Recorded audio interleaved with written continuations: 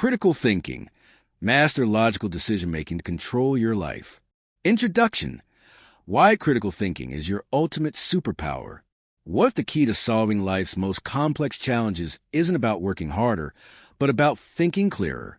In this comprehensive guide, you'll discover the powerful methodologies that top-level thinkers use to cut through confusion, make superior decisions, and achieve sustainable success. Unlock your potential to overcome bias, see through deception, and take confident control of your life's trajectory. The question that changes everything. Let me ask you something that might seem simple, but reveals everything about how you navigate life. When you're faced with a difficult decision, do you trust your gut immediately, or do you pause to examine the evidence? In our hyper-connected, information-saturated world that demands instant responses and quick judgments, how often do you actually stop and ask yourself, what does the evidence really tell me? What assumptions am I making? What might I be missing? What would happen if I'm wrong?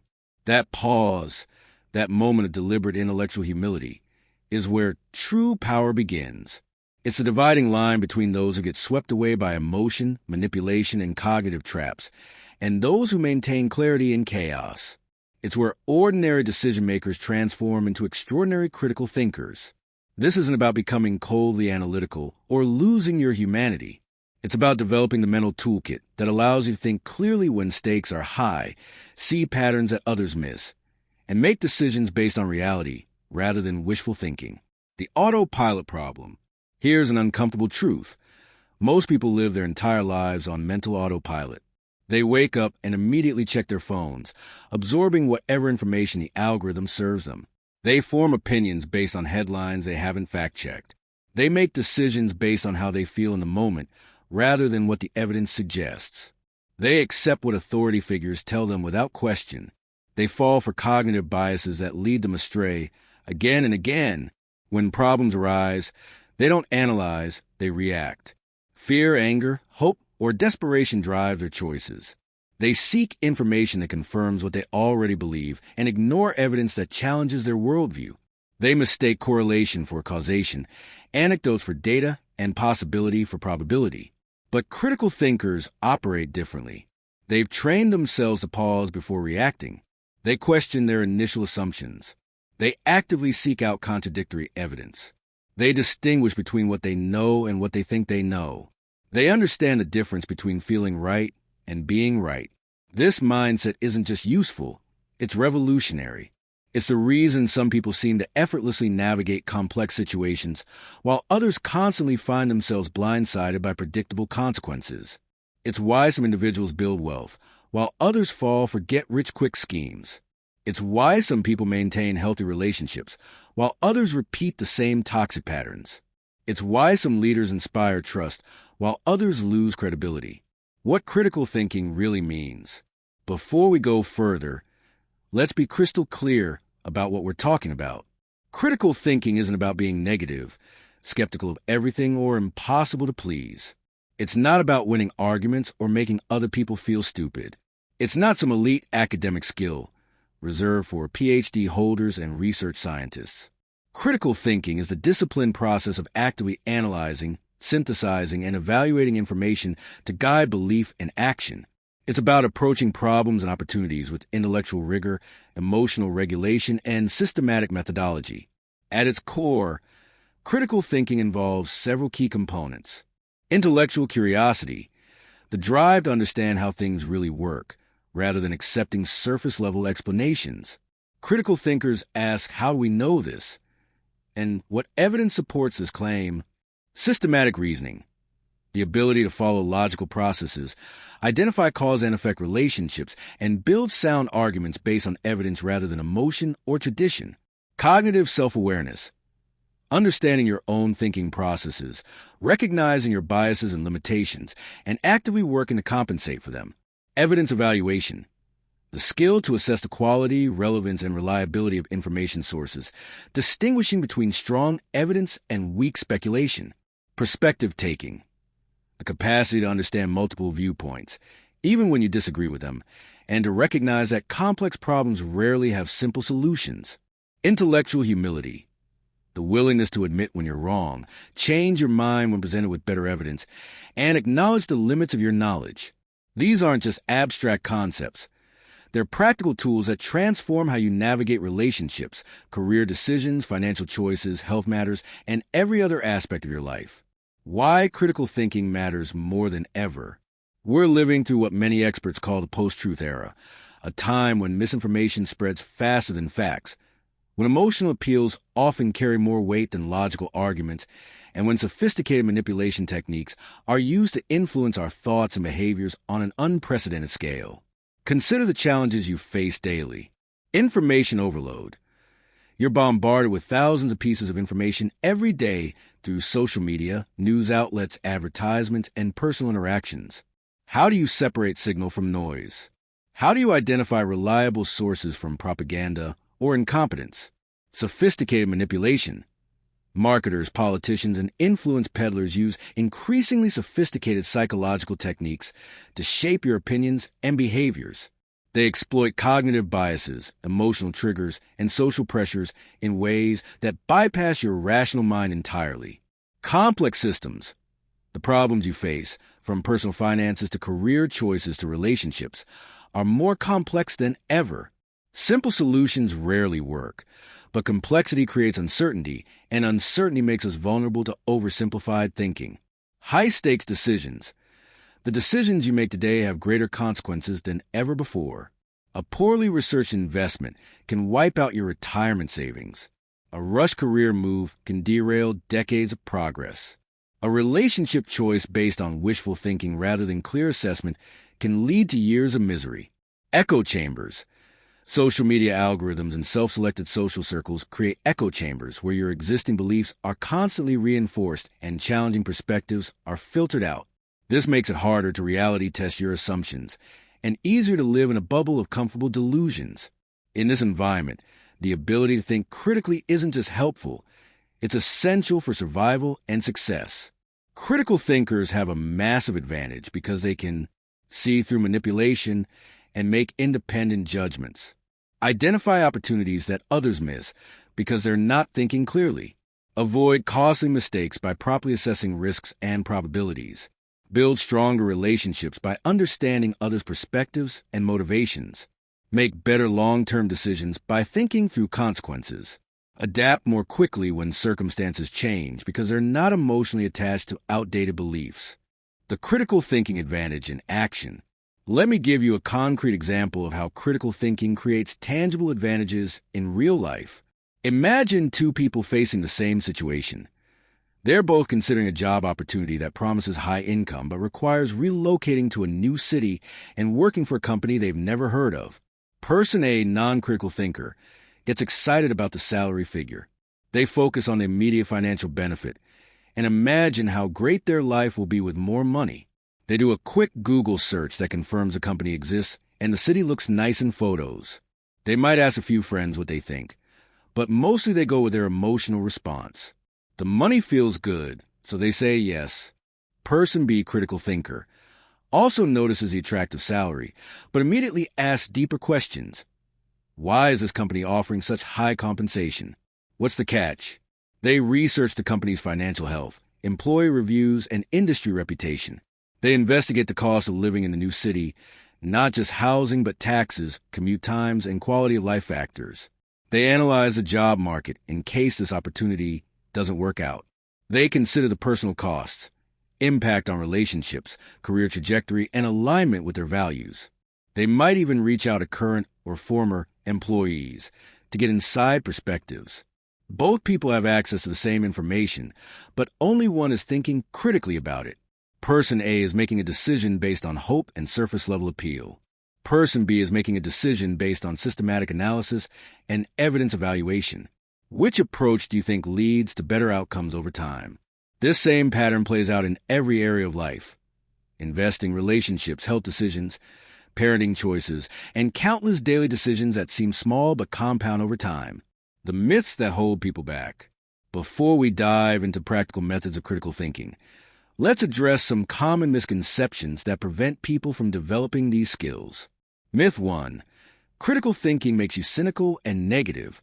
Reality, Critical thinking makes you more accurate, not more negative.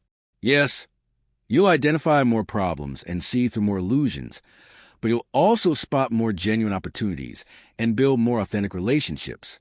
The goal isn't to be pessimistic. It's to be realistic. Myth 2. It takes too much time and energy. Reality. Poor thinking is what's really expensive. The time you invest in thinking clearly up front saves you enormous amounts of time, money, and emotional pain later. A few hours of careful analysis can prevent years of costly mistakes. Myth 3. I should trust my intuition instead of overthinking. Reality. This creates a false dichotomy. Critical thinking doesn't eliminate intuition. It improves it. When you understand how your mind works, your gut feelings become more accurate because they're informed by better pattern recognition and clearer assessment. Myth 4. Critical thinking is only for academic or professional settings. Reality. The most important applications of critical thinking are in personal life. Choosing who to marry, how to raise your children, how to manage your health, where to live. These decisions shape your entire existence, and they all benefit from clear thinking. Myth 5. Some people are just naturally good at this and others aren't. Reality. While people have different starting points, critical thinking skills can be developed through practice. The techniques in this book have been learned and applied by millions of people from all backgrounds and education levels. What you'll gain from this journey. This book isn't just about learning to think better. It's about transforming how you experience life. When you develop strong critical thinking skills, you'll notice several profound changes. Decision confidence. You'll make choices with greater certainty because they're based on solid reasoning rather than guesswork or emotion. Even when outcomes are uncertain, you'll have confidence in your decision-making process. Reduce anxiety. Much of our worry comes from feeling out of control or unable to understand what's happening around us. Clear thinking reduces anxiety by helping you separate real risks from imaginary ones and focus your energy where it can actually make a difference. Better relationships. Understanding how people think and what motivates them makes you more effective in all your relationships. You'll communicate more persuasively, resolve conflicts more effectively, and avoid relationships that are built on illusions. Financial success. Critical thinking is perhaps nowhere more valuable than in money matters. You'll avoid financial scams, make better investment decisions, negotiate more effectively, and think more clearly about career choices that affect your earning potential. Personal growth. You'll become more self-aware as you learn to examine your own thinking processes. This self-knowledge is the foundation of all personal development. Resilience. When you can think clearly about setbacks and failures, you recover more quickly and learn more effectively from experience. You become anti-fragile, someone who actually gets stronger from challenges. Influence and leadership. People are naturally drawn to those who think clearly and communicate effectively. Your ability to analyze situations and propose sound solutions will make you a natural leader in whatever environment you find yourself. How this book is structured. This journey through critical thinking is organized into 10 comprehensive chapters, each building on the previous ones. Chapter 1. The foundation of rational thinking explores how to build the mental discipline required for clear thought, including techniques for emotional regulation and cognitive self-awareness. Chapter 2. Clarity as power focuses on defining your goals and values with precision, because you can't think clearly about what you want until you know what you actually want. Chapter 3. Information as ammunition teaches you how to gather, evaluate, and synthesize information effectively without falling into analysis paralysis. Chapter 4. Seeing the big picture develops your ability to understand complex systems, identify root causes, and recognize patterns that others miss. Chapter 5. Future-focused thinking shows you how to anticipate consequences, plan for multiple scenarios, and make decisions that serve your long-term interests. Chapter 6. Strategic decision-making provides frameworks for making sound choices under pressure, with incomplete information, and in emotionally charged situations. Chapter 7. Leverage thinking demonstrates how to multiply your cognitive power through tools, systems, and other people's expertise. Chapter 8. Adaptive intelligence teaches you to remain mentally agile when circumstances change, updating your beliefs and strategies based on new evidence. Chapter 9. Understanding and influencing others explores the psychology of persuasion and how to communicate your ideas more effectively while avoiding manipulation. Chapter 10. Implementation Excellence brings everything together by showing you how to turn clear thinking into consistent action and measurable results. Each chapter includes core concepts explained in practical, accessible language, real-world examples and case studies, specific techniques and tools you can apply immediately, exercises to build and strengthen your skills, common pitfalls to avoid. Your critical thinking journey starts now. The fact that you're reading this book puts you ahead of the vast majority of people who never consciously work to improve their thinking. But reading alone isn't enough. Critical thinking is a skill, and like any skill, it improves with practice.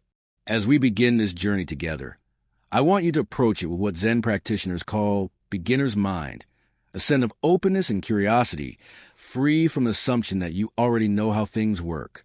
Even if you consider yourself a good thinker, there's always room for improvement, and some of the most important insights come from questioning our most basic assumptions.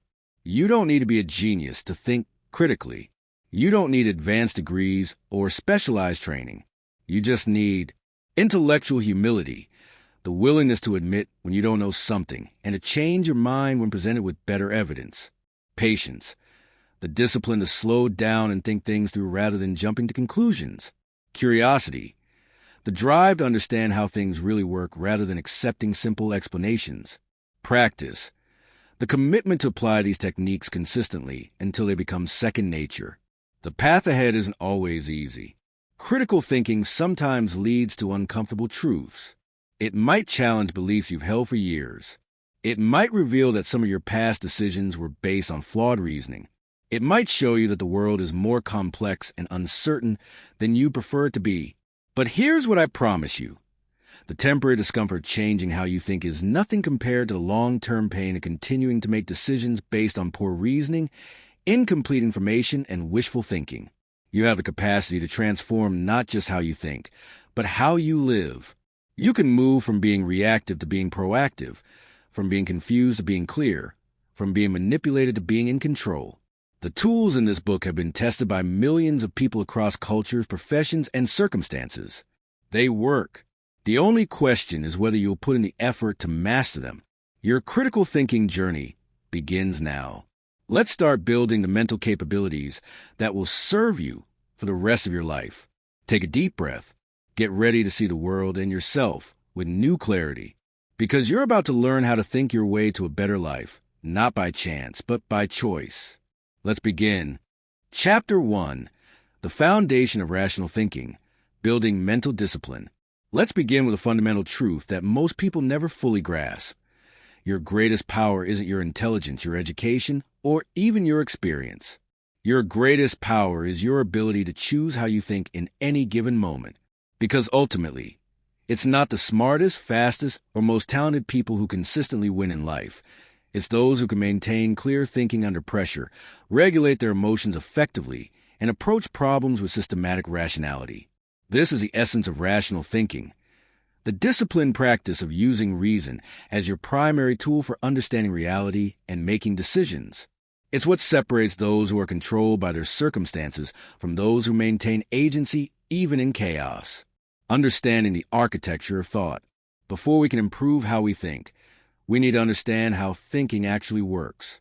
Your mind isn't a single, unified system. It's more like a complex organization with different departments that don't always communicate well with each other. The automatic system. Much of your mental processing happens automatically and unconsciously. This system is incredibly fast and efficient, handling routine tasks like recognizing faces, walking, and driving familiar routes. It's also responsible for your immediate emotional reactions and snap judgments. The automatic system is influenced by past experiences and learned associations, current emotional state and physical condition, social pressures and environmental cues, cognitive biases and mental shortcuts, heuristics, cultural conditioning and ingrained beliefs. The reflective system. This is your conscious, deliberate thinking process. It's slower and requires more mental energy, but it's capable of abstract reasoning, long-term planning, and complex problem-solving. The reflective system can Analyze information systematically. Consider multiple perspectives simultaneously. Think through cause and effect relationships. Evaluate evidence and weigh probabilities. Override automatic responses when necessary. The key insight is that these systems often conflict with each other. Your automatic system might generate fear about a statistically safe activity, like flying, while your reflective system knows the actual risk is minimal. Your automatic system might feel attracted to a get-rich-quick scheme, while your reflective system can identify the logical flaws. Critical thinking is essentially the practice of training your reflective system to catch and examine the outputs of your automatic system before they drive your behavior. The emotional hijack problem. One of the biggest obstacles to clear thinking is what psychologist Daniel Goleman calls emotional hijacking. When strong emotions overwhelm your rational mind and drive impulsive behavior. This happens because your brain's emotional centers, particularly the amygdala, can trigger fight or flight responses faster than your prefrontal cortex, the rational thinking center, can process what's actually happening. Consider Sarah, a marketing executive who discovered that a colleague had been taking credit for her ideas in meetings with senior management. Her automatic emotional response was immediate and intense. Anger, betrayal, and a strong desire to confront the colleague publicly at the next team meeting. If Sarah had acted on this emotional impulse, she would have likely created a scene that damaged her professional reputation and escalated the conflict unnecessarily. Instead, she had trained herself to recognize emotional hijacking and implement a cooling-off period. The emotional regulation protocol. Sarah used a systematic approach to managing her emotional response. Recognition. She noticed the physical signs of intense emotion, increased heart rate, muscle tension, racing thoughts. Pause. She delayed any action for 24 hours, giving her rational mind time to engage. Analysis. She examined the situation objectively. What exactly had happened? What were her options? What outcomes did she actually want? Strategy. She developed a plan that addressed the problem effectively while protecting her interests. Action. She scheduled a private conversation with a colleague, documented her ideas more carefully, and spoke with her manager about establishing clearer attribution protocols. The result? The colleague stopped the behavior. Sarah maintained her professional relationships, and she established systems to prevent similar problems in the future. Her emotional response had provided valuable information. The situation needed attention, but her rational response determined the most effective action. Cognitive biases. The software bugs in your mental operating system. Your brain uses mental shortcuts called heuristics to process information quickly and make rapid decisions. These shortcuts are usually helpful, but they can also create systematic errors in thinking called cognitive biases. Understanding these biases is crucial for critical thinking because they operate automatically and often invisibly. Confirmation bias. The tendency to search for, interpret, and remember information that confirms your existing beliefs while ignoring contradictory evidence. This is perhaps the most dangerous bias because it prevents you from updating your beliefs when you encounter new information. Example. Michael believed a particular investment strategy was foolproof because he had read several success stories online. When the strategy started losing money, instead of reconsidering his approach, he sought out explanations that confirmed it was still sound. Temporary market conditions, bad timing, etc. He ignored mounting evidence that the strategy was fundamentally flawed, eventually losing a significant portion of his savings. Anchoring bias. Over-relying on the first piece of information you encounter when making decisions. This initial information becomes an anchor that influences all subsequent judgments. Example, Lisa was negotiating salary for a new job. The employer opened with an offer of $45,000, which became her anchor point. She negotiated up to $52,000 and felt successful. However, if she had researched market rates first, she would have discovered that similar positions typically paid $65,000 to $75,000. The initial low anchor prevented her from achieving a fair salary. Availability heuristic. Judging the probability of events based on how easily you can remember examples. Recent, dramatic, or emotionally charged events seem more likely than they actually are. Example. After seeing news coverage of airplane crashes, many people overestimate the danger of flying and choose to drive instead. even though driving is statistically far more dangerous.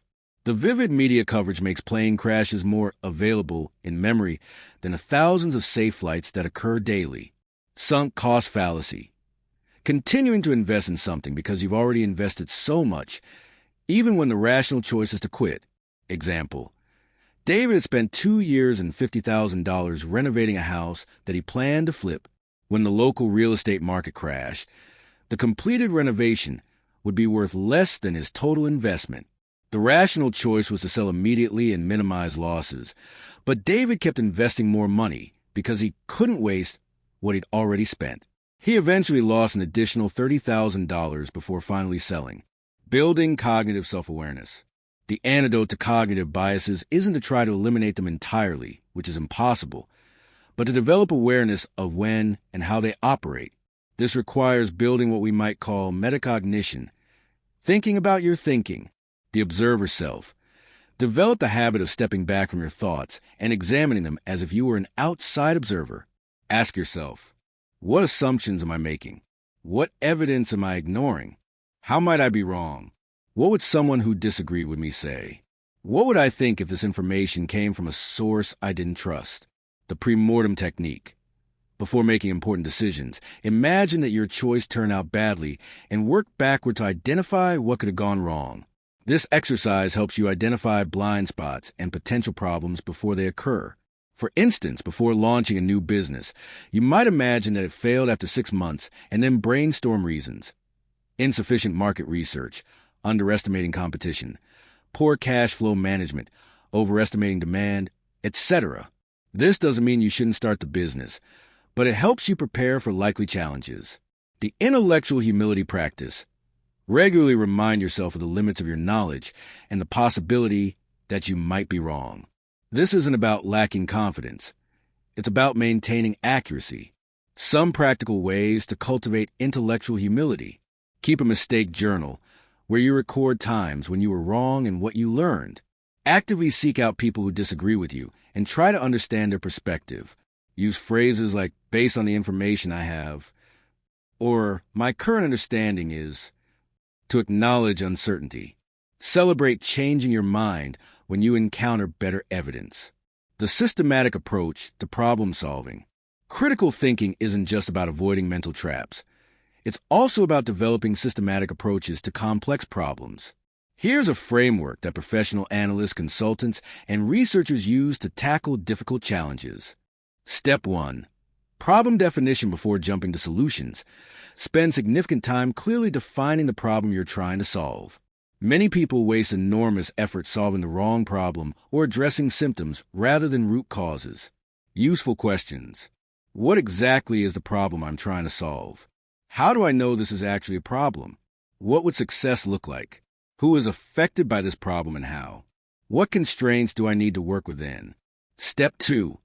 Information gathering. Collect relevant data systematically, rather than relying on whatever information happens to be convenient or memorable. This includes both quantitative data, numbers, measurements, statistics, and qualitative data, opinions, experiences, contextual factors. Key principles. Seek primary sources rather than secondhand interpretations. Look for disconfirming evidence, not just supporting evidence. Consider the credibility and potential biases of your sources. Gather enough information to make informed decisions without falling into analysis paralysis. Step 3. Option generation before evaluating solutions. Generate as many options as possible. This prevents you from falling into binary thinking, either / or, when multiple alternatives might exist. Techniques. Brainstorm without initial judgment. Consider what others in similar situations have done. Think about unconventional approaches. Ask what if? Questions to explore possibilities. Step 4. Evaluation and analysis. Systematically assess each option against your criteria for success. This often involves analyzing trade-offs, probabilities, and potential consequences.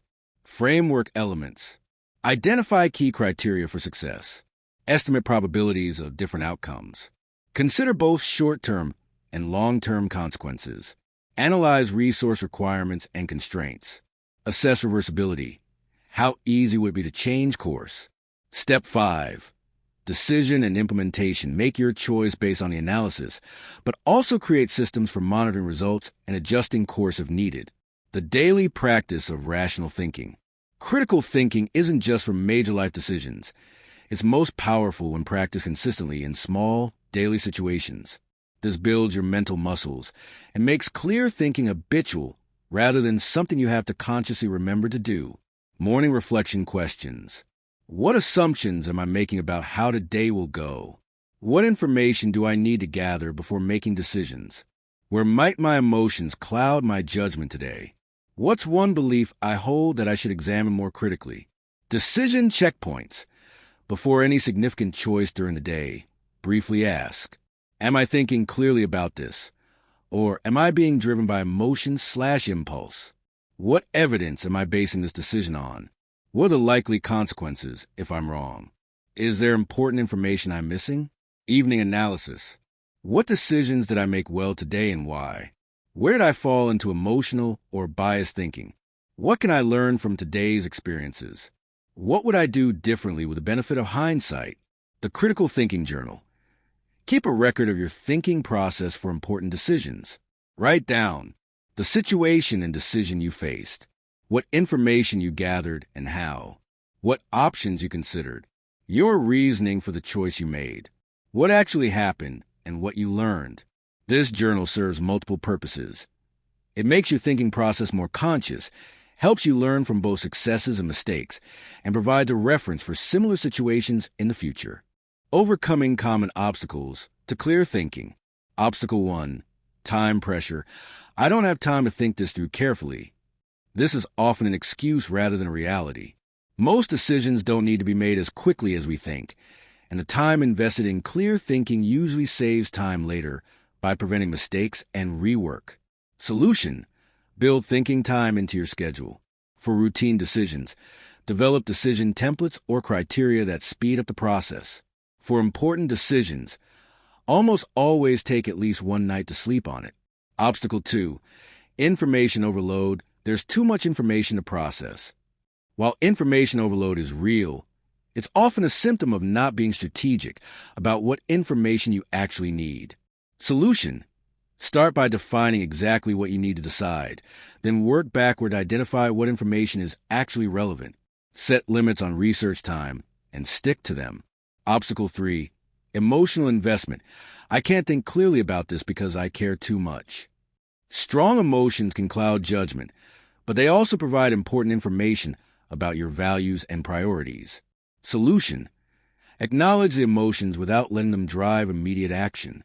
Use the cooling off period to let emotions settle while your rational mind engages. Consider what the emotions are telling you about what matters to you. Obstacle 4. Social pressure. Everyone expects me to decide quickly or others will judge my choice. Social pressure can push you toward decisions that serve others' interests rather than your own. Solution. Distinguish between advice, which can be valuable, and pressure, which serves others' agendas. Make your own decision criteria clear and stick to them. Remember that you're the one who lives with the consequences of your choices. Obstacle 5. Perfectionism. I need more information before I can decide, or what if I make the wrong choice? Perfectionism is often disguised fear and can lead to decision paralysis. Solution. Accept that most decisions are reversible or adjustable.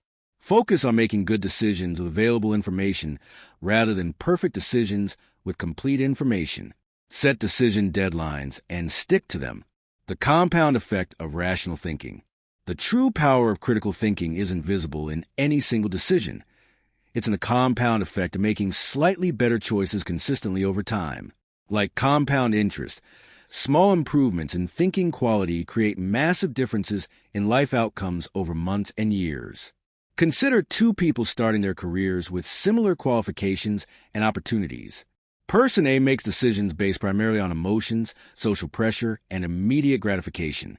They change jobs frequently based on minor frustrations, make impulse purchases that strain their budget, and choose relationships based on initial attraction without considering long-term compatibility. Person B applies critical thinking principles consistently. They research career moves carefully, spend time understanding their own values and goals, and make decisions based on evidence and long-term consequences rather than immediate feelings. After 10 years, Person B will likely have a clearer sense of direction and purpose, better financial health due to thoughtful spending and investment decisions, stronger relationships built on realistic foundations, greater career satisfaction for making strategic choices, more resilience when facing setbacks because they understand how to analyze and adapt. The difference isn't that Person B is smarter or luckier. It's that they've consistently applied rational thinking principles that compound over time. Your foundation for critical thinking. This chapter has laid the groundwork for everything that follows. You now understand how your mind actually works and why clear thinking requires deliberate effort. The major cognitive biases that can derail your judgment. A systematic framework for approaching complex problems. Daily practices that build rational thinking habits. Common obstacles to clear thinking and how to overcome them. But knowledge alone is enough. Critical thinking is a skill that improves with practice. The concepts in this chapter need to become automatic habits, and that happens through consistent application in real-world situations. In the next chapter, we'll explore how to apply these thinking skills to clarify your goals and values, because you can't make good decisions about where you're going until you're clear about where you want to end up. Remember, rational thinking isn't about suppressing emotions or becoming coldly logical. It's about integrating your emotional wisdom with your analytical capabilities to make decisions that serve your authentic interests and values.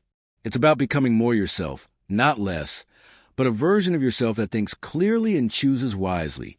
The foundation is now in place. Let's build upon it. Chapter 2. Clarity as Power, Defining Your Goals and Values. Here's a question that sounds deceptively simple but reveals everything about your capacity for success. What do you actually want from your life?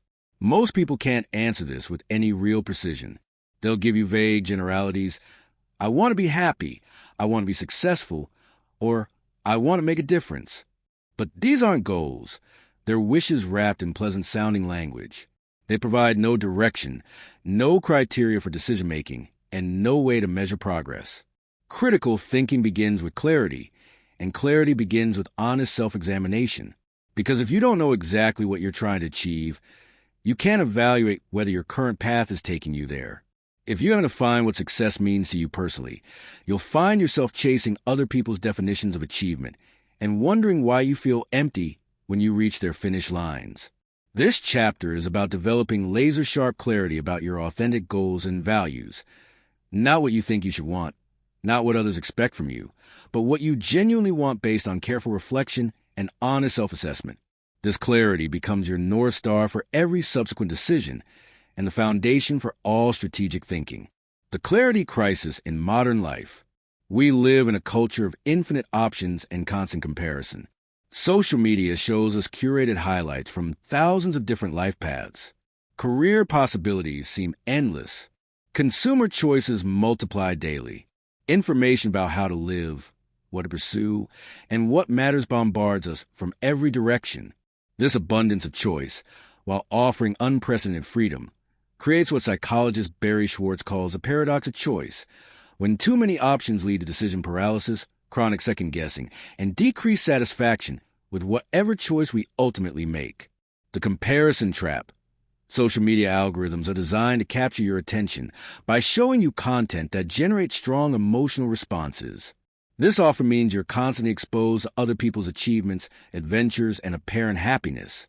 Your brain, evolved for small tribal groups where you knew everyone personally, struggles to process these constant comparisons with hundreds or thousands of people. The result? You might find yourself wanting things you never would have thought about if left to your own devices.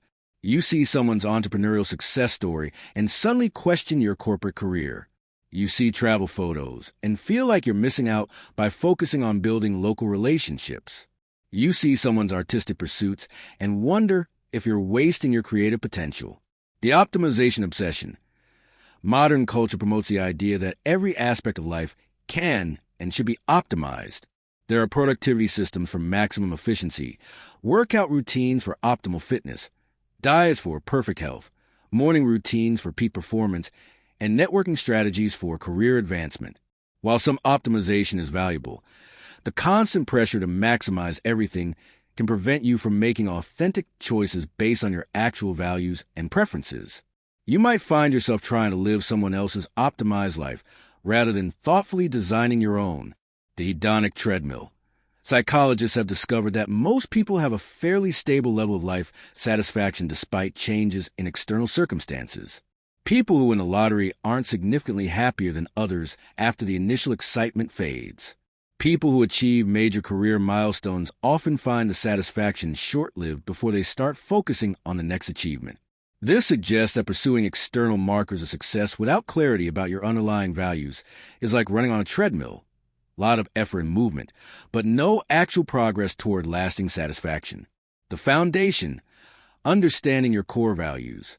Before you can set meaningful goals, you need to understand what truly matters to you at the deepest level.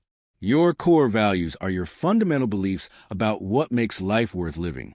They're not abstract ideals you think you should care about.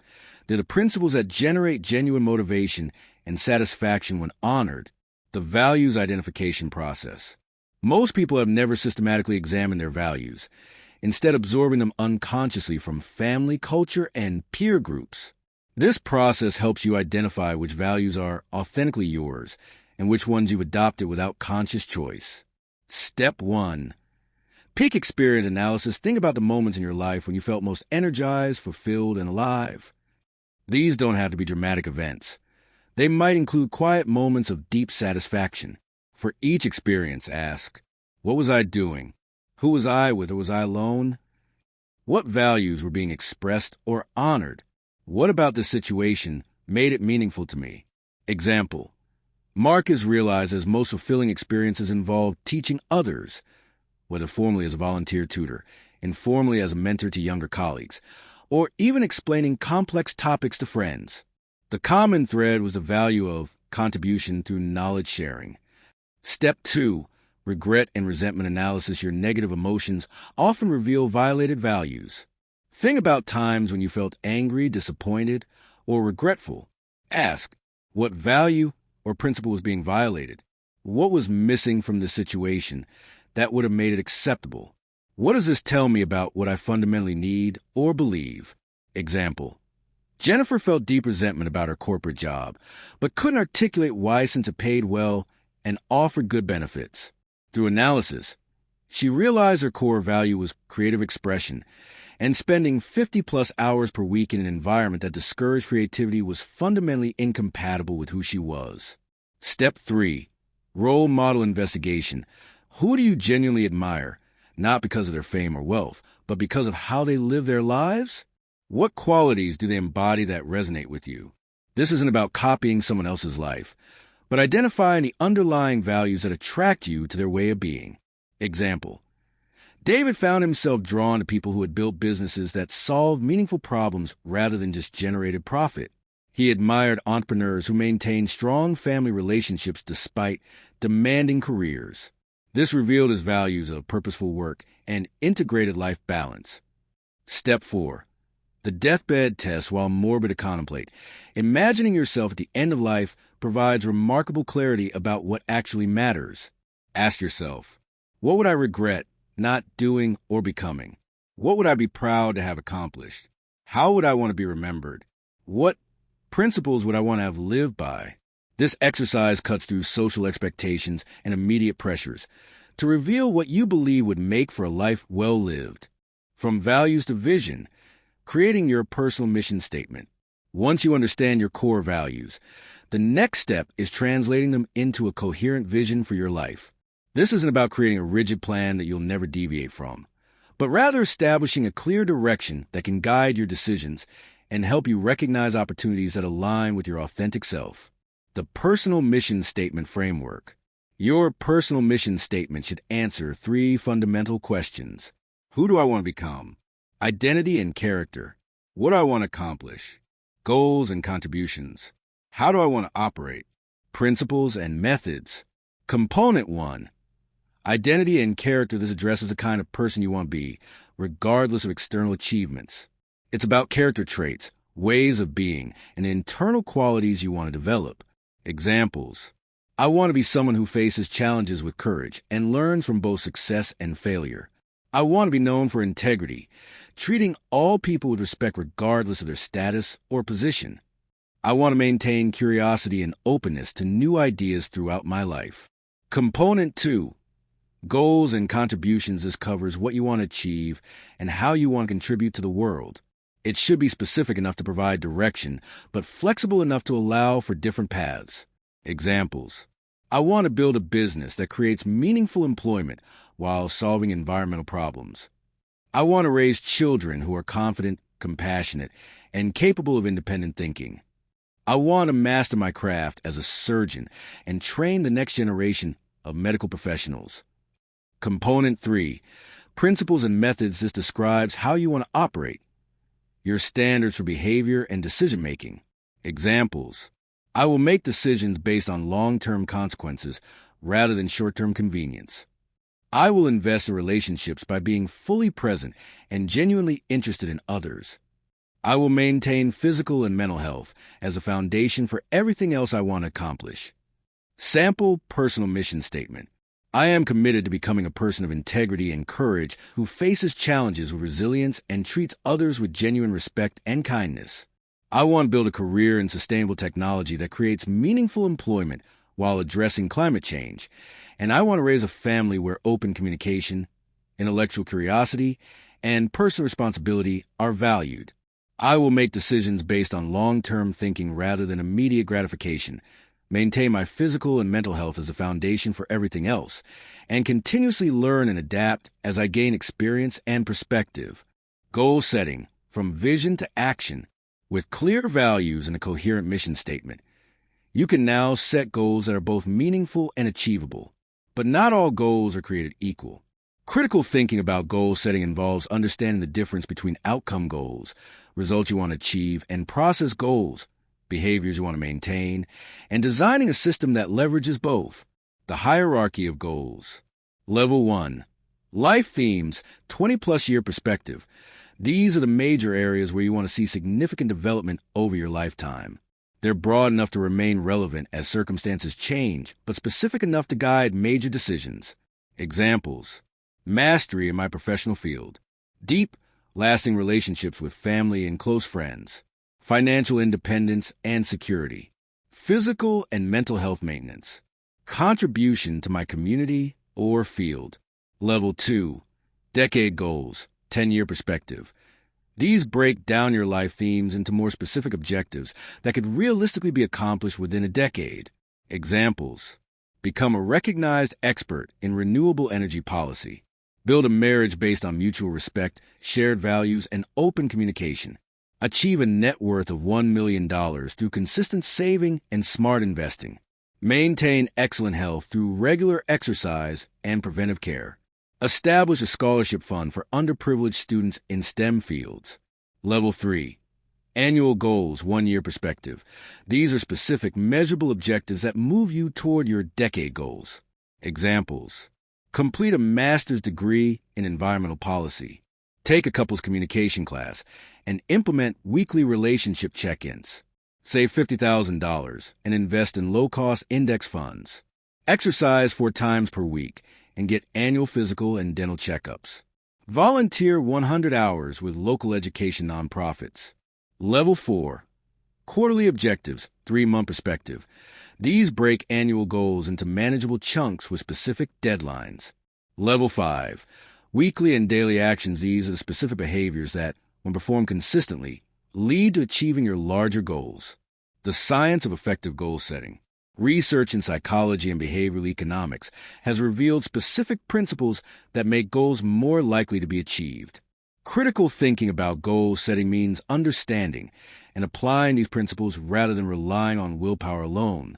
Principle 1, specificity and measurability. Vague goals like get healthier or improve my career provide no clear direction for action and no way to measure progress.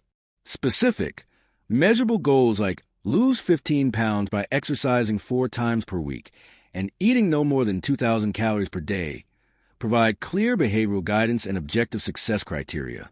Principle 2, Optimal difficulty level goals that are too easy don't motivate significant effort or personal growth. Goals that are too difficult lead to frustration and abandonment. The optimal difficulty level is challenging enough to require genuine effort and new skills, but achievable with consistent action. Psychologist Edwin Locke's research suggests that difficult goals lead to higher performance than easy goals, but only when people have sufficient ability and commitment. The key is finding the stretch zone, where goals push you beyond your comfort zone without being overwhelming. Principle 3.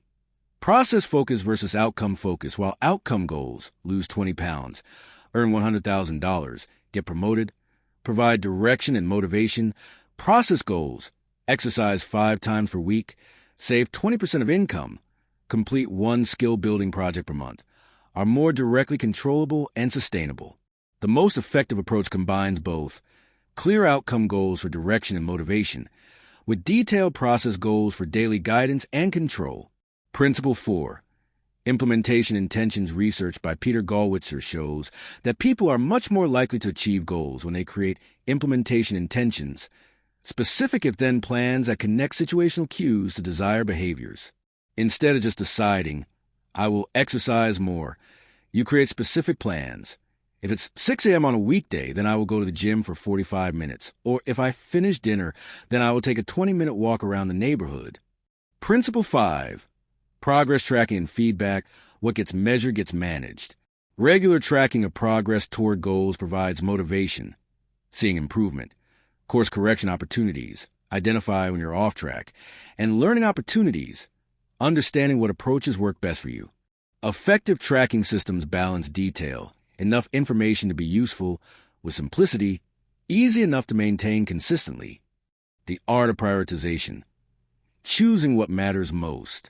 Even with clear values and well-designed goals, you'll face the challenge of prioritization. Time, energy, and attention are finite resources, and every choice to focus on one thing means choosing not to focus on something else. The Eisenhower Matrix, this classic framework, attributed to President Dwight Eisenhower, categorizes tasks and goals based on 2 dimensions, importance and urgency. Quadrant 1, important and urgent, crisis management, pressing problems. Quadrant 2, important but not urgent, prevention, planning, development, relationship building. Quadrant 3, not important but urgent, interruptions, some emails, some meetings. Quadrant 4, not important and not urgent, time wasters, excessive entertainment. The key insight is that most people spend too much time in quadrants 1 and 3, reacting to urgent demands, and not enough time in quadrant 2, working on important but not urgent activities that prevent future crises and build long-term success. The 80-20 principle applied to goals, also known as the Pareto principle. This suggests that roughly 80% of results come from 20% of efforts. When applied to goal setting, this means identifying the small number of activities that disproportionately contribute to your most important objectives. For example, if your goal is career advancement, the 20% of activities that drive 80% of results might be building relationships with key decision makers in your field, developing expertise in high-value, scarce skills, consistently delivering exceptional results on visible projects, seeking feedback, and acting on it to improve performance. The opportunity cost framework. Every choice to pursue one goal means not pursuing others. Critical thinking about prioritization requires honestly assessing these trade-offs rather than pretending you can do everything simultaneously. Questions to ask. What am I giving up by choosing this priority? What unique opportunities exist right now that might not be available later? Where do my comparative advantages make success most likely? Which goals support multiple values or enable future opportunities? Overcoming common goal-setting pitfalls. Pitfall 1. Setting other people's goals. Many people unconsciously adopt goals based on social expectations, family pressure, or cultural messaging rather than their own values and interests. Signs you might be pursuing someone else's goals. You feel little genuine excitement about achieving the goal. Your motivation depends heavily on external validation.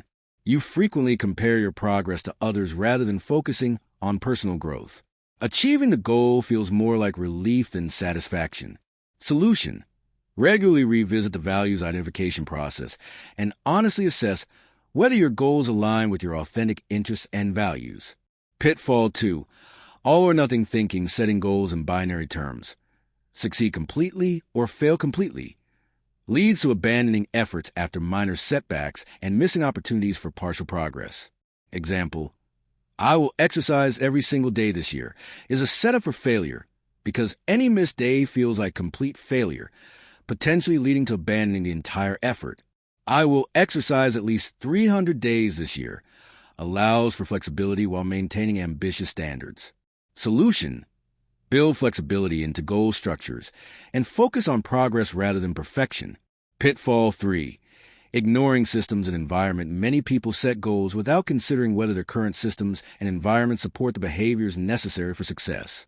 Example: deciding to eat healthier without removing junk food from your house, changing your shopping habits, or learning to cook healthy meals. The goal is well-intentioned, but the systems don't support success. Solution: for every goal, identify what systems, habits, and environmental changes are necessary to make success likely rather than depending on willpower alone. Pitfall 4. Lack of specificity about obstacles. Optimistic goal setting often ignores predictable obstacles, leading to surprise and discouragement when challenges arise. Solution: for each major goal, conduct a pre-mortem analysis. Imagine the goal failed and work backward to identify the most likely causes. Then build strategies to address these potential obstacles. Pitfall 5. No regular review and adjustment. Goals set at one point in time may become less relevant as circumstances change, but many people continue pursuing outdated objectives rather than adapting. Solution: schedule regular reviews, quarterly or semi-annually, to assess whether your goals still align with your values and circumstances and adjust as needed. The integration challenge: aligning goals across life areas. One of the most sophisticated aspects of goal setting is ensuring that your objectives in different life areas support rather than conflict with each other. This requires systems thinking, understanding how changes in one area affect others. Common integration challenges: career versus family. Ambitious career goals often require significant time investment, potentially conflicting with family relationship goals. The key is finding approaches that serve both rather than assuming they're mutually exclusive. Strategies: look for career paths that offer flexibility or family-friendly cultures. Include family members in career planning discussions. Set boundaries around work hours and communication. Choose career opportunities based on long-term lifestyle goals, not just immediate advancement. Health versus social life. Maintaining health often requires discipline around diet, exercise, and sleep that can conflict with social activities centered around food, alcohol, and late nights. Strategies: find social activities that align with health goals, hiking groups, cooking classes. Communicate your health priorities to friends and family to build support. Plan indulgences strategically rather than avoiding them completely. Focus on sustainable habits rather than extreme restrictions.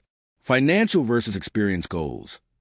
Building financial security requires saving and investing, which limits money available for travel, entertainment, and other experiences. Strategies: prioritize experiences that align with your values rather than trying to afford everything. Find creative ways to have meaningful experiences within budget constraints. Consider how different experiences contribute to your long-term goals and personal growth. Balance present enjoyment with future security based on your age and circumstances. Creating your personal clarity system. All the theory in the world won't help unless you have practical systems for maintaining clarity and making it actionable in daily life. Here's a framework for creating and maintaining the clarity that will guide your decision-making. The annual clarity retreat. Once per year, take a full day or weekend to review and update your understanding of your values, mission statement, and major goals. This isn't just about setting New Year's resolutions. It's about deep reflection on what you've learned about yourself and what adjustments you want to make. Questions for your annual retreat: how have my values or priorities shifted based on this year's experiences? What goals did I achieve and what made success possible? What goals did I not achieve and what obstacles were most significant? What new opportunities or challenges am I facing that require updated planning? How can I better align my daily activities with my most important long-term objectives? The quarterly review process. Every 3 months, assess your progress toward annual goals and make tactical adjustments. Key elements. Measure progress against specific metrics where possible. Identify what's working well and what isn't. Adjust tactics while maintaining strategic direction. Address obstacles that are preventing progress. Celebrate achievements to maintain motivation. The weekly planning session. Once per week, review your upcoming schedule and commitments to ensure they align with your priorities. Weekly planning questions. What are my 3 most important objectives for this week? What activities on my schedule advance my important goals? What activities could be eliminated, delegated, or made more efficient? Where am I at risk of being pulled off course by urgent but unimportant demands? What needs to be prepared or scheduled for future weeks? The daily intention setting. Each morning, spend 5 to 10 minutes reviewing your priorities and setting intentions for the day. Daily questions. What 3 things, if accomplished today, would make this a successful day? Where am I most likely to get distracted from my important work? How can I maintain energy and focus for my highest priorities? What decisions am I facing today that require careful thought rather than quick reaction? Your clarity advantage. Clarity isn't a luxury. It's a competitive advantage. In a world where most people are unclear about what they really want and reactive in their decision-making, having crystal clear goals and values gives you several powerful advantages. Decision speed. When you know what you're trying to achieve and what matters most to you, most decisions become easier and faster. You don't have to agonize over choices because you have clear criteria for evaluation. Opportunity recognition. Clarity helps you recognize opportunities that others miss because you know what you're looking for. When you encounter people, situations, or possibilities that align with your goals, you can act quickly while others are still trying to figure out what they want. Resource focus. Clear goals prevent you from dispersing your energy across too many competing priorities. You can invest your time, money, and attention in ways that compound toward meaningful objectives. Resilience. When setbacks occur, and they will, clarity about your deeper purpose helps you recover faster and learn more effectively from failures. You're less likely to be derailed by temporary obstacles because you understand why you're working towards specific goals. Authenticity. Living according to your own carefully considered values rather than unconsciously adopted expectations leads to greater satisfaction and less internal conflict. You waste less energy on goals that don't actually matter to you. Clarity is power because it transforms you from someone who reacts to circumstances into someone who shapes them. In our next chapter, we'll explore how to use this clarity as a foundation for gathering and evaluating the information you need to make excellent decisions. Remember, the goal isn't to have perfect clarity about everything. It's to be clear enough about what matters most to you that you can make decisions with confidence and direction. Clarity is an ongoing practice, not a one-time achievement. As you grow and change, your understanding of yourself and your goals will evolve too. The clearer you become about what you actually want, the more powerful every other thinking skill becomes. Let's build on this foundation. Chapter 3. Information as ammunition. Learn before you move. Imagine walking into a battlefield where you can't see the terrain, don't know where the obstacles are hidden, have no intelligence about your opponent's capabilities, and lack any understanding of the resources available to you. Would you charge forward blindly? Of course not. Yet this is exactly how most people approach major life decisions, business ventures, relationships, and even routine choices that compound over time. They act on incomplete information, make assumptions without verification, and move forward based on hope rather than evidence. They confuse activity with progress, mistake confidence for competence, and wonder why their results don't match their intentions. But you're learning to think critically, and one of the fundamental principles of critical thinking is this. Information is ammunition. The quality of your decisions is directly proportional to the quality of the information on which they're based. In a world where information is abundant but wisdom is scarce, your ability to gather, evaluate, and synthesize relevant knowledge becomes a decisive competitive advantage. This chapter will transform how you approach learning and decision-making. You'll discover how to become an intelligence analyst for your own life, systematically gathering the information you need, evaluating its reliability, and turning raw data into actionable insights without falling into the trap of analysis paralysis. The information age paradox. We live in the most information-rich period in human history. Within seconds, you can access more knowledge than was available to entire civilizations throughout most of human history. You can read research studies from leading universities, learn from world-class experts, and gather perspectives from people across the globe who have faced similar challenges to yours. Yet despite this unprecedented access to information, people seem to be making worse decisions, not better ones. Why? The noise-to-signal problem. The sheer volume of available information creates its own challenges. For every piece of valuable, accurate information, there are hundreds of pieces of irrelevant, outdated, or deliberately misleading content. The internet democratized information creation, which is generally positive, but it also eliminated traditional gatekeepers who filter quality. The echo chamber effect.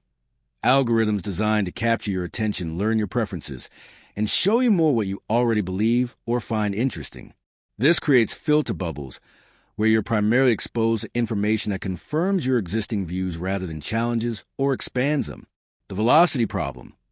Information moves faster than ever, but speed often comes at the expense of accuracy and depth. Social media rewards quick reactions and emotional responses rather than thoughtful analysis. The pressure to have immediate opinions about complex issues prevents the careful consideration that good decisions require. The authority confusion.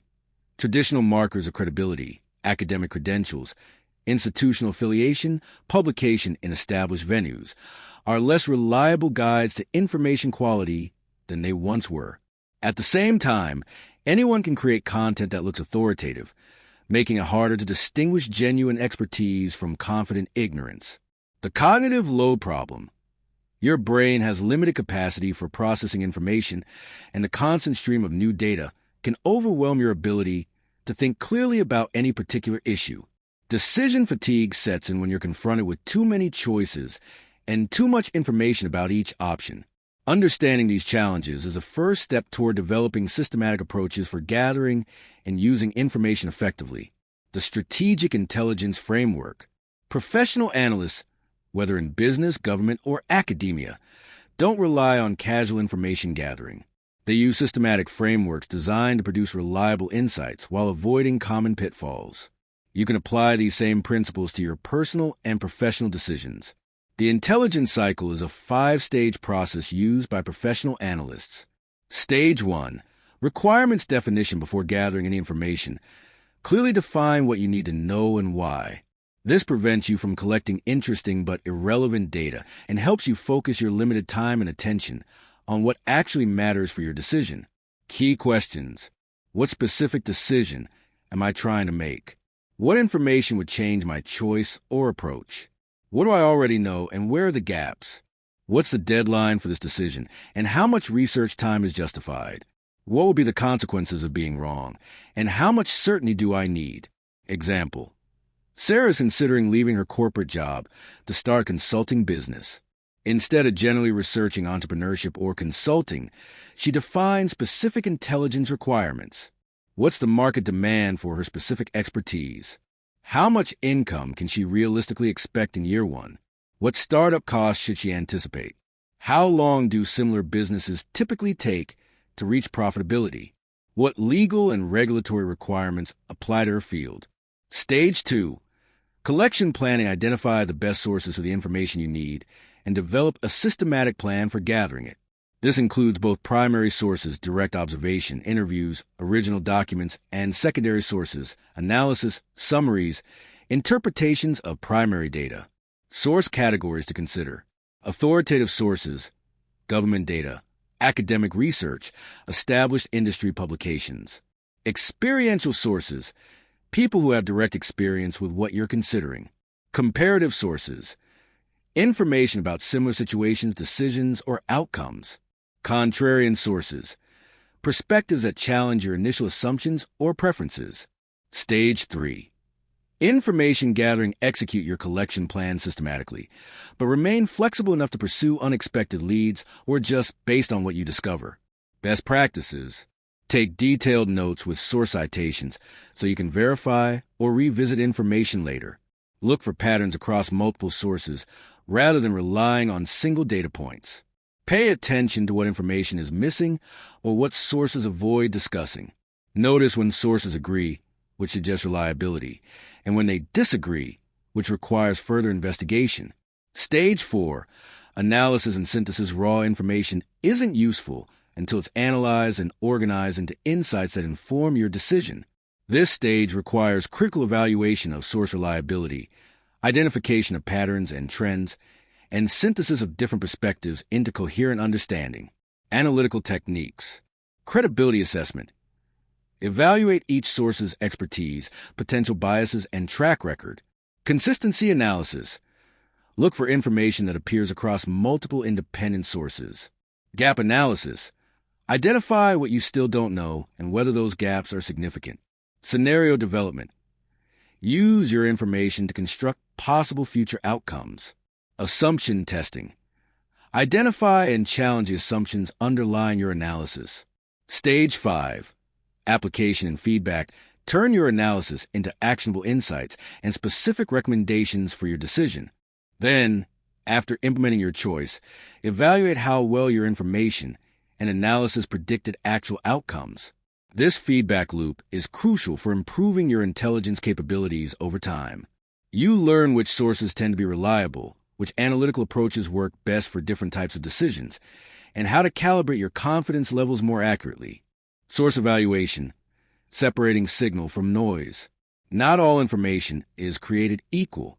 In fact, one of the most valuable critical thinking skills is the ability to quickly assess the reliability and relevance of different information sources. This saves you from being misled by poor quality information and helps you allocate your research time to the most valuable sources. The CRAP method, currency, relevance, authority, accuracy, purpose, provides a systematic framework for source evaluation. Currency. How recent is the information, and does timing matter for your decision? When was this information published or last updated? Is this topic one where information becomes outdated quickly? Are there more recent sources that might supersede this one? Example. Career advice from 2010 about social media marketing might be completely outdated, while advice about fundamental negotiation principles might still be valuable. Relevance. How directly does this information apply to your specific situation? Does this source address your particular question or decision? Is the context similar enough to your situation to be applicable?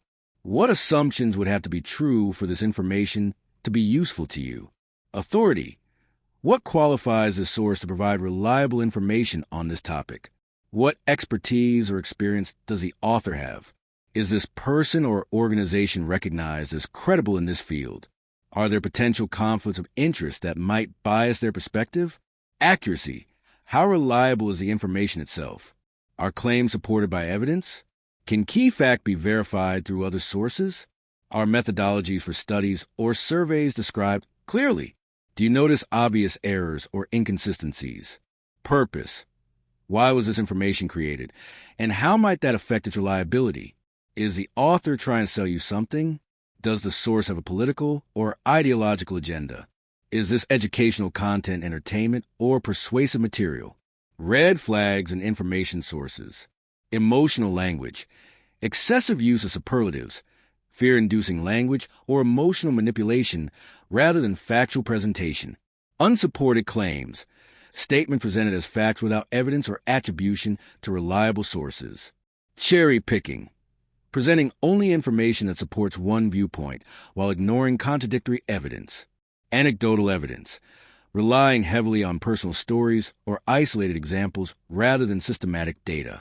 Correlation causation confusion. Assuming that because two things occur together, one causes the other. False dichotomies. Presenting complex issues as having only two possible perspectives or solutions. Primary versus secondary sources. Getting closer to the truth. One of the most important distinctions in information gathering is between primary and secondary sources. Primary sources provide direct, first-hand information, while secondary sources interpret, analyze, or summarize primary information. Primary sources, original research studies and data, direct interviews with people who have relevant experience, financial records, legal documents, or other official records. your own observations or experiments, surveys or questionnaires you conduct yourself, secondary sources, news articles reporting on research or events, books that synthesize information from multiple sources, expert analysis or commentary, reviews or summaries of research, third-party interpretations of data or events. The telephone game effect. Each layer of interpretation between you and the original source creates opportunities for misunderstanding, bias, or error. Information can be distorted, important context can be lost, and nuances can be oversimplified. Example: a research study finds that people who drink moderate amounts of red wine have lower rates of heart disease. A news article reports this as red wine prevents heart disease. A social media post becomes, doctors say drinking wine is healthy. A casual conversation turns into, my friend's doctor told her she should drink wine every day for her health. Each step moves further from the actual research findings and adds interpretation that might not be justified by the evidence. When to use primary versus secondary sources. Use primary sources when the stakes are high and accuracy is crucial. Secondary sources seem to contradict each other. You need specific details that summaries might omit. The topic is technical and interpretations might be inaccurate. You want to form your own conclusions rather than accept others' analysis. Use secondary sources when you need broad background knowledge quickly. Primary sources are too technical for your current understanding. You want multiple perspectives on complex issues. Time constraints make extensive primary research impractical. You're in early stages of research and need to identify which primary sources to examine. The art of strategic questioning. Gathering good information isn't just about finding sources. It's about asking the right questions. The quality of your questions determines the quality of the information you'll receive and discover. The 5 Whys technique. Developed by Toyota as part of their quality improvement process. This method involves asking why 5 times in succession to get past surface-level explanations to root causes. Example: you're considering a job change because you're unhappy at work. Why are you unhappy? I'm not challenged by my current role. Why aren't you challenged? I've mastered all the required skills, and there's no room for growth.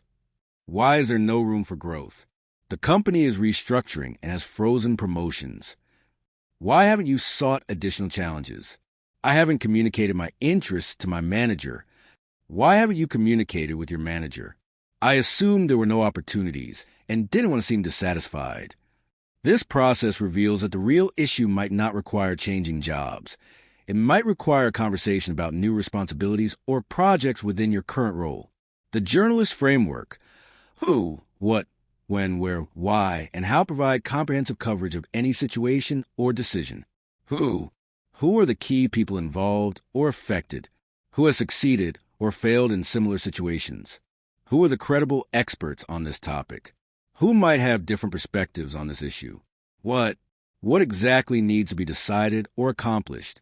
What are the possible options or approaches? What resources are required? What are the potential outcomes or consequences? When does this decision need to be made? When have similar approaches succeeded or failed? When might conditions change in ways that affect the decision? Where is the situation occurring, and does location matter? Where have similar approaches been tried? Where can relevant information or help be found? Why is this decision necessary? Why might different approaches succeed or fail? Why do experts or experienced people recommend certain approaches? How have others succeeded in similar situations? How much will different approaches cost in time, money, or energy? How will you know if your approach is working? How can you adjust if initial approaches don't work? The devil's advocate process. Systematically challenging your own assumptions and preferred conclusions by asking, what evidence contradicts my preferred choice? What are the strongest arguments for alternatives I'm not considering? What could go wrong with my current approach? What am I not considering? Or what might I be missing? If someone disagreed with my analysis, what would their strongest points be? Information synthesis. Turning data into wisdom. Having a lot of information isn't valuable unless you can synthesize it into insights that inform better decisions. This requires moving beyond simply collecting facts to understanding patterns, relationships, and implications. The three-layer analysis method. Layer 1. What descriptive? At this level, you organize and summarize the basic facts you've gathered. This involves cataloging key information from different sources, identifying areas where sources agree or disagree, noting gaps in your knowledge, organizing information by themes or categories. Layer 2. So what analytical? Here you move beyond description to interpretation and analysis. What patterns emerge from the information? What are the implications of these facts for your situation? How reliable are different pieces of information? What assumptions are necessary for different conclusions? What are the likely consequences of different choices? Layer 3. Now, what prescriptive? This level focuses on actionable conclusions and recommendations. What does this analysis suggest you should do? What are your best options given the available information? What additional information would be most valuable? How confident should you be in these conclusions? What should you do if your assumptions prove wrong? Case study. Strategic information gathering and action. Let's follow Jennifer, a software engineer considering whether to accept a job offer from a startup that would require relocating to a different city. Her systematic approach illustrates the principles we've discussed. Requirements definition. Jennifer identified her key questions. Is this company financially stable and likely to succeed? How does the compensation package compare when adjusted for cost of living? What would be the impact on her career development? How would the move affect her personal relationships and lifestyle? What would happen to her current job security and benefits? Collection planning.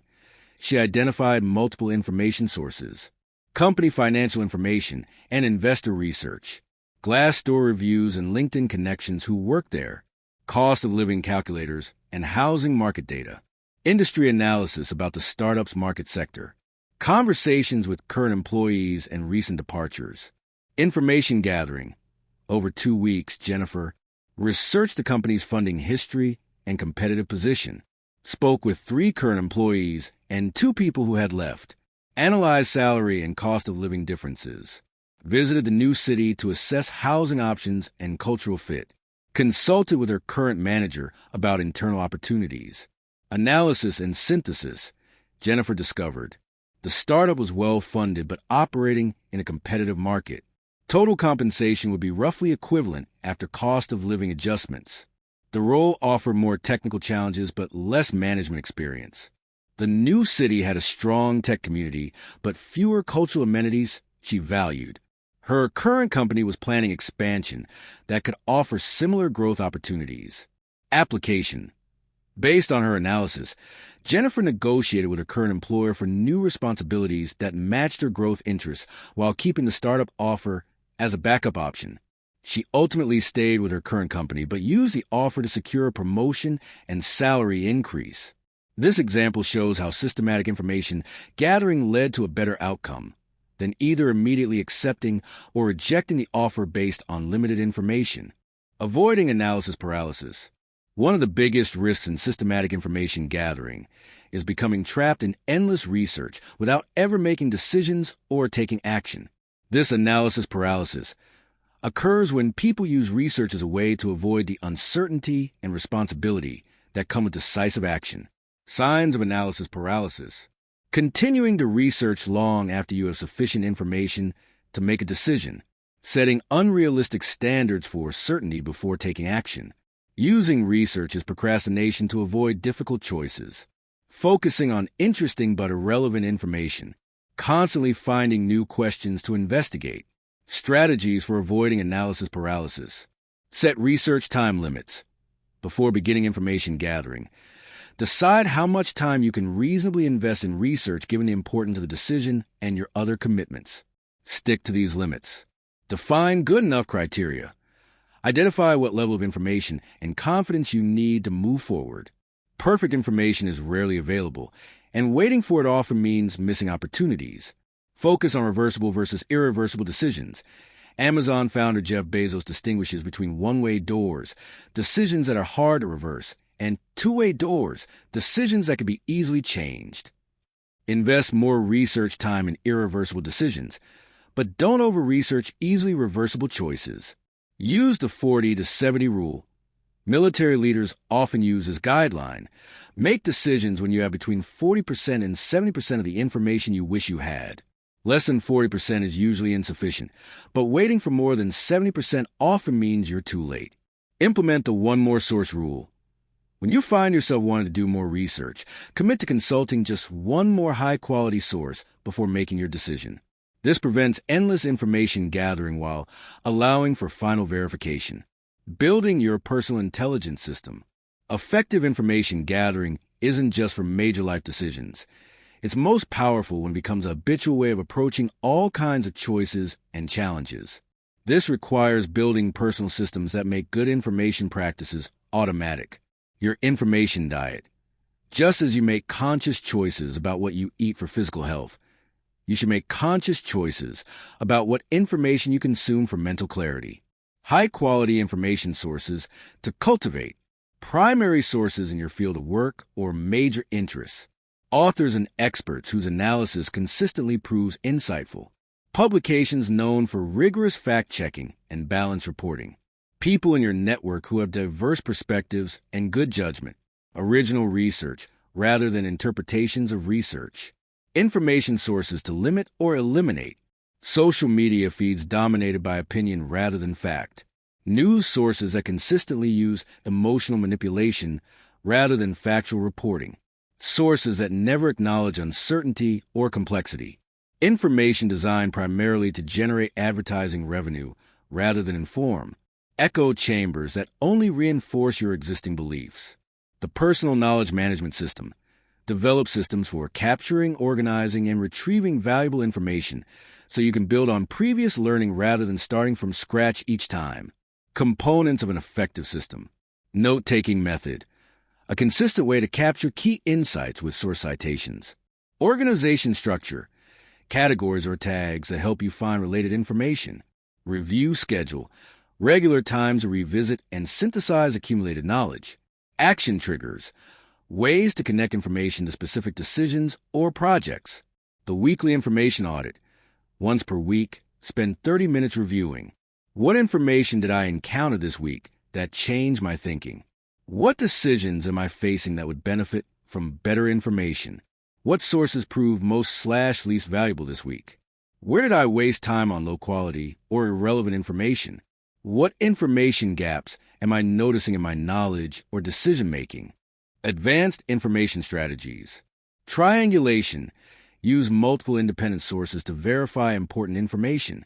When several credible sources reach similar conclusions, confidence increases. When sources disagree, investigation into why they differ often reveals important nuances. Red team analysis. Deliberately seek out people or sources that disagree with your preliminary conclusions. This red team approach helps identify weaknesses in your reasoning and ensures you considered alternative perspectives. Scenario planning.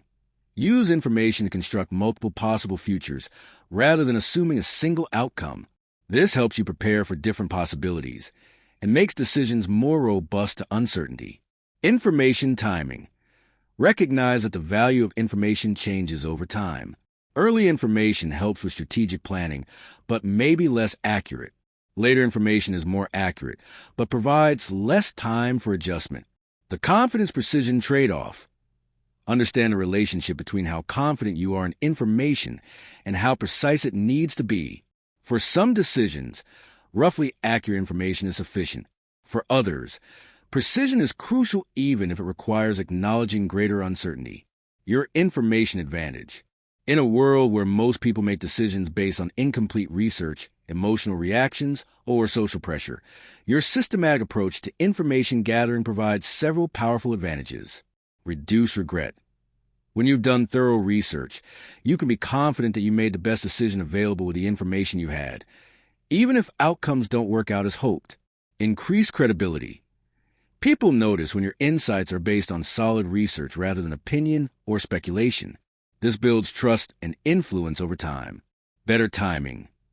Good information helps you recognize when conditions are favorable for action and when patience would be more strategic. Risk management. Understanding both opportunities and threats helps you take intelligent risks rather than either avoiding all risk or taking unnecessary chances. Competitive edge. In business and careers, better information often translates directly to better outcomes. You spot trends earlier, avoid pitfalls others miss, and make more informed strategic choices. The next chapter will show you how to use this information foundation to see the bigger picture, understanding how complex systems work and how seemingly separate factors interact to create the reality you're navigating. Remember, information gathering isn't about becoming an expert on everything. It's about becoming skilled at quickly identifying what you need to know for specific decisions and efficiently finding reliable answers. The goal is insight that leads to action, not knowledge for its own sake. Chapter 4. Seeing the Big Picture. Understanding Complex Systems. Picture two people analyzing the same challenging situation. The first person focuses on individual events, isolated problems, and immediate causes. When something goes wrong, they look for someone to blame. When something goes right, they credit whoever was most visibly involved. They see the world as a series of disconnected incidents requiring separate solutions. The second person sees patterns, relationships, and underlying structures. They understand that most problems are symptoms of deeper systemic issues. They recognize that individual actions occur within larger contexts that shape outcomes. They look for root causes rather than immediate triggers and design interventions that address fundamental dynamics rather than just surface manifestations. The difference between these approaches isn't intelligence or education. It's systems thinking, the ability to see the big picture, understand how complex systems work, and recognize the hidden connections that drive most important outcomes. In our interconnected world, almost every significant challenge or opportunity exists within multiple overlapping systems. Your career success depends not just on your individual efforts, but on industry trends, economic cycles, technological changes, and organizational dynamics. Your health outcomes result from the interaction of genetics, lifestyle choices, environmental factors, healthcare systems, and social influences. Your financial security emerges from the interplay of personal decisions, market forces, policy changes, and economic conditions you don't control. This chapter will develop your capacity for systems thinking, the meta skill that transforms how you understand causation, predict consequences, and design effective interventions in complex situations. The limits of linear thinking. Most people approach problems with what we might call linear thinking, the assumption that causes and effects are proportional, immediate, and easy to trace. If a cause is B, then more A should cause more B. If something isn't working, find the broken part and fix it. If you want different results, change your inputs proportionally. This approach works well for simple mechanical systems. If your car won't start, checking the battery, fuel, and electrical connections in a systematic way will usually identify and solve the problem. If you want to bake a cake, following a recipe with precise measurements and procedures will produce predictable results. But linear thinking fails spectacularly when applied to complex systems, markets, organizations, relationships, ecosystems, communities, or even your own psychology and behavior patterns. The butterfly effect. Small changes in complex systems can produce dramatically disproportionate consequences. A seemingly minor policy change can reshape entire industries. A casual conversation can redirect someone's career. A single social media post can spark global movements or destroy reputations built over decades. Example.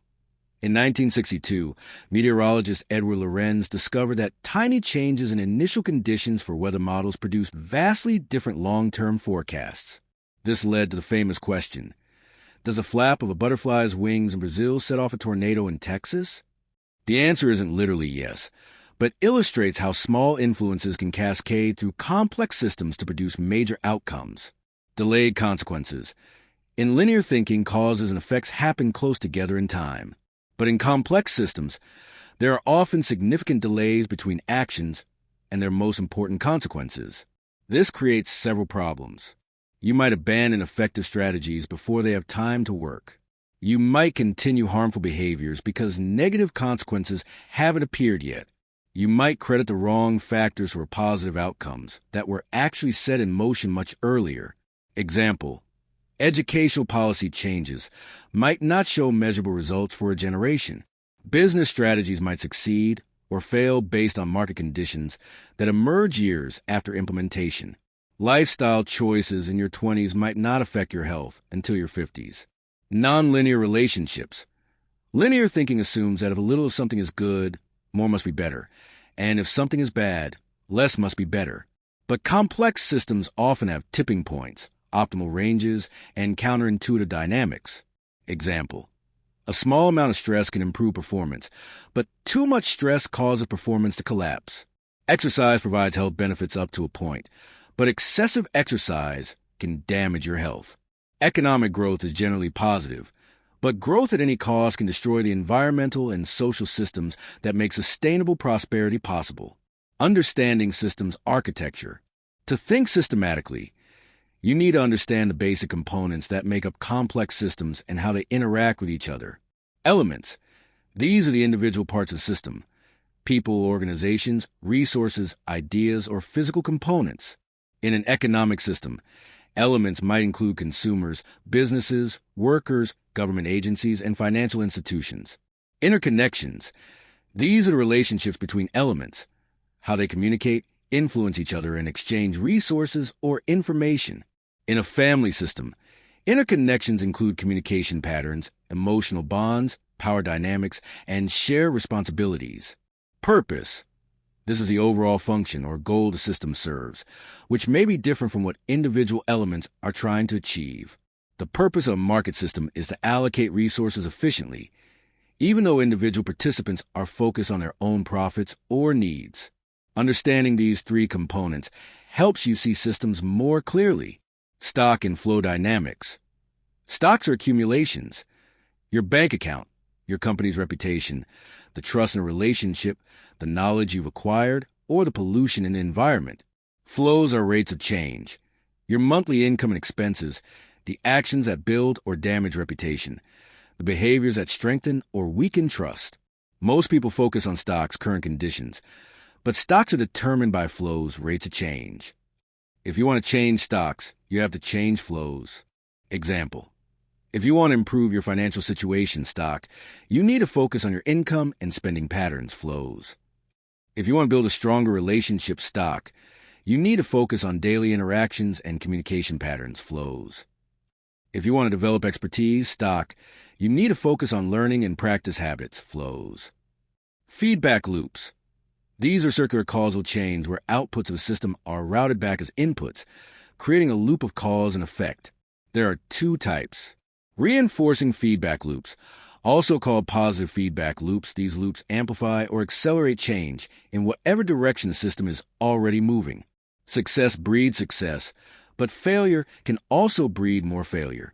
Example: a successful company attracts talented employees, which improve performance, which attracts more talent and resources.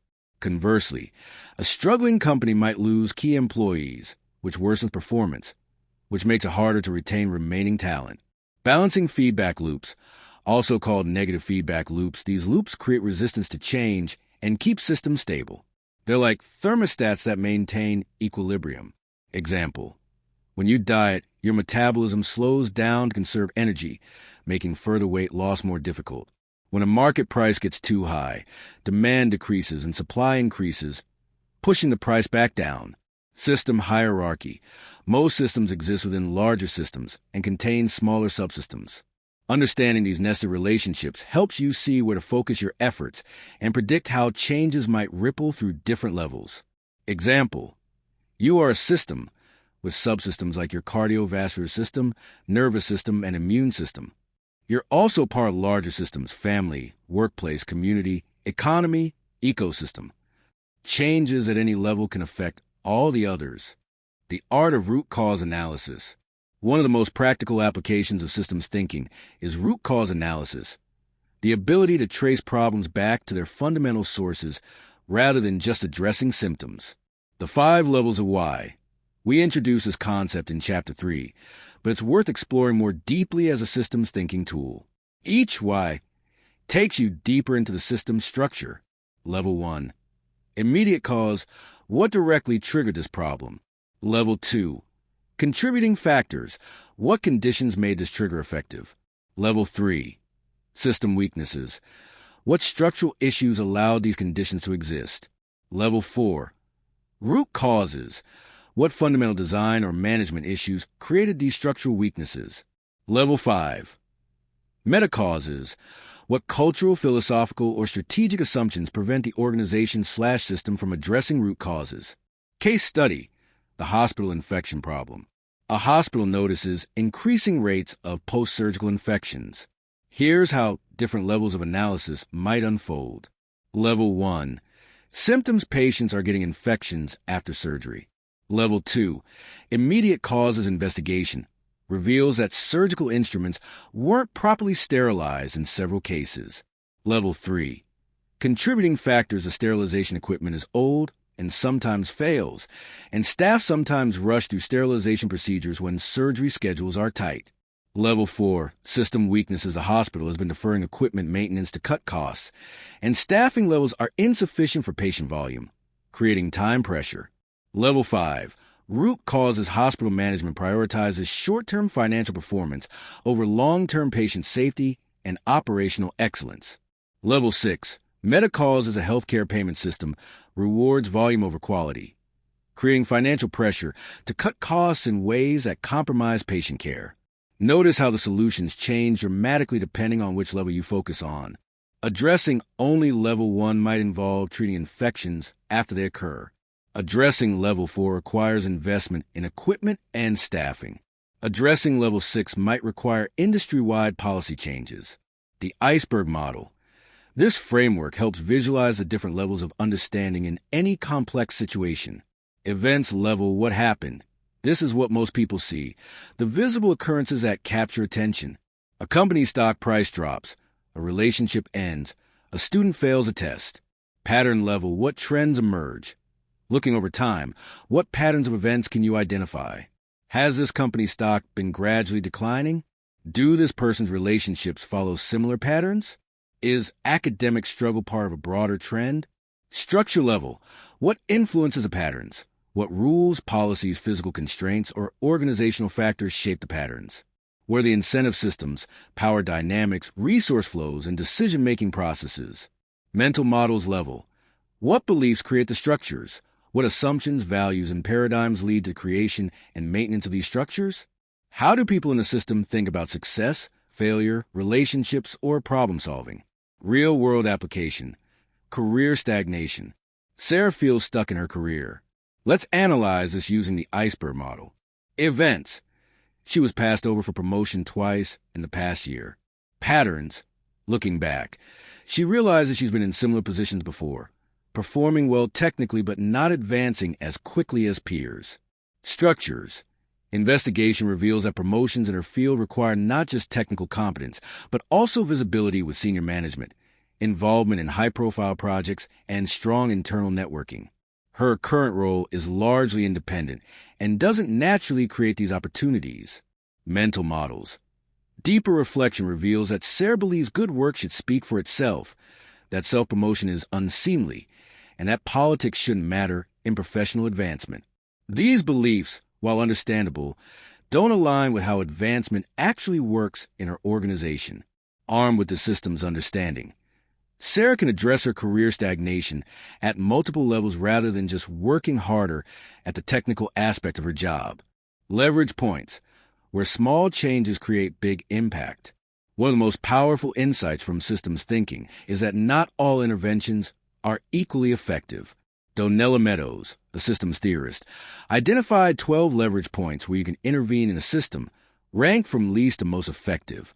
Low leverage points, easier to implement but less transformative. 12. Constants, numbers, subsidies, changing numerical values in the system, budgets, wages, interest rates. These changes are often highly visible but don't fundamentally alter system behavior. 11. Material stocks and flows, changing the sizes of physical stocks or the rates of flows, building more roads to reduce traffic, hiring more people to reduce workload. 10. Regulating negative feedback loops, tightening or loosening controls, speed limits, quality standards, performance metrics. 9. Self-organization, creating or removing constraints on the system's ability to change its own structure. Medium leverage points, more difficult but more impactful. 8. Rules of a system, changing the formal and informal rules that govern behavior, laws, policies, organizational procedures, social norms. 7. Power to change rules, distributing or centralizing authority to make rules. 6. Goals of the system, changing what the system is trying to achieve, shifting from profit maximization to stakeholder value, from economic growth to sustainable development. High leverage points, most difficult but most transformative. 5. Paradigms, the fundamental beliefs and assumptions from which systems arise, worldviews, ideologies, and deeply held beliefs about how the world works. 4.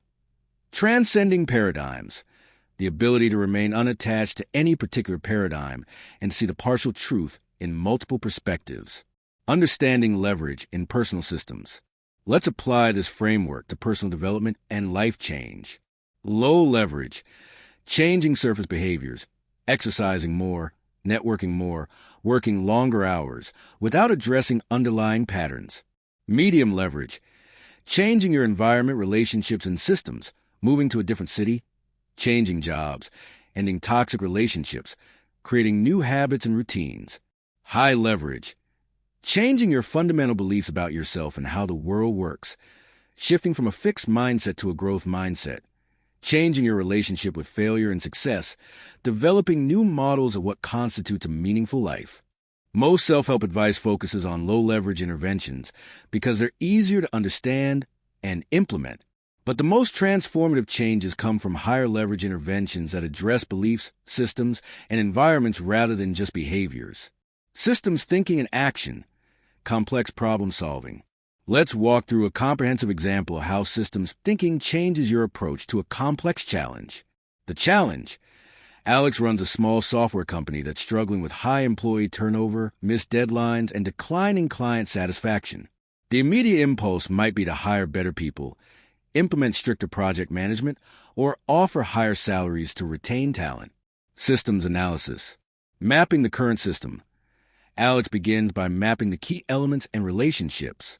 Elements: employees, developers, designers, project managers, clients, projects, company culture, work processes, compensation system.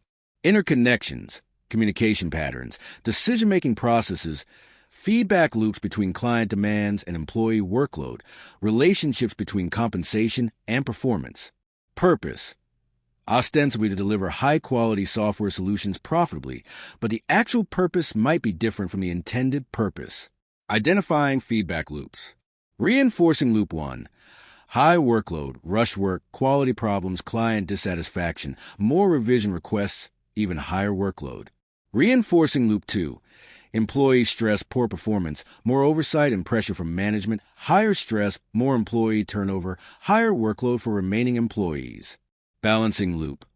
Company growth, more projects, need for more employees, higher costs, pressure to keep prices competitive, pressure to work faster, quality problems, difficulty attracting premium clients, pressure on pricing.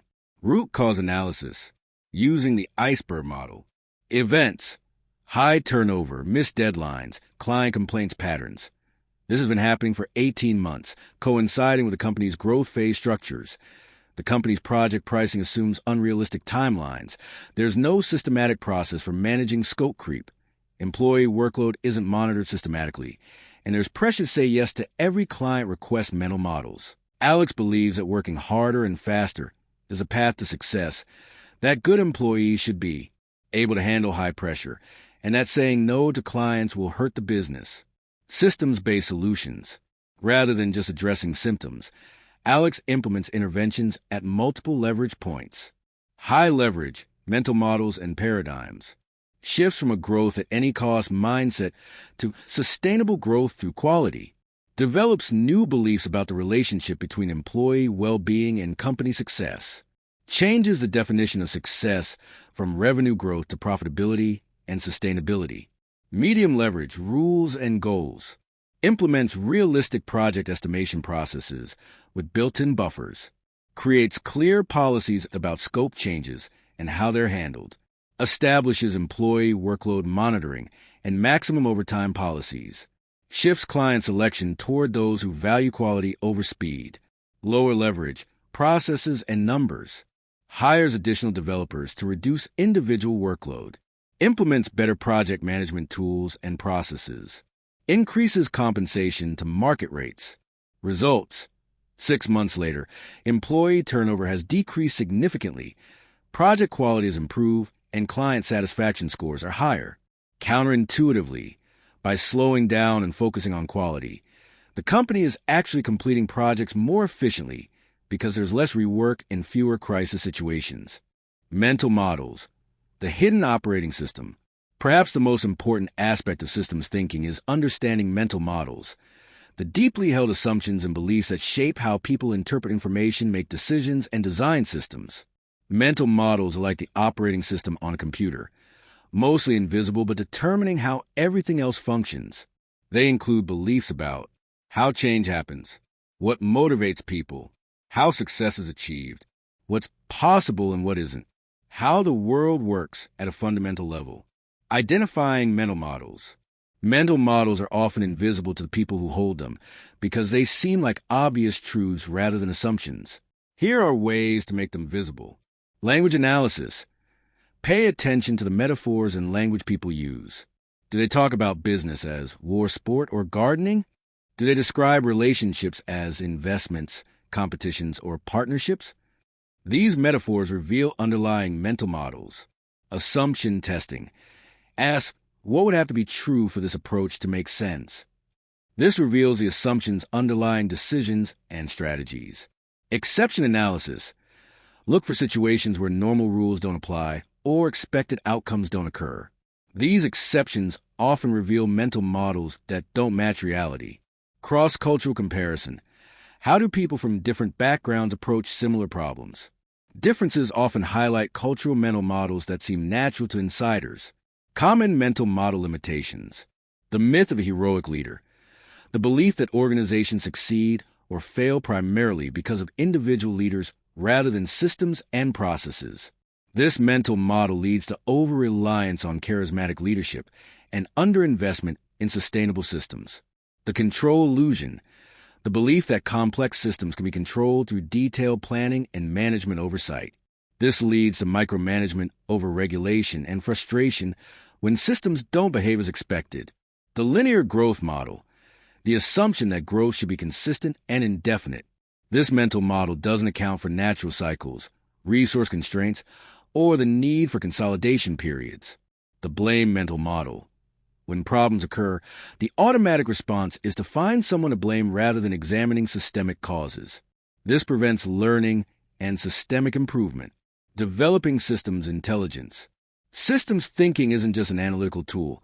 It's a way of being in a world that requires developing new mental habits and capabilities. Cultivating peripheral vision. Most people focus intensely on their immediate goals and challenges, developing tunnel vision that misses important contextual factors. Systems thinkers develop the ability to maintain awareness of the broader context while working on specific tasks. Practices for developing peripheral vision. Regularly ask, what else is going on that might affect the situation? Pay attention to weak signals and emerging trends rather than just current realities. Seek out perspectives from people in different positions, industries, or cultures. Read widely across disciplines to develop pattern recognition across domains. Embracing paradox and contradiction. Linear thinking seeks consistency and clear answers, but complex systems often involve paradoxes and contradictions that can't be resolved through simple either/, or thinking. Example, a company might need to be both stable, to build trust and efficiency, and innovative, to adapt and grow. Rather than choosing one or the other, systems thinking looks for ways to achieve both simultaneously or in cycles. Thinking in multiple time horizons. Systems thinkers maintain awareness of how situations look at different time scales. What's true today might not be true next year, and what seems like a solution in the short term might create problems in the long term. Time horizon questions. How does this situation look over different time periods, days, months, years, decades? What are the short-term versus long-term trade-offs in different approaches? What delayed consequences might emerge from current actions? Building tolerance for uncertainty. Complex systems are inherently unpredictable, and systems thinking requires becoming comfortable with ambiguity and uncertainty rather than demanding premature closure. This doesn't mean being paralyzed by uncertainty, but rather making decisions with incomplete information while remaining open to new evidence, building flexibility into plans and strategies, focusing on resilience and adaptability rather than trying to predict specific outcomes, learning from experiments rather than demanding guaranteed success, systems thinking tools and techniques, causal loop diagrams, visual representations that show the circular causal chains in a system. These help you see how different factors influence each other over time and identify potential intervention points. Stock and flow diagrams, visual models that show accumulation stocks and rates of change flows in a system. These are particularly useful for understanding resource dynamics, capacity building, and sustainability challenges. Rich pictures, informal drawings that capture the complexity of a situation, including formal and informal relationships, emotions, concerns, and power dynamics. These help you see patterns and relationships that might not be obvious in written analysis. Multiple perspective analysis, systematically examining a situation from the viewpoints of different stakeholders, time horizons, and levels of analysis.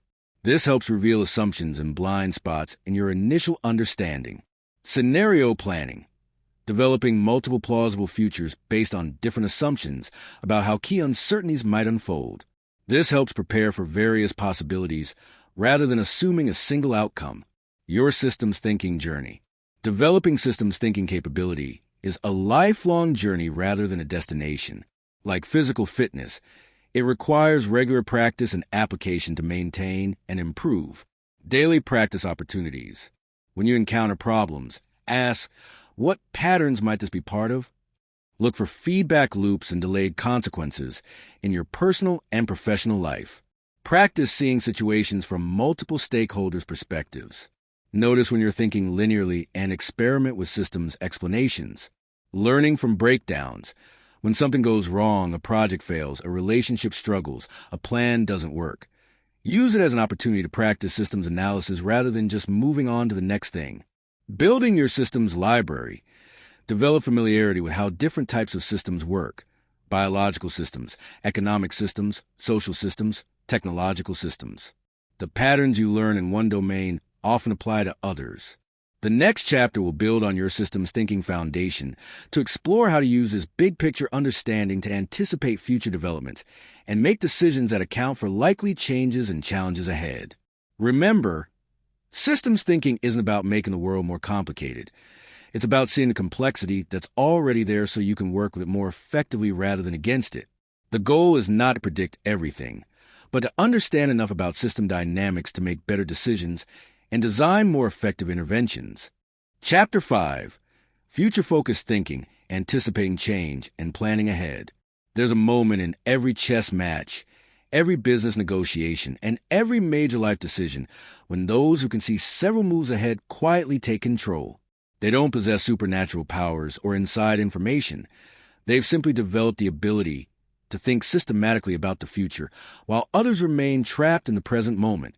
This capacity for future-focused thinking isn't about predicting specific events, which is usually impossible, or living in constant worry about what might happen, which is paralyzing. It's about developing sophisticated mental models for how change happens, learning to recognize patterns that suggest future developments, and building strategies that perform well across multiple possible futures. In our rapidly changing world, this capability has become essential for both success and survival. The pace of technological change, social transformation, and economic disruption means that strategies based solely on current conditions become obsolete quickly. The individuals, organizations, and communities that thrive are those that can anticipate change, prepare for multiple scenarios, and adapt their approaches as new information becomes available. This chapter will develop your capacity for future-focused thinking through proven frameworks used by strategic planners, intelligence analysts, and successful entrepreneurs. You'll learn to balance optimism with realism, preparation with flexibility, and planning with the ability to improvise when circumstances change. The future thinking paradox. Before diving into specific techniques, it's important to understand a fundamental paradox about thinking about the future. The further into the future you try to look, the less accurate your specific predictions will be, but the more valuable your general preparation becomes. Why specific predictions usually fail. Complex systems, which include most domains where prediction matters, have several characteristics that make accurate forecasting extremely difficult. Sensitivity to initial conditions. Small changes in current circumstances can lead to dramatically different outcomes over time. This is a chaos theory principle we discussed in the previous chapter. The butterfly effect that makes long-term prediction impossible even when you understand underlying system dynamics. Emergent properties. Complex systems often develop new characteristics that can't be predicted from understanding their individual components. The behavior of crowds, markets, or ecosystems can't be fully predicted from understanding individuals, companies, or species in isolation. Human agency. Unlike weather systems or physical processes, social and economic systems include people who can learn, adapt, and make conscious choices that change system behavior. The mere act of making predictions can alter behavior in ways that make the predictions false. Black swan events. Nassim Taleb's concept of black swans, rare, unpredictable events with major consequences, highlights how the most important future developments are often precisely those that no one saw coming. Why general preparation is still valuable. Despite the impossibility of accurate specific predictions, future-focused thinking provides enormous value. Pattern recognition. While specific events are unpredictable, many changes follow recognizable patterns. Technological adoption follows predictable curves. Generational shifts create predictable social changes. Economic cycles have identifiable characteristics even when their timing is uncertain. Scenario readiness. By thinking through multiple possible futures, you can identify common elements and prepare for general categories of change rather than trying to predict specific events. Early signal detection. Future-focused thinking makes you more sensitive to weak signals that suggest emerging trends, giving you time to prepare while others are caught off guard. Strategic flexibility. Understanding how systems change over time helps you build strategies that are robust across different scenarios rather than optimal for only one predictive future. The art of scenario planning. Scenario planning is one of the most powerful tools for future-focused thinking. Developed originally by military strategists and later adopted by corporations and policymakers, scenario planning involves creating multiple plausible stories about how the future might unfold. The key insight is that instead of trying to predict the future, you prepare for several possible futures. This approach acknowledges uncertainty while still enabling strategic preparation. The four-scenario framework. Most scenario planning exercises begin by identifying two key uncertainties, factors that go either way and will significantly impact the situation you're analyzing. These create four possible futures. Scenario A. Uncertainty 1 develops favorably. Uncertainty 2 develops favorably. Scenario B. Uncertainty 1 develops favorably. Uncertainty 2 develops unfavorably. Scenario C. Uncertainty 1 develops unfavorably. Uncertainty 2 develops favorably. Scenario D. Uncertainty 1 develops unfavorably. Uncertainty 2 develops unfavorably. Case study. Career planning in uncertain times. Let's follow Maria, a marketing manager in her early 30s, as she uses scenario planning to think about her career over the next decade. Identifying key uncertainties. After reflection and research, Maria identifies two major uncertainties that will significantly impact her career. Uncertainty 1, the pace of AI automation in marketing roles. Favorable development. AI enhances human marketers but doesn't replace them. Unfavorable development. AI automates many traditional marketing functions. Uncertainty 2, the future of remote work. Favorable development. Remote work becomes permanently accepted, expanding opportunities. Unfavorable development. Companies return primarily in-person work requirements. For scenarios, Scenario A, enhance human. AI enhances plus remote accepted AI tools make marketers more productive and capable, while remote work expands the job market globally. Maria can work for companies anywhere and leverage AI to produce better results faster. The most valuable skills are creativity, strategic thinking, and AI tool proficiency. Scenario B, tech-enabled traditional. AI enhances plus return to office AI improves marketing effectiveness, but companies want in-person collaboration. Maria needs to be physically located near major business centers, but can use technology to be more effective in traditional office environments. Scenario C, remote automation AI automates plus remote accepted many routine marketing tasks are automated, but remote work creates opportunities in AI management strategy and human-centered marketing. Maria needs to develop skills that complement rather than compete with AI. Scenario D. Constrained market. AI automates plus return to office. This is a most challenging scenario. Many marketing roles are automated and the job market is geographically constrained. Maria needs to develop highly specialized skills and be prepared to relocate to major markets. Strategic implications. Rather than betting on one scenario, Maria develops a strategy that performs reasonably well across all four. Core capabilities. She focuses on developing skills that are valuable in all scenarios: strategic thinking, cross-functional collaboration, and understanding customer psychology. AI literacy. She invests time in understanding AI marketing tools, positioning herself to leverage them rather than be replaced by them. Network development. She builds relationships both locally and globally, creating options for either remote or in-person opportunities. Specialization strategy. She develops expertise in areas where human judgment and creativity are most valuable: brand strategy and customer experience design. Financial preparation. She builds an emergency fund that would allow her to relocate or retrain if necessary. Monitoring strategy. She identifies leading indicators for each scenario, such as AI capability announcements, corporate remote work policies, and job market data, to help her assess which scenario is becoming most likely.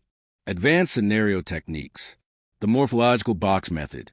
For more complex situations involving multiple uncertainties, this technique creates a systematic way to explore many possible combinations. You create a matrix where each row represents a key factor, and each column represents different ways that factor could develop. You then select one option from each row to create complete scenarios. Wildcard analysis. In addition to your main scenarios, consider low probability, high-impact events that could dramatically change the situation. While you can't plan detailed responses to unlikely events, you can build general resilience and adaptability. Cross-impact analysis. Examine how different factors influence each other. For example, economic recession might increase automation adoption as companies seek cost savings, but decrease investment in new technology. Understanding these interdependencies makes scenarios more realistic. Trend analysis. Reading the direction of change. While scenario planning helps you prepare for uncertainty, trend analysis helps you identify changes that are already underway but haven't reached mainstream awareness. This gives you time to position yourself advantageously before changes become obvious to everyone. The S-curve of innovation adoption. Most innovations follow a predictable pattern. Emergence. Early development, high uncertainty, limited adoption. Growth. Rapid improvement and adoption as benefits become clear. Maturity. Slower growth as markets saturate and technology stabilizes. Decline. Replacement by newer innovations. Understanding where different trends are on this curve helps you time your response appropriately. Leading versus lagging indicators. Leading indicators. Early signals that suggest change is coming. Patent applications in specific fields. Venture capital investment patterns. Regulatory discussions and pilot programs. Changing behavior of early adopters. Infrastructure investments that enable new possibilities. Lagging indicators. Clear evidence that change has already occurred. Mainstream media coverage. Government policy responses. Large corporation adoption. Educational curriculum changes. Consumer behavior shifts. Weak signal detection. The most valuable trends are often barely visible in their early stages. Developing sensitivity to weak signals requires diverse information sources, following developments across multiple fields, not just your immediate area of interest. Breakthrough changes often come from the intersection of different domains.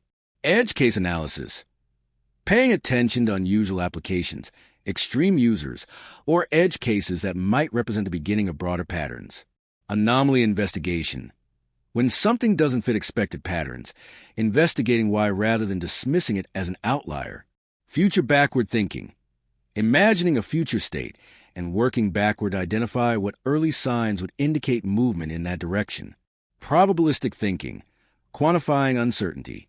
One of the most sophisticated aspects of future-focused thinking is learning to think probabilistically rather than in certainties.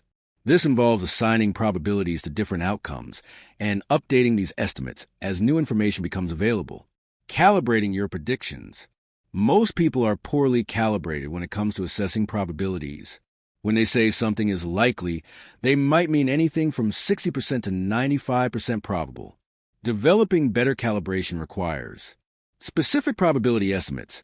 Instead of saying probably or unlikely, assign specific numbers. I think there's a 70% chance this project will finish on time. Tracking and feedback. Keep records of your predictions and their outcomes to identify patterns in your forecasting accuracy. Reference class forecasting. Instead of just thinking about the specific situation, consider how often similar situations turn out the way you're predicting. Example, you're estimating how long a home renovation project will take.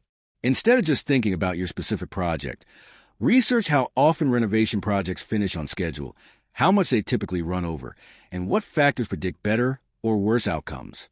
Bayes' theorem in practice. This mathematical principle provides a framework for updating your beliefs as new evidence becomes available. While you don't need to do formal calculations, the underlying logic is valuable. Start with a prior probability based on available information. When new evidence appears, ask how likely that evidence would be if your hypothesis were true versus false. Update your probability estimate accordingly. Example, you initially estimate a 60% chance that a colleague will accept a new job offer. Then you learn they've been house hunting in the new city, evidence that increases the probability. But their spouse has concerns about the move, evidence that decreases it. You adjust your estimate based on this new information. Decision-making under uncertainty. Future-focused thinking ultimately serves decision-making, and the future is inherently uncertain. How do you make good decisions when you can't predict exactly what will happen? Option value theory. Sometimes the best decision isn't to choose a specific path, but to preserve options that allow you to choose later when you have more information. Creating options. Look for low-cost ways to preserve future possibilities. Taking courses that could support career pivots. Building relationships in multiple industries. Saving money that provides flexibility for unexpected opportunities. Developing skills that are valuable across different scenarios. Option exercise.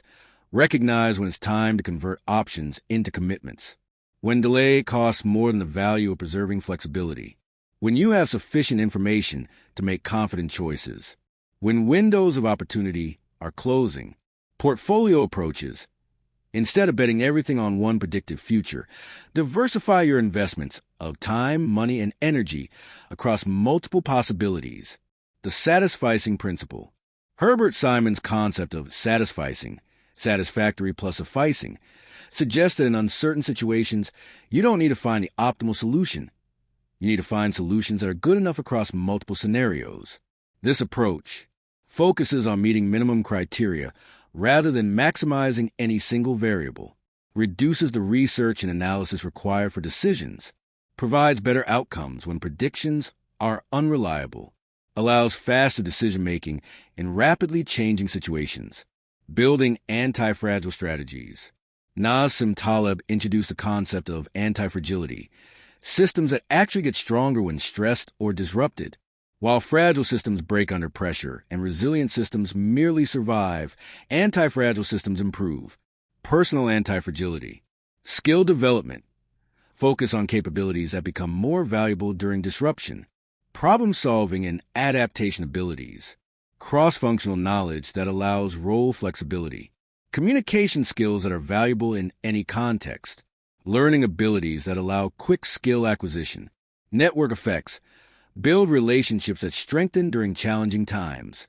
Diverse professional networks that provide information and opportunities. Mutual support relationships that become more valuable during stress.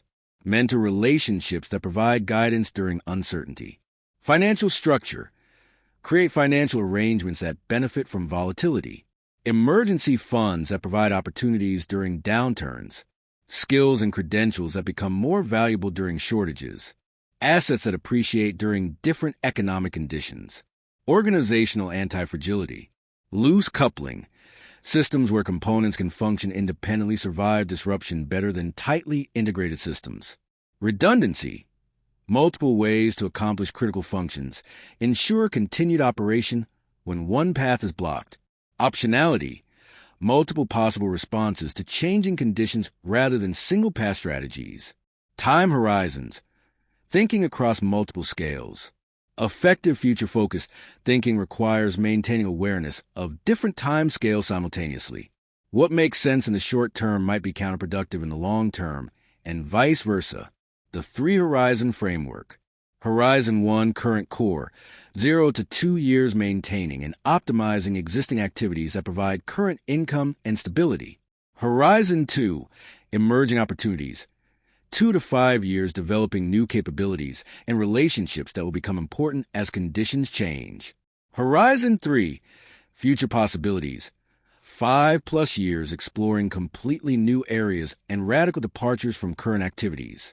Personal application. Horizon 1, excelling in your current role, maintaining key relationships, managing current finances responsibly.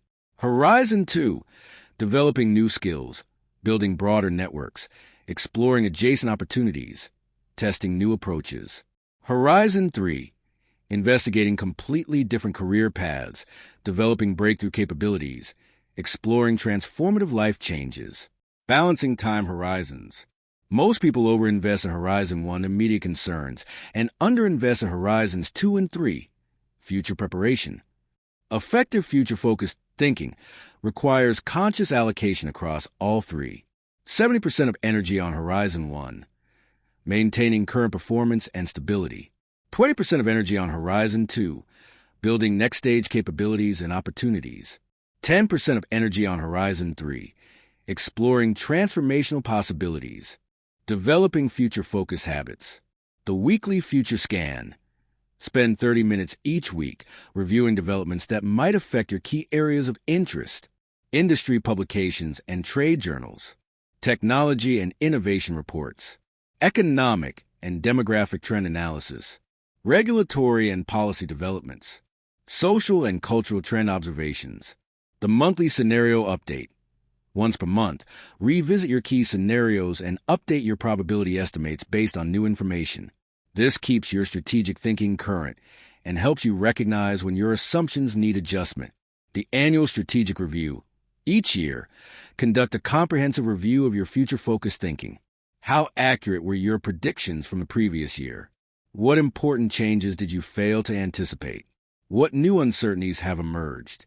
How should you adjust your scenarios and strategies? Leading indicator dashboard. Identify 5 to 10 specific metrics or signals that would give you early warning of important changes in your key scenarios. Monitor these regularly rather than waiting for changes to become obvious. Case study. Future-focused career development. Let's follow David, a 28-year-old software engineer, as he applies future-focused thinking to his career development over a 5-year period. Initial situation analysis. Year 1, David works for a mid-sized company developing traditional web applications. He's technically competent, but concerned about long-term career prospects given rapid changes in technology. Trend analysis. Cloud computing adoption accelerating. Mobile-first development becoming standard. AI and machine learning integration increasing. Remote work becoming more accepted. Cybersecurity concerns growing. Scenario development. David identifies 2 key uncertainties. Technology shift pace. Will traditional development skills become obsolete quickly or remain valuable? Work structure evolution. Will his industry move toward remote/freelance work or remain primarily corporate? For scenarios. Scenario A, gradual tech evolution plus corporate structure remains. Scenario B, gradual tech evolution plus shift to freelance/remote. Scenario C, rapid tech disruption plus corporate structure remains. Scenario D, rapid tech disruption plus shift to freelance/remote. Strategic response. Instead of betting on one scenario, David develops a portfolio approach. Year 1 to 2, foundation building. Maintains excellent performance in current role, Horizon 1. Begins learning cloud technologies and mobile development, Horizon 2. Starts building online presence through technical blog and GitHub contributions, Horizon 2. Attends industry conferences to build broader network, Horizon 2. Year 2 to 3, capability expansion. Takes on projects involving new technologies at current company. Completes online courses in machine learning and cybersecurity. Begins freelance projects to test market demand and develop client relationships. Saves aggressively to build financial buffer for potential career transitions. Year 3 to 4, strategic positioning. Moves to a company with cutting-edge technology stack. Develops specialization in AI-powered application security. Builds reputation as expert through speaking at conferences and writing technical articles. Creates multiple income streams. Salary plus consulting plus online course sales. Year 4 to 5. Opportunity capture. By this point, David has positioned himself well for multiple scenarios. If traditional corporate employment remains dominant, he's a senior engineer with cutting-edge skills. If freelance work grows, he has established client relationships and reputation. If technology disruption accelerates, he has current skills and proven ability to learn quickly. If remote work expands, he has online presence and location independence. Results. When a major cybersecurity firm offers David a senior position with significant equity upside, he's prepared to evaluate it against other options, including launching his own consulting firm. His future-focused preparation has created multiple paths to success. Common future thinking pitfalls. Overconfidence in specific predictions. Becoming too attached to particular forecasts rather than maintaining appropriate uncertainty and flexibility. Trend extrapolation. Assuming current trends will continue indefinitely rather than recognizing that most trends eventually slow, reverse, or transform. Planning fallacy. Consistently underestimating the time, cost, and complexity of future projects and changes. Availability bias. Overweighting recent or vivid events when thinking about future possibilities. Confirmation bias. Seeking information that supports preferred scenarios while ignoring contradictory evidence. Your future focus advantage. In a world where most people are reactive and focused primarily on immediate concerns, developing sophisticated future-focused thinking capabilities provides several powerful advantages. Earlier recognition. You spot important changes while they're still emerging rather than after they become obvious to everyone. Better timing. You can position yourself to benefit from changes rather than just responding after they've occurred. Reduce surprise. While you can't predict specific events, you're prepared for general categories of change and less likely to be blindsided. Strategic options. Your advanced preparation creates more choices when change occurs, giving you greater control over your response. Competitive advantage. In rapidly changing fields, the ability to anticipate and prepare for change becomes a key differentiator. The next chapter will build on your future-focused thinking capabilities to explore how to make excellent decisions even under pressure, with incomplete information and in emotionally charged situations. Remember, the goal of future-focused thinking isn't to predict the future perfectly. It's to prepare intelligently for multiple possibilities, so you can adapt and thrive regardless of which future actually emerges. Chapter 6. Strategic Decision-Making. Choosing wisely under pressure. Picture this moment. You're facing a decision that will significantly impact your life. The deadline is approaching. Information is incomplete. Stakes are high. Multiple people are offering conflicting advice. Your emotions are pulling you in different directions. The obvious choice might be a trap, but the alternative path seems risky. How do you cut through confusion and complexity to make a choice you'll be confident about regardless of the outcome? This is the reality of high-stakes decision-making. Unlike the textbook examples with clear objectives and complete information, real-world decisions are messy, urgent, and consequential. They require integrating analytical thinking with emotional wisdom, balancing multiple competing values, and choosing action despite inherent uncertainty.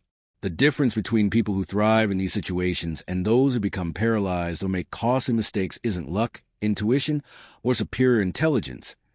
It's a systematic approach to decision-making that remains effective even when conditions are challenging. This chapter will provide you with that system. You'll learn frameworks used by emergency room doctors, military commanders, investment professionals, and crisis managers. People whose decisions must be both fast and accurate because lives, resources, and futures depend on getting it right. More importantly, you'll learn to apply these methods to your own challenging choices, from career transitions and relationship decisions to financial investments and family matters. The anatomy of difficult decisions. Before exploring decision-making frameworks, it's crucial to understand what makes some decisions particularly challenging and how these challenges can derail even intelligent, well-intentioned people. High-stakes pressure. When outcomes matter deeply, whether in terms of money, relationships, health, or life direction, the pressure to get it right can actually impair decision-making. Anxiety narrows your focus. Stress hormones impair memory and pattern recognition, and the fear of making mistakes can lead to decision paralysis. Time constraints. Deadline pressure forces you to make choices with less information and analysis than you'd prefer. The temptation is either to decide too quickly without sufficient thought, or to stall until the last moment, creating unnecessary pressure and rushed conclusions. Information overload or scarcity. Modern decisions often involve either too much information, making it impossible to process everything relevant, or too little, forcing you to act on incomplete knowledge. Both situations require disciplined approaches to information management. Multiple stakeholder interests. Important decisions rarely affect only you. Family members, colleagues, business partners, and communities all have interests that may conflict with each other and with your own preferences. Navigating these competing interests while maintaining your own agency is a sophisticated skill. Irreversibility or high switching costs. Some decisions are difficult to undo or expensive to change. Choosing a career, selecting a life partner, or making major investments create path dependencies that shape future options. The weight of these long-term consequences can make choice overwhelming. Value conflicts. Many difficult decisions require trading off between things you value: security versus adventure, current income versus future potential, family time versus professional advancement. These aren't problems to be solved, but tensions to be managed thoughtfully. Emotional complexity. Important decisions often trigger strong emotions: fear, excitement, guilt, hope, regret. While emotions provide valuable information about your values and likely satisfaction with different outcomes, they can also overwhelm rational analysis or lead to choices you'll later regret. The DECIDE framework, a systematic approach.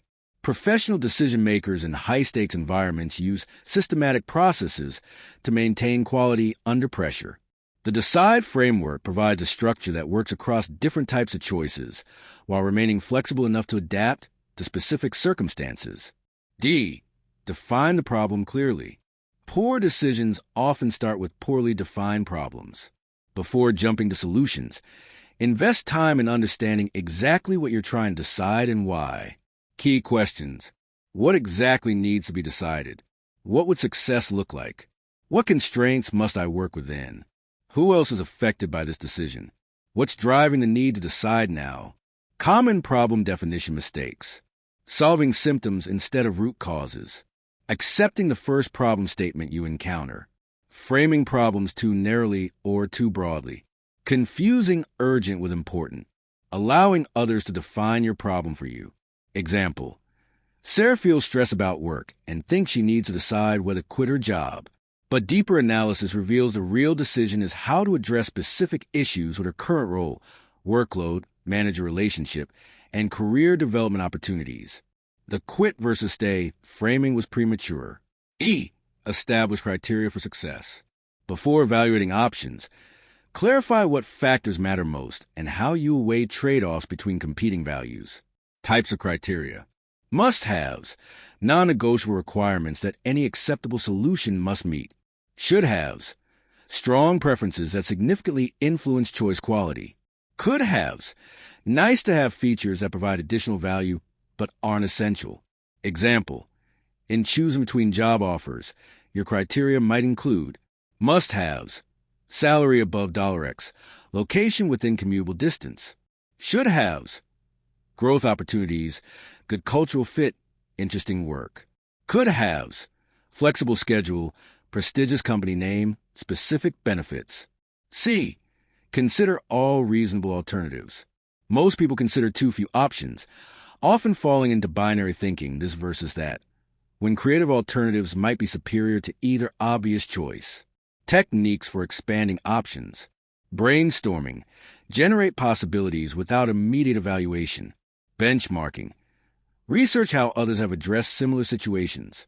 Hybrid solutions. Combine elements from different approaches. Sequential options. Consider multi-step approaches rather than single decisions. Third-party perspective. Ask what advice you'd give someone else in this situation. Identify and evaluate alternatives. Systematically assess each option against your established criteria. This prevents decisions based on first impressions, incomplete analysis, or emotional reactions to specific features. Evaluation methods. Weighted scoring. Assign point values to each criterion based on importance, then score each option on each criterion. Multiply scores by weights and sum for total scores. Pro-con analysis with weighting. List advantages and disadvantages of each option, but weight them by importance rather than just counting items. Satisficing analysis. Identify which options meet your must-have criteria, then choose among those based on should-have preferences. Scenario testing. Evaluate how each option will perform under different future conditions. Decide and take action. After analysis, choose decisively and commit to implementation. Analysis paralysis occurs when people continue researching and evaluating instead of acting on sufficient information. Decision-making principles. Good enough is often good enough. Perfect decisions are rarely possible. Focus on making good decisions with available information. Time box analysis. Set limits on decision-making time appropriate to the decision's importance. Commit fully. Once you decide, invest energy in making your choice work rather than second-guessing. Plan implementation. Consider what's required to execute your decision successfully. Evaluate results and learn. After implementation, assess outcomes to improve future decision-making. This closes the learning loop and builds decision-making capability over time. Evaluation questions. How did the actual outcomes compare to expectations? What information would have been most valuable to have earlier? What assumptions proved correct or incorrect? How could the decision process be improved for similar future choices? Advanced decision-making techniques. The October 10th 10 rule. Before making important decisions, consider how you'll feel about each option in 10 minutes, 10 months, and 10 years. This helps balance immediate emotional reactions with long-term consequences. Pre-mortem analysis.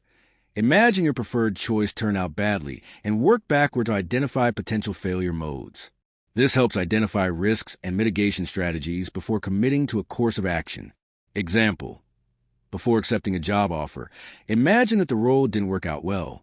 Potential reasons might include poor cultural fit, role expectations different from reality, economic downturn affecting the industry, conflicts with management style. This analysis suggests questions to ask before accepting and strategies to employ if problems emerge. Red Team Review. Actively seek out people who disagree with your preliminary conclusion and listen carefully to their concerns. This helps identify blind spots and strengthen your analysis. The Regret Minimization Framework. Jeff Bezos used this approach when deciding to leave a secure job to start Amazon. Project yourself to age 80 and ask which choice you regret more. Try and failing or never trying at all. Expected value analysis. For decisions with quantifiable outcomes and probabilities, calculate expected values by multiplying probability of each outcome by its value and summing across all possibilities. Example. Investment A has a 70% chance of 10% return and 30% chance of minus 5% return. Expected value equals open parenthesis 0.7 times 0.10 close parenthesis plus open parenthesis 0.3 times minus 0.05 close parenthesis is equal to 0.055 equals 5.5% expected return. Options theory application. Sometimes the best decision is to preserve options rather than choose immediately. Pay the cost to keep multiple paths open until you have better information or until timing pressures force closure. Decision-making under extreme pressure. Some decisions must be made quickly in high-stress situations. Emergency responders, military personnel, and medical professionals have developed techniques for maintaining decision quality under extreme pressure. The ODA loop. Developed by fighter pilot John Boyd, this framework breaks rapid decision-making into 4 stages. Observe. Quickly gather essential information about the current situation. Orient. Interpret the information within your mental models and experience. Decide. Choose a course of action based on your analysis. Act. Implement your decision and prepare to repeat the cycle. The key insight is that this is a continuous loop. You act quickly with available information, observe the results, and adjust rapidly rather than trying to make perfect initial decisions. Recognition prime decision-making. Research by Gary Klein showed that experienced professionals often make excellent rapid decisions not through formal analysis, but by recognizing patterns from previous experience. Process. Situation assessment. Does the situation match patterns from previous experience? Mental simulation. Imagine implementing the typical response. Does it feel right? Option modification. If the typical response doesn't quite fit, what adjustments are needed? Rapid implementation. Act on the modified approach while remaining alert to feedback. This approach works best when you have relevant experience, but it can fail catastrophically when you encounter genuinely novel situations that only seem familiar. Time-pressure decision principles. Satisficing over optimizing. Under time pressure, find solutions that meet requirements rather than searching for perfect answers. Information triage. Quickly identify the most critical information needed for the decision and focus data gathering efforts there. Irreversibility assessment. Distinguish between reversible and irreversible decisions. Spend more time on irreversible choices and move quickly on easily changeable ones. Default actions. For recurring decisions under pressure, develop default responses that work reasonably well in most situations. Group decision-making dynamics. Many important decisions involve multiple people, which introduces additional complexity, but also provides opportunities for better outcomes through diverse perspectives and shared expertise. Common group decision-making problems. Groupthink. The desire for harmony leads to suppression of dissenting views and inadequate consideration of alternatives. Authority bias. Group members defer to the highest-ranking person rather than engaging in genuine analysis and discussion. Information cascades. People ignore their private information and follow others' choices, leading to decisions based on incomplete information. Diffusion of responsibility. When everyone is responsible for a decision, no one takes ownership of ensuring quality analysis. Social loafing.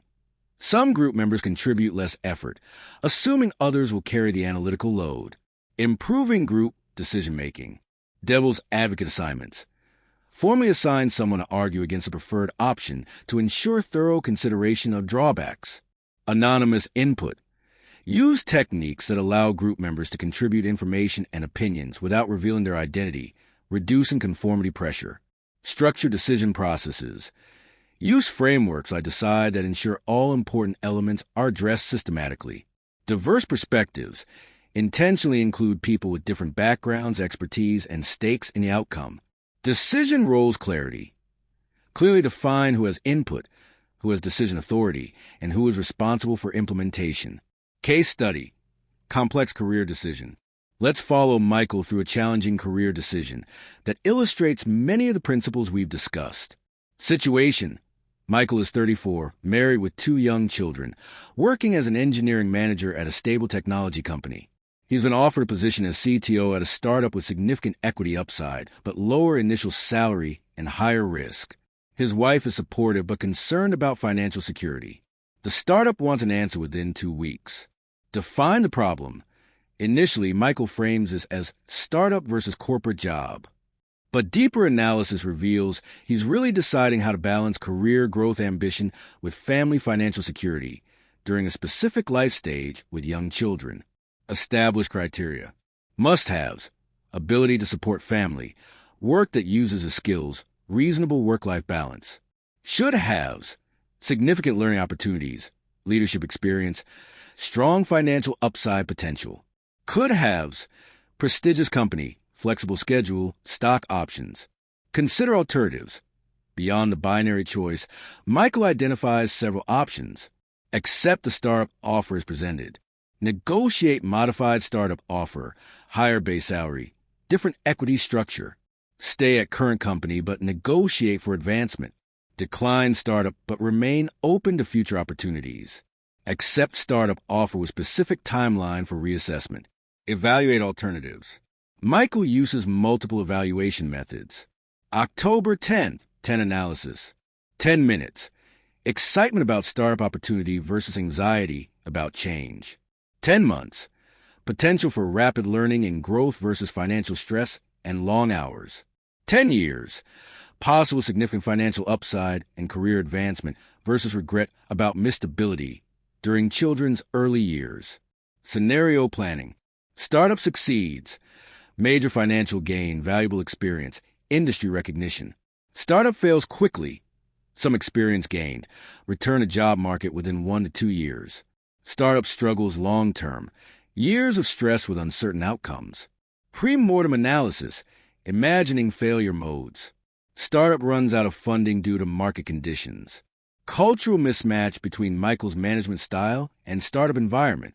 Work demands incompatible with family priorities. Opportunity cost of missing advancement at current company. Stakeholder impact analysis. Wife. Supportive of growth opportunities but concerned about financial stability. Children. Benefit from financial security but also from having father who's professionally fulfilled. Current employer. Would prefer attention but relationship strong enough to survive departure. Startup team. Genuinely needs Michael's expertise for success. Decision process. After analysis, Michael realizes his real hesitation isn't about the startup opportunity itself, but about timing relative to family situation.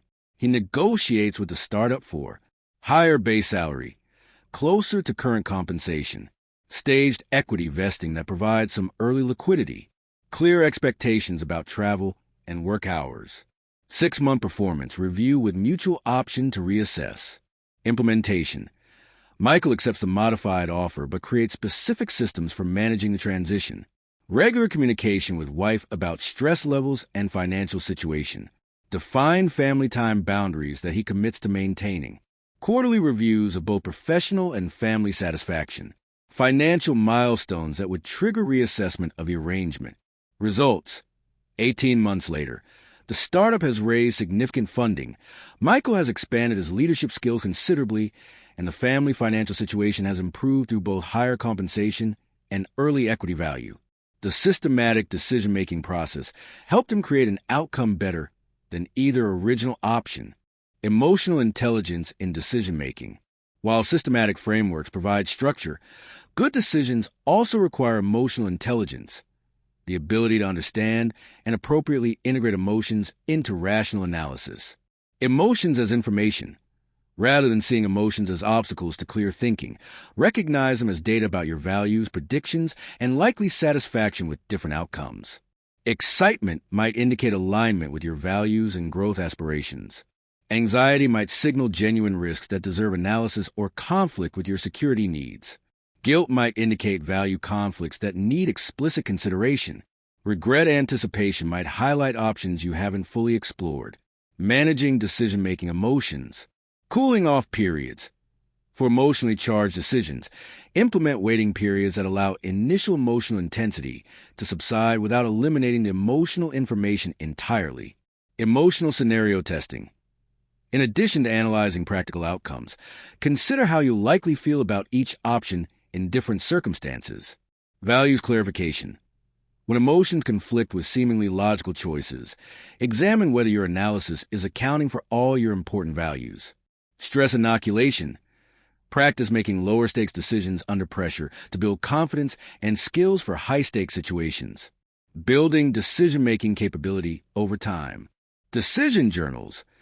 Keep records of important decisions, including your reasoning, expectations, and actual outcomes.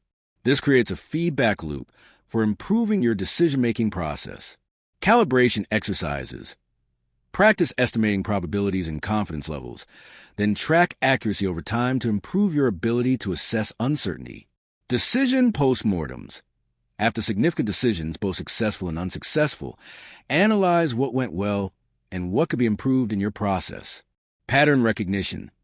Look for recurring decision patterns in your life and develop standard approaches for common decision types. Mental model updates. When decisions don't turn out as expected, examine whether your underlying assumptions about how the world works need updating. When not to decide. Sometimes the best decision is to avoid making a decision. Recognizing when to defer, delegate, or decline decisions is as important as knowing how to make them well. Defer when information that would significantly change your analysis will be available soon. The decision deadline is artificial, and delay doesn't create real costs. Your emotional state is severely compromised by stress, illness, or recent trauma. Market or other conditions are changing rapidly, and timing could significantly affect outcomes. Delegate when someone else has better information or expertise for this type of decision. Others are more affected by the outcome and should have primary authority. The decision is good development opportunity for someone you're mentoring. Your time is better spent on decisions only you can make. Decline when the decision isn't actually yours to make despite pressure from others. Accepting decision authority would compromise your ability to be objective. The potential outcomes are so uncertain that any choice is essentially random. The cost of making the wrong decision exceeds the benefit of making the right one. Your strategic decision-making advantage. Developing systematic decision-making capabilities provides several powerful advantages. Consistency. Your decisions reflect your actual values and priorities rather than momentary emotions or external pressures. Confidence. When you use a thorough process, you can commit fully to your choices and invest energy in making them work rather than second-guessing yourself.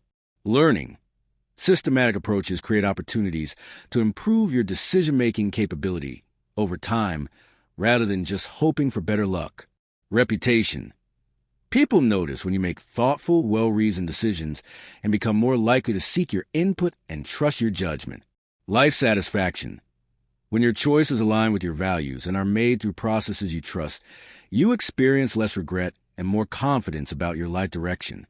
The next chapter will explore how to multiply your thinking power through tools, systems, and other people's expertise, leveraging external resources to make better decisions without having to become an expert on everything yourself. Remember, the goal isn't to eliminate uncertainty or guarantee perfect outcomes. It's to make consistently good decisions using the best information and analysis available within reasonable time and resource constraints. Good decision-making processes lead to good outcomes over time, even when individual decisions don't work out as hoped. Chapter 7. Leverage Thinking, Multiplying Your Mental Power. Here's a truth that separates average performers from extraordinary ones. The most successful people aren't necessarily the smartest, hardest working, or most talented. They're the ones who have learned to multiply their thinking power through leverage. Think about it this way. Your brain, no matter how capable, has limitations. You can only hold so much information in working memory. You can only process so many variables simultaneously. You can only draw from your personal experience, which represents a tiny fraction of human knowledge and wisdom. You have cognitive biases that distort your judgment. You have emotional states that affect your reasoning. And you only have 24 hours in a day to think, learn, and decide. But what if you could transcend these limitations? What if you could access the accumulated wisdom of thousands of experts? What if you could use tools and systems that extend your cognitive capabilities far beyond their natural boundaries? What if you could make better decisions in minutes than you could make in days using only your individual thinking power? This is the essence of leveraged thinking, the strategic use of external resources to amplify your cognitive capabilities. It's about building systems, using tools, and accessing expertise that multiply your mental power rather than just working harder with the brain you have. This chapter will show you how to systematically leverage technology, frameworks, other people's expertise, and cognitive tools to think better, faster, and more accurately than would ever be possible using just your raw intelligence. The leverage principle in thinking. The concept of leverage comes from physics, using a lever to amplify force, so you can move heavy objects with less effort. In thinking, leverage works similarly, using tools, systems, and resources to amplify your cognitive capabilities, so you can solve complex problems and make better decisions with less mental effort. Types of cognitive leverage. Tool leverage. Using external tools to extend your mental capabilities. Calculators for computation. Databases for memory. Modeling software for analysis. Artificial intelligence for pattern recognition. Framework leverage. Using proven thinking frameworks developed by experts to structure your analysis rather than improvising approaches from scratch. Network leverage, accessing other people's knowledge, experience, and perspectives to supplement your own understanding. System leverage, creating processes and workflows that guide your thinking systematically and prevent common errors. Time leverage, using techniques that compress learning and decision-making time while maintaining or improving quality. Tool leverage, technology as cognitive extension. The most obvious form of leverage comes from using technology to extend your natural cognitive capabilities. But most people dramatically underutilize the thinking tools available to them. Computational tools for better analysis. Spreadsheet modeling. Instead of trying to hold complex numerical relationships in your head, build spreadsheet models that let you test different assumptions and scenarios rapidly. Example: when considering whether to refinance a mortgage, instead of relying on rules of thumb, build a model that calculates the break-even point under different scenarios, how long you stay in a house, future interest rate changes, closing costs, etc. Statistical software. For any decision involving data analysis, use tools that can identify patterns, correlations, and trends that would be impossible to detect manually. Monte Carlo simulation. When outcomes depend on multiple uncertain variables, use simulation software, test thousands of scenarios, and understand the range of possible outcomes. Decision tree software. For complex decisions with multiple stages and uncertain outcomes, visual decision trees help you map out all possibilities and calculate expected value systematically. Information management tools. Knowledge management systems. Instead of trying to remember everything you've learned, build systems for capturing, organizing, and retrieving information when you need it. Research aggregation tools. Use tools that can search across multiple databases, sources, and formats to gather comprehensive information more quickly than manual research. Citation management. For important decisions, maintain systematic records of your sources so you can verify information and update your analysis as new data becomes available. Artificial intelligence as thinking partner. Modern AI tools can serve as sophisticated thinking partners, but only if you know how to use them strategically rather than as simple answer machines. Pattern recognition. AI excels at identifying patterns in large datasets that would take humans weeks or months to analyze manually. Scenario generation. Use AI to rapidly generate multiple perspectives, potential consequences, and alternative approaches to supplement your own brainstorming. Research synthesis. AI can quickly summarize large volumes of text, identify key themes, and highlight contradictions or gaps in information. Red team analysis. Use AI to argue against your conclusions and identify potential flaws in your reasoning. Critical limitation awareness. While AI tools are powerful, they have important limitations.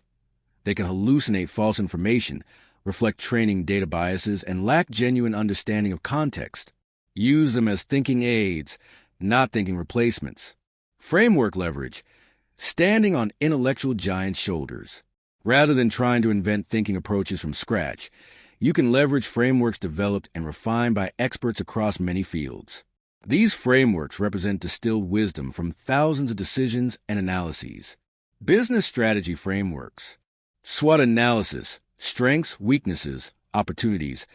Threats, a systematic way to analyze competitive position and strategic options.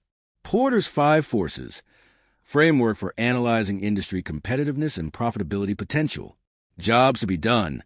Framework for understanding customer needs and product market fit. Blue Ocean strategy. Framework for creating uncontested market space rather than competing in existing markets. Scientific thinking frameworks. The scientific method, hypothesis formation, experiment design, data collection, and conclusion drawing, applicable far beyond formal scientific research. Root cause analysis. Systematic approaches like the 5 whys or fishbone diagrams to identify underlying causes rather than treating symptoms. Control versus variable identification. Distinguishing between factors you can control and those you can't, focusing effort where it can be most effective. Financial analysis frameworks. Net present value analysis.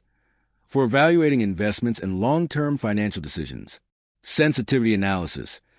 Testing how changes in key assumptions affect outcomes. Portfolio theory. Principles for managing risk through diversification and correlation analysis. Option valuation. Understanding the value of preserving future choices and flexibility. Psychological and behavioral frameworks. Cognitive bias checklists. Systematic approaches to identifying and compensating for mental biases. Behavioral economics models. Understanding how people actually make decisions versus how rational actor models predict they should decide. Influence and persuasion principles. Frameworks for understanding and ethically applying principles of human psychology. Personal development frameworks. Growth versus fixed mindset. Carol Dweck's framework for approaching challenges and setbacks. The 7 Habits. Stephen Covey's framework for personal effectiveness. Maslow's hierarchy. Framework for understanding human motivation and needs. Flow theory. Mihai Csikszentmihalyi's framework for understanding optimal performance and satisfaction. The key to framework leverage. The power isn't in memorizing these frameworks, but in building a mental library of proven thinking tools that you can quickly apply to appropriate situations. Expert thinkers have dozens of frameworks at their disposal and can quickly identify which ones are most relevant to specific challenges. Network leverage, accessing collective intelligence. One of the most powerful forms of cognitive leverage comes from strategically accessing other people's knowledge, experience, and perspectives. But this requires more sophistication than just asking for advice. Building your advisory network. Domain experts. Identify people with deep knowledge in areas relevant to your important decisions. This isn't just about formal credentials. Often the most valuable experts are practitioners with extensive real-world experience. Perspective diversifiers. Deliberately include people with different backgrounds, cultures, generations, and worldviews to counteract your own biases and blind spots. Devil's advocates. Cultivate relationships with people who will honestly challenge your assumptions and point out flaws in your reasoning. Connectors. Maintain relationships with people who have broad networks and can introduce you to relevant experts for specific situations. Decision partners. Identify a few people whose judgment you trust deeply for the most important life decisions. Strategic questioning techniques. Most people ask for advice poorly, getting generic responses rather than valuable insights. Effective network leverage requires asking better questions. Instead of, "What should I do about X?" Try, "I'm considering 3 approaches to X. Based on your experience with similar situations, what are the most important factors I should consider?" Instead of, "Is this a good opportunity?" Try, "What questions would you ask to evaluate whether this opportunity aligns with long-term goals?" Instead of, "What do you think about this plan?" Try, "If you were implementing this plan, where would you expect the biggest challenges to emerge?" Crowdsourcing insights. Prediction markets. For quantitative forecasts, platforms that aggregate many people's predictions often outperform individual experts. Expert surveys. Systematically gathering input from multiple experts rather than relying on single opinions. A/B testing. For decisions that can be tested empirically, use controlled experiments rather than just theoretical analysis. Social proof research. Understanding what people with similar goals and constraints have actually chosen rather than what they say they would choose. Managing network leverage. Reciprocity. Maintain relationships by providing value to your network, not just extracting from it. Specificity. Make requests specific enough to be actionable but broad enough to benefit from others' expertise. Synthesis. Don't just collect opinions. Synthesize different perspectives into coherent understanding. Independence. Use network input to inform your decisions, but maintain ownership of the actual choices. System leverage. Processes that think for you. The most sophisticated form of leverage comes from creating systems and processes that guide your thinking systematically and prevent common errors. These systems think for you in the sense that they ensure important steps aren't skipped and critical perspectives aren't overlooked. Decision-making systems. Standard operating procedures. For recurring decision types, develop checklists and processes that ensure consistent quality without reinventing approaches each time. Example: a systematic process for evaluating job opportunities that includes research steps, evaluation criteria, negotiation strategies, and decision timelines. Review protocols. Built-in checkpoints that force you to step back and evaluate your thinking process rather than getting caught up in the content of specific decisions. Red team processes. Systematic approaches for challenging your own conclusions and testing alternative hypotheses. Learning systems. Knowledge capture processes. Regular habits for extracting and recording insights from experiences, conversations, and information consumption. Spaced repetition systems. For important concepts you want to retain long-term, use scientifically based methods for optimizing memory consolidation. Cross-domain pattern recognition. Systems for identify how insights from one area might apply to challenges in different domains. Quality control systems. Bias detection checklists. Regular reviews of your thinking for common cognitive biases and emotional influences. Assumption testing protocols. Systematic approaches for identifying and examining the assumptions underlying your analysis. Outcome tracking systems.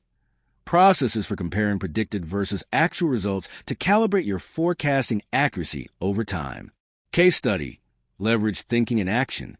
Let's follow Jennifer, a marketing director, as she uses leverage thinking to address a complex business challenge that initially seemed overwhelming.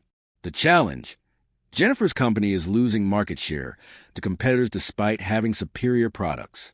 Traditional marketing approaches aren't working, and leadership is pressuring her for a comprehensive turnaround strategy within 6 weeks. Initial approach without leverage. Jennifer might have tried to solve this herself by working longer hours, brainstorming solutions, and implementing tactics based on her existing knowledge. This approach would likely lead to incremental improvements at best and burnout at worst. Leverage thinking approach. Tool leverage.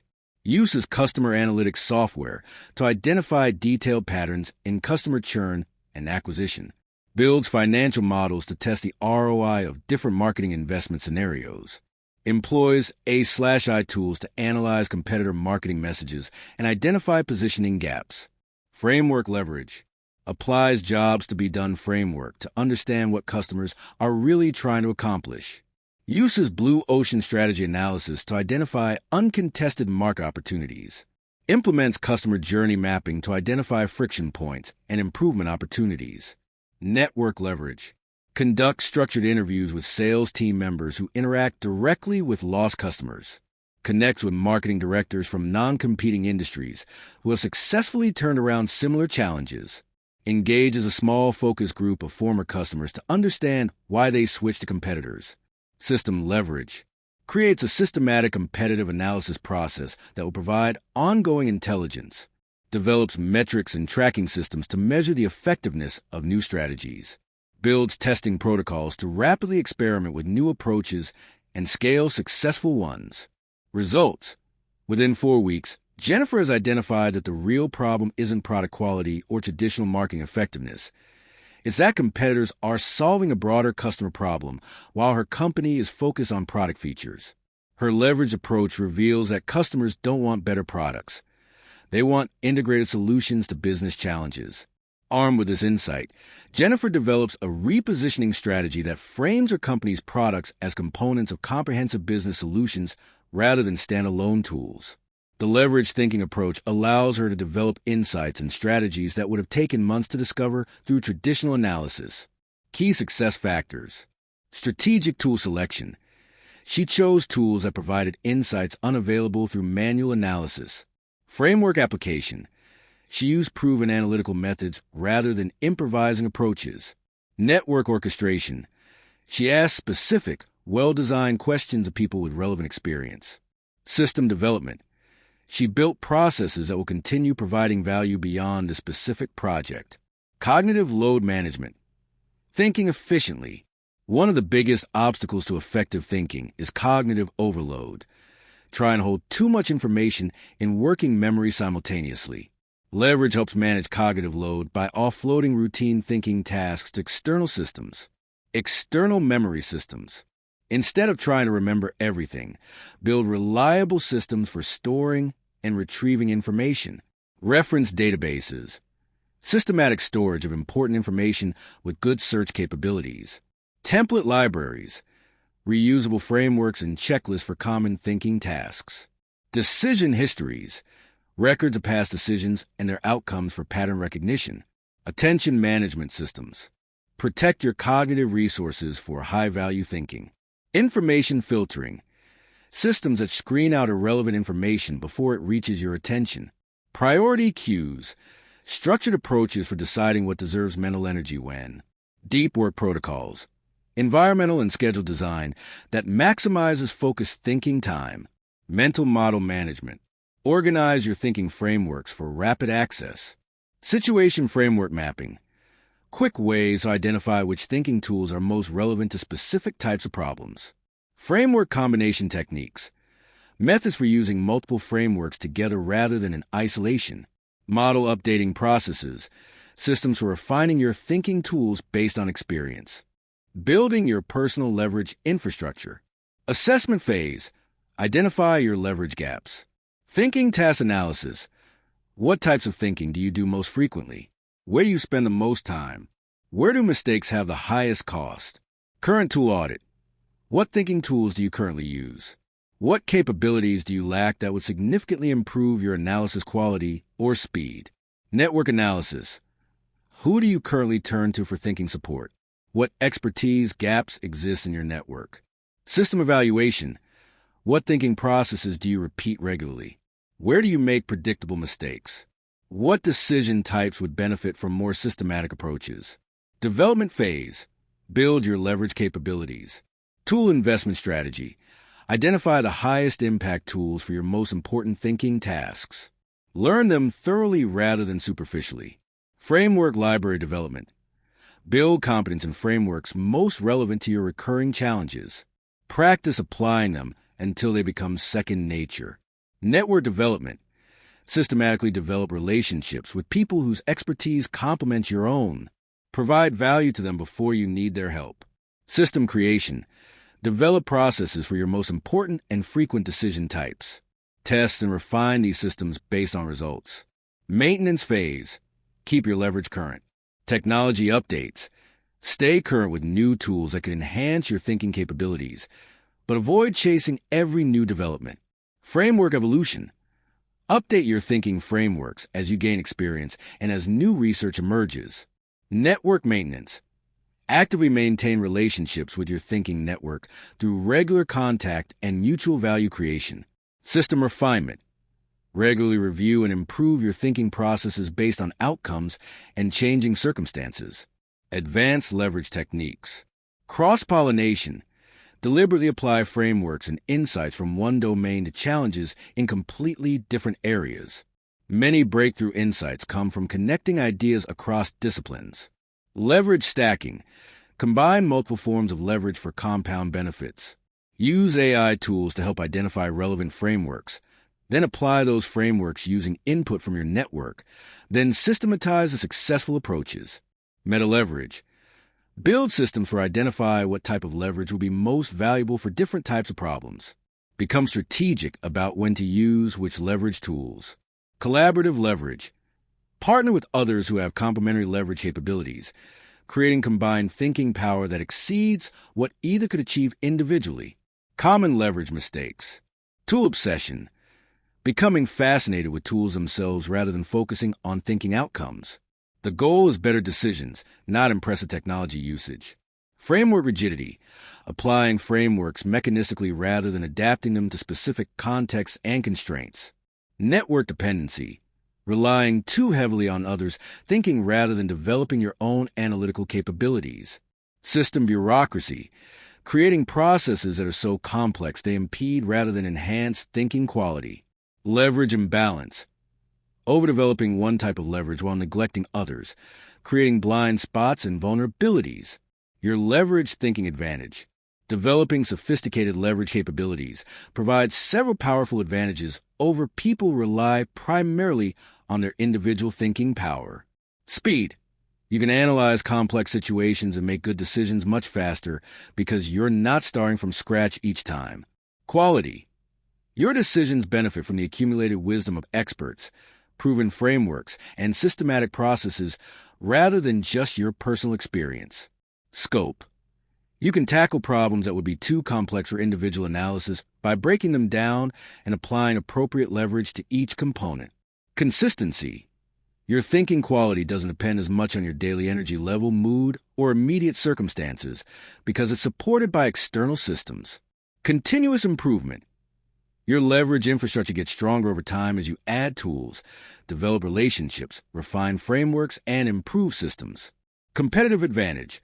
While others are working harder, you're working smarter.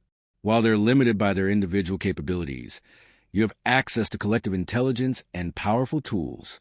The next chapter will explore how to maintain this enhanced thinking capability in rapidly changing circumstances, staying mentally agile while leveraging your growing toolkit of frameworks, relationships, and systems. Remember, the goal of leverage isn't to avoid thinking, but to amplify your thinking power so you can tackle bigger challenges and make better decisions than would be possible using only your individual cognitive capabilities. Leverage multiplies effort. It doesn't replace it. Chapter 8. Adaptive Intelligence. Thinking flexibly in changing circumstances. There's a moment in every rapidly evolving situation when those who can adapt their thinking quickly pull ahead, while those who remain locked into outdated mental models fall behind.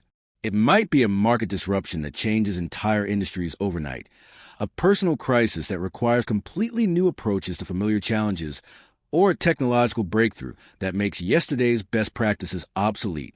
The difference between people who thrive in these situations and those who become paralyzed or make costly mistakes isn't superior intelligence or better initial strategies. It's adaptive intelligence. The ability to recognize when circumstances have changed enough to require new thinking, update mental models based on new evidence, and remain effective even when the rules of the game shift fundamentally. In our accelerating world, adaptive intelligence has become perhaps the most critical thinking skill. The half-life of specific knowledge is shrinking. Industries that seem stable for decades can be transformed in years or months. Career paths that provided security for previous generations may not exist for next. Social and technological changes happen faster than institutions can adapt. The individuals and organizations that succeed are those that can think flexibly, learn rapidly, and maintain effectiveness even when operating conditions change dramatically. This chapter will develop your capacity for adaptive thinking through frameworks used by special forces operators, successful entrepreneurs, elite athletes, and other high performers who must maintain peak performance in unpredictable, high-stakes environments. The paradox of expertise. Before exploring adaptive thinking techniques, it's important to understand a fundamental paradox. The expertise that makes you successful in stable conditions can become a liability when conditions change dramatically. Why expertise can inhibit adaptation. Success lock-in. When approaches work well in familiar situations, there's natural resistance to changing them. The more successful you've been with particular methods, the harder it becomes to abandon them even when circumstances require different approaches. Pattern recognition rigidity. Experts develop sophisticated pattern recognition capabilities that allow rapid decision-making in familiar domains. But these same patterns can lead to misinterpretation when they encounter genuinely novel situations that only superficially resemble familiar ones. Investment protection. Experts have typically invested years or decades developing specific skills, knowledge, and relationships. Acknowledging that circumstances require fundamentally different approaches can feel like invalidating those investments. Cognitive efficiency versus flexibility trade-off. Expert-level performance often depends on developing highly efficient, automatic responses to common situations. But this efficiency comes at the cost of flexibility. The more automatic your responses, the harder it is to consciously modify them. Identity fusion. For many experts, their professional identity becomes closely tied to their specific expertise. Changing approaches can feel like changing who they are, not just how they work. The adaptive expert profile. However, some experts remain highly adaptive throughout their careers. Research suggests they share several characteristics. Metacognitive awareness. They maintain conscious awareness of their own thinking processes and can step back to examine whether their approaches remain appropriate. Principled flexibility. While they change tactics readily, they maintain consistency in deeper values and principles that guide adaptation decisions. Experimental mindset. They treat new situations as learning opportunities rather than just performance challenges, remaining curious about what might work rather than just applying what has worked. Network diversity. They maintain relationships with people from different domains who can provide alternative perspectives when their own expertise reaches its limits. Failure tolerance. They view failures and mistakes as information rather than just setbacks, using them to refine their understanding of changing conditions. The OODA loop, a framework for rapid adaptation. One of the most powerful frameworks for adaptive thinking was developed by Air Force Colonel John Boyd for aerial combat, but its principles applied to any situation requiring rapid adaptation to changing conditions. Observe, gathering information about current conditions, including changes from previous understanding. Orient, interpreting observations within your current mental models while remaining open to updating those models if evidence contradicts them. Decide, choosing actions based on your current understanding of the situation. Act, implementing decisions while remaining alert to feedback about their effectiveness. The key insight is that this is a continuous, rapid cycle. You don't analyze once and implement. You continuously cycle through observation, orientation, decision, and action, adapting your approach as new information becomes available. Case study, adaptive business strategy. Let's follow Marcus, who owns a small restaurant, as he navigates the COVID-19 pandemic using adaptive thinking principles. Pre-pandemic state. February 2020, Marcus's restaurant has operated successfully for 8 years using a consistent model. Upscale dining experience, full-service wait staff, 80% of revenue from dine-in customers, 20% from takeout orders. Initial disruption. March 2020 government lockdowns suddenly eliminate dine-in dining entirely. ODA Cycle 1. Observe. Dine-in revenue drops to zero overnight. Other restaurants are closing or shifting to delivery only. Orient. Initial mental model. This is temporary. Wait it out and reopen when restrictions lift. Decide. Maintain staff, pay fixed costs, offer limited takeout using existing menu. Act. Continue operating with minimal revenue, hoping for quick return to normal. ODA Cycle 2, April 2020. Observe. Lockdowns extending. Cash reserve depleting. Some competitors pivoting successfully to delivery models, while others are closing permanently. Orient. Mental model update. This isn't temporary. The restaurant industry is fundamentally changing. Decide. Must transform business model to survive. Focus on delivery and takeout. Act. Redesign menu for delivery. Partner with delivery apps. Reduce staff to sustainable levels. ODA Cycle 3, June 2020. Observe. Delivery revenue growing, but margins much lower than dine-in. Customers interested in meal kits and family-style offerings. Some restaurants developing outdoor dining options. Orient. New understanding. Multiple revenue streams needed. Customer preferences. Shifting toward convenience and family dining. Decide. Develop meal kit offerings. Create outdoor dining space. Expand delivery radius. Act. Launch restaurant-at-home meal kits. Build patio seating. Develop family-style menu options. ODA Cycle 4, September 2020. Observe. Outdoor dining popular but weather-dependent. Meal kits successful and have higher margins than traditional takeout. Corporate catering demand emerging as offices reopen. Orient. Understanding. Hybrid model works better than traditional restaurant model even as restrictions ease. Decide. Invest more heavily in meal kit production and corporate catering. Make outdoor dining permanent. Act. Expand meal kit variety. Develop corporate lunch offerings. Install permanent patio infrastructure. Results. By the end of 2020, Marcus's restaurant has not only survived but developed a more resilient business model with multiple revenue streams, higher profit margins on some offerings, and reduced dependence on traditional dine-in service. Key adaptive principles. Rapid cycling. Marcus didn't try to analyze his way to the perfect strategy. He made quick decisions with available information and adjusted based on results. Mental model updates. He recognized when his assumptions no longer match reality and changed his understanding of the situation. Action bias. Rather than becoming paralyzed by uncertainty, he took action and used feedback to improve his approach. Opportunity recognition. He saw changes not just as problems to solve, but as opportunities to create better approaches. Mental model flexibility. Updating your operating system. Your mental models are like the operating system on a computer, mostly invisible but determining how everything else functions.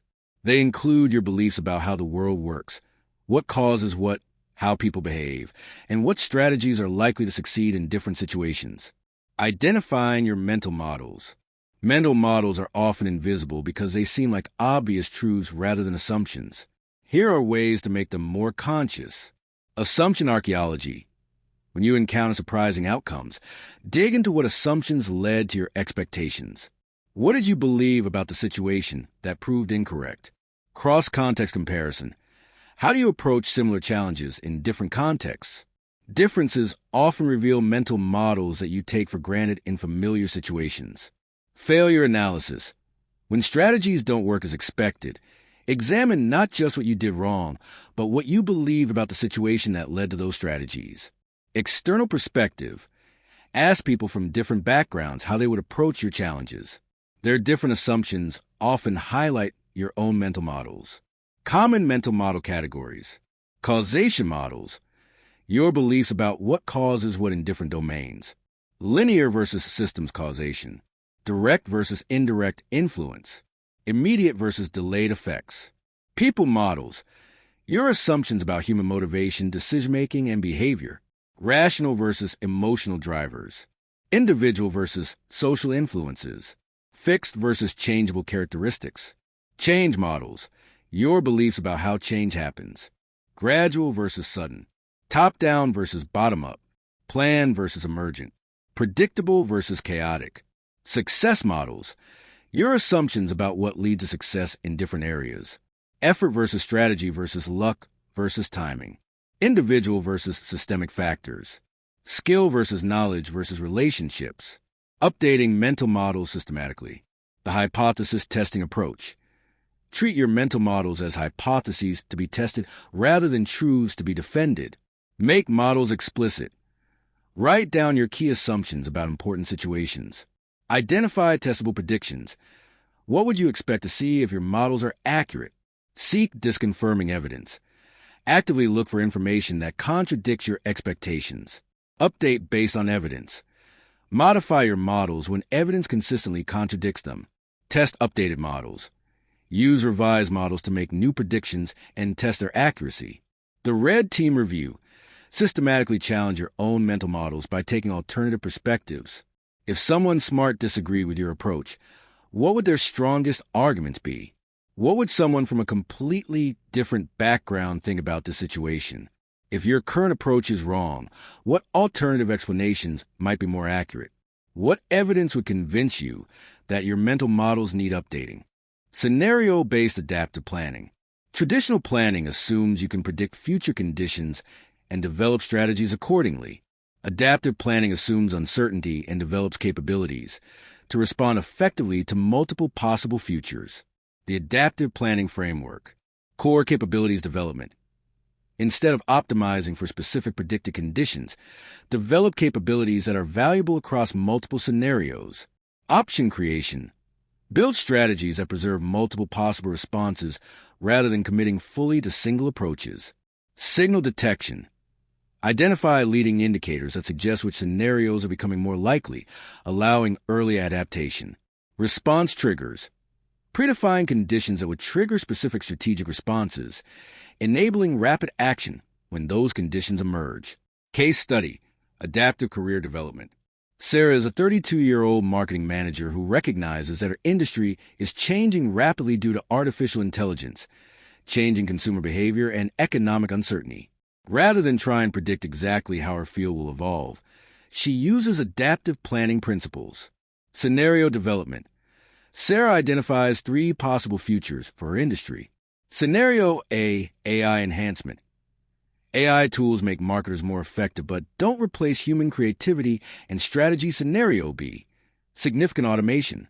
Many traditional marketing roles are automated, but new roles emerge in AI management and customer experience. Scenario C, industry consolidation. Economic pressures lead to consolidation and fewer marketing roles overall. Core capability strategy. Instead of betting on one scenario, Sarah develops capabilities valuable in all 3. Creative strategy skills. Human creativity and strategic thinking that complement rather than compete with AI. Technical literacy. Understanding of AI tools and data analysis to leverage automation rather than be replaced by it. Cross-functional knowledge. Skills that allow her to work across marketing, sales, and customer success functions. Option creation. Sarah builds multiple possible career paths. Path 1. Advance within current company while developing AI expertise. Path 2. Move to consulting to help multiple organizations adapt to changing landscape. Path 3. Join or start company focused on human AI collaboration in marketing. Path 4. Transition to adjacent fields where her marketing skills are valuable but less subject to automation. Signal detection. Sarah monitors leading indicators to assess which scenarios are emerging. AI tool adoption rates in her industry. Job posting trends and skill requirements. Budget allocation patterns at her and other companies. Industry conference themes and expert predictions. Response triggers. She defines specific conditions that would trigger different adaptations. If AI tool adoption exceeds 60% of companies in her space within 6 months, focus heavily on technical upskilling. If job postings for traditional marketing roles decline 30% year over year, accelerate transition to consulting model. If her current company reduces marketing headcount, activate job search using developed network and updated skills. Implementation. Over 18 months, Sarah positions herself for multiple scenarios, takes online courses in AI and data analysis, builds consulting relationships with 3 small companies, develops expertise in customer experience design adjacent to traditional marketing, creates content demonstrating her strategic thinking and AI literacy, expands her network to include people in related fields and growth companies. Results. When her company does undergo restructuring 20 months later, Sarah has multiple attractive options. She ultimately chooses to join a growing AI company where she leads their customer experience strategy, a role that combines her marketing background with newly developed technical skills. Real-time adaptation techniques. Some situations require adaptation, so rapid that there's no time for systematic analysis. These techniques help maintain effective thinking under extreme time pressure.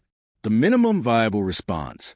When you must act quickly with limited information, identify the smallest response that addresses the most critical aspects of the situation, preserves options for future adaptation, can be implemented quickly with available resources, provides feedback for next-level responses. Rapid experimentation. Instead of trying to design perfect solutions under pressure, design quick experiments that provide learning. Cheap tests. Low-cost ways to test whether approaches might work. Fast failures. Designs that fail quickly if they're going to fail, preserving resources for alternatives. Parallel tracks. Testing multiple approaches simultaneously rather than sequentially. Learning loops. Building feedback mechanisms into every action, so you learn while you act. The satisficing principle under pressure. Herbert Simon's concept becomes even more important under time pressure. Find solutions that are good enough given constraints rather than searching for optimal solutions. Energy management for sustained adaptation. Continuous adaptation is mentally exhausting. Manage your cognitive resources strategically. Focus allocation. Spend mental energy on highest impact decisions and routinize everything else. Recovery periods.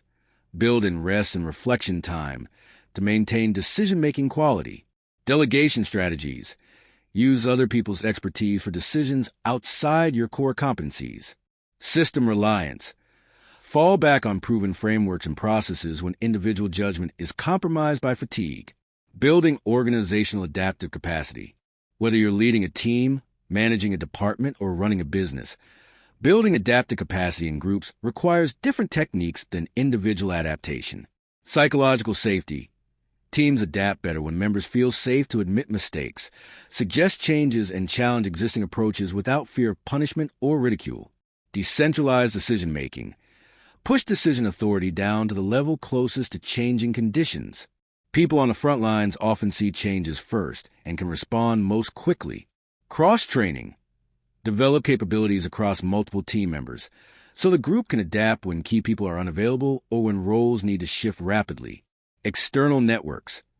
Ensure team members maintain relationships outside the organization that can provide early warning of industry changes and alternative perspectives. Learning culture.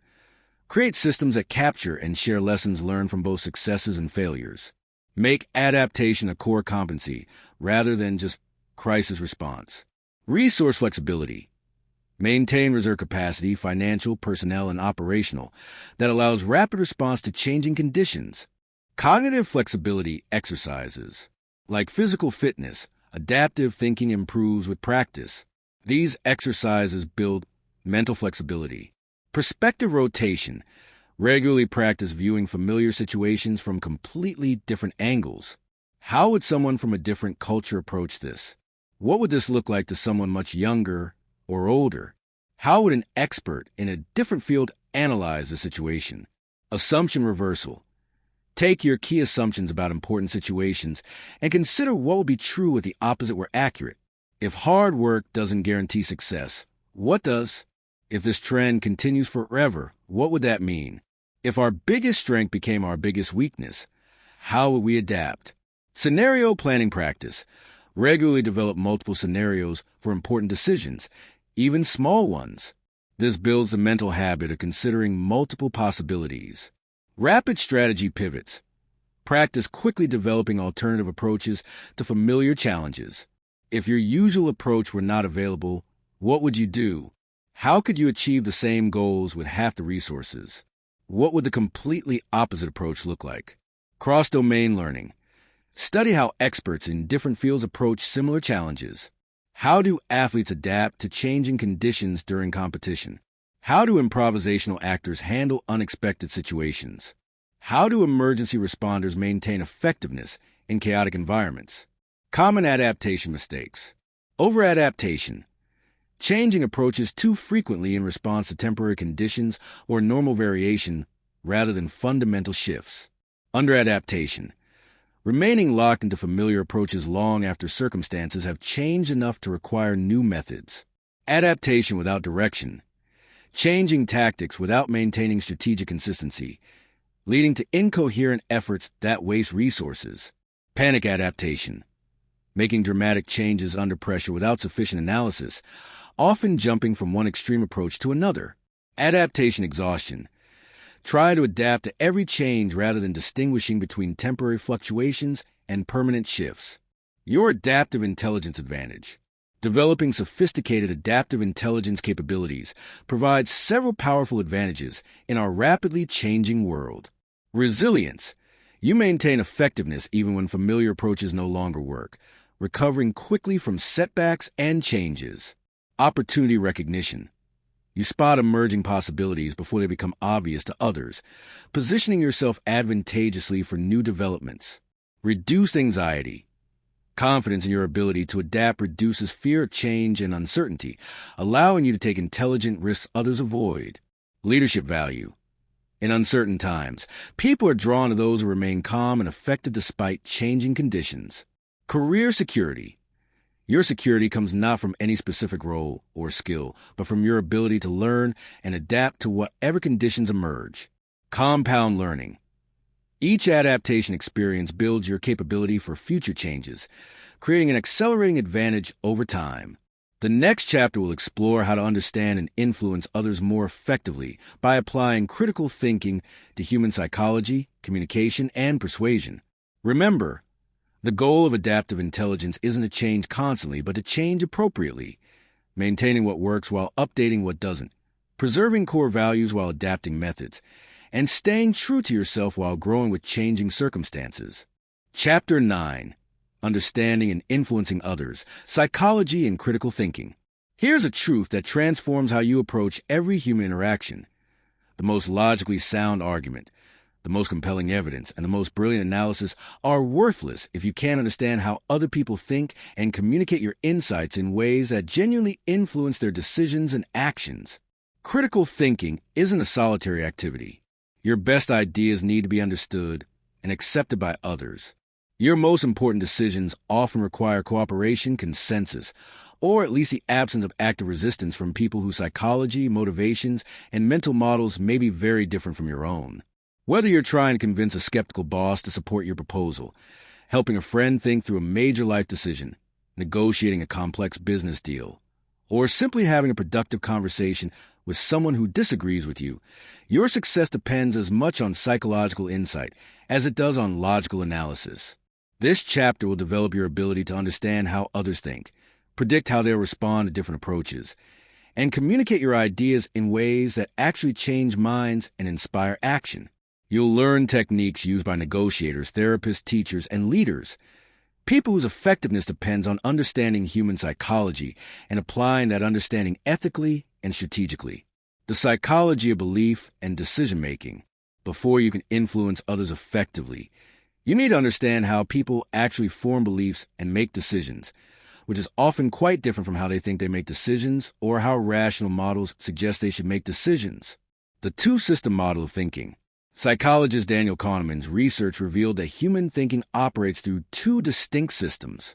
System 1, fast thinking, automatic, intuitive, emotional, based on patterns, associations, and heuristics, operates below conscious awareness, generates immediate impressions and reactions, influenced by mood, context, and recent experiences.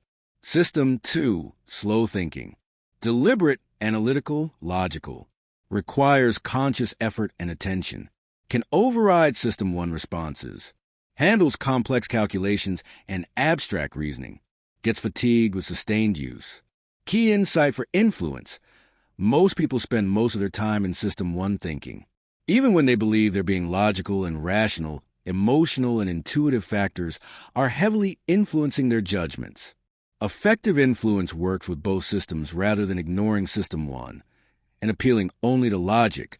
The motivated reasoning problem. People don't evaluate information objectively and then form conclusions.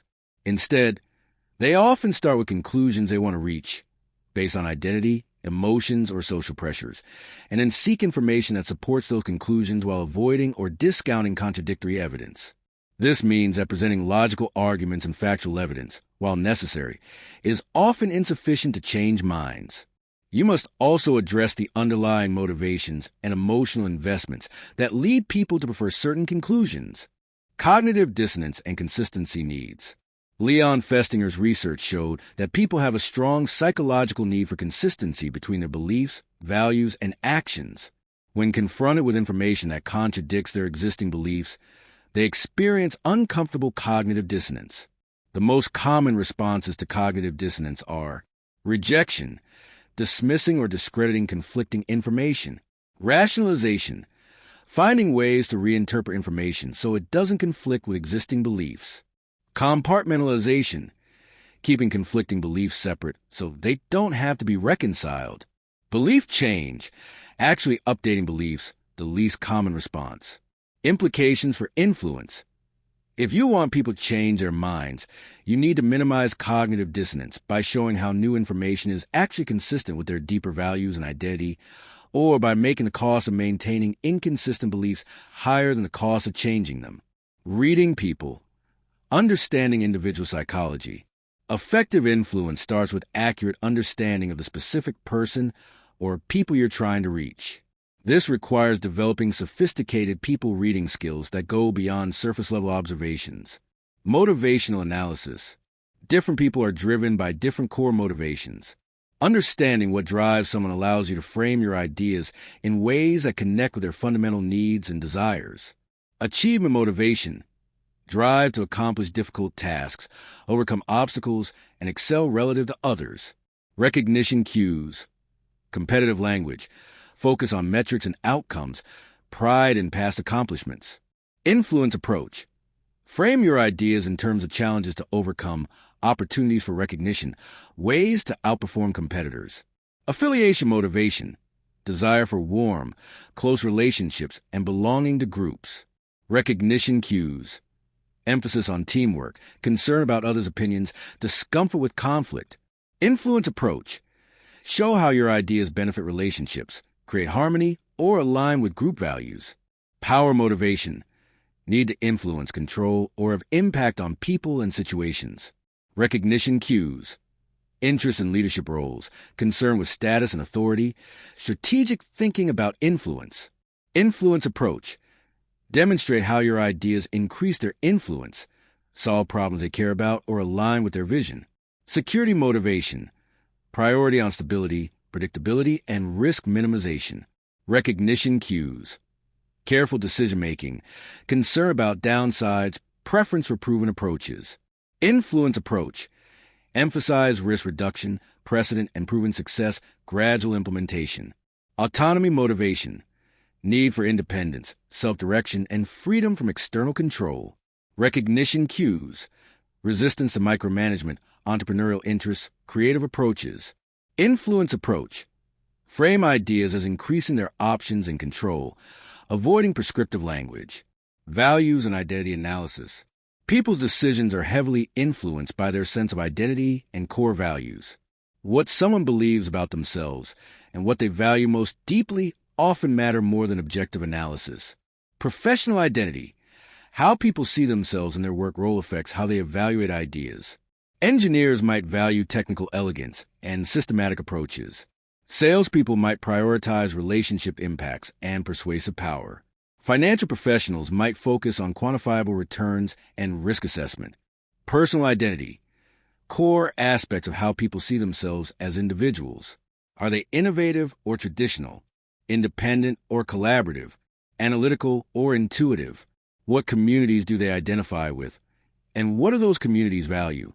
What role do they play in their family, social group, or organization?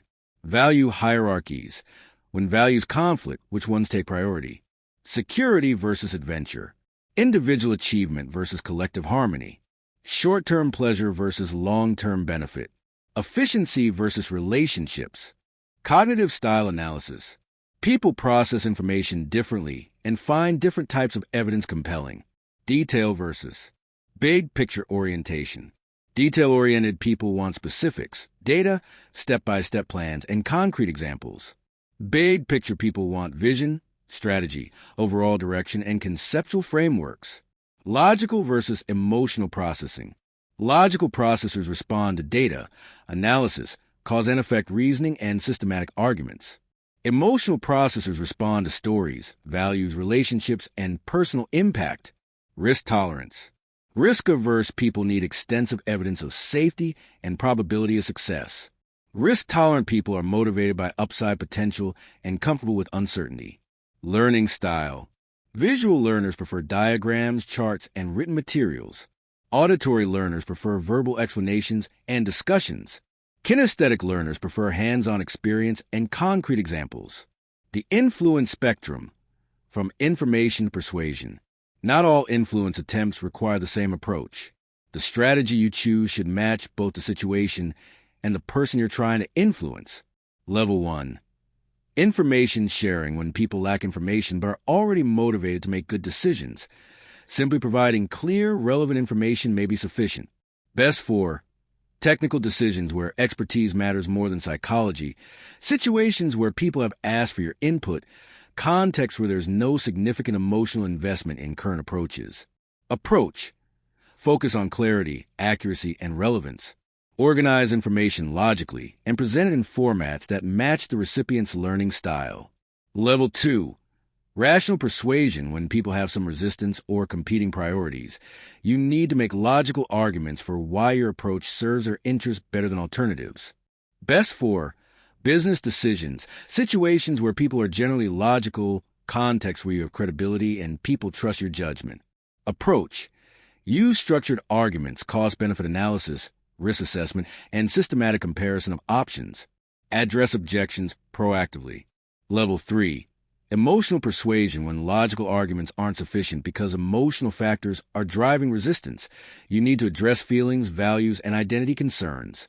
Best for decisions that affect people's sense of security or identity. Situations where there's significant emotional investment in current approaches. Contexts involving personal relationships or values conflicts.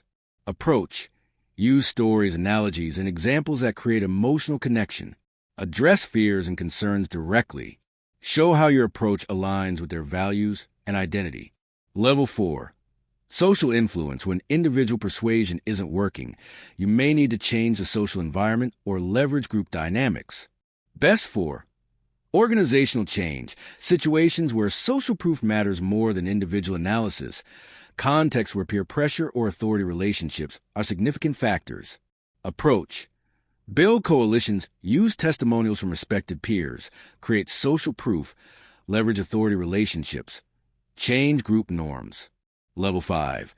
Environmental design, sometimes the most effective influence comes from changing the context or environment rather than trying to change minds directly. Best for situations where you control the environment, decisions that are affected by convenience or default options, contexts where small changes in conditions can produce large changes in behavior.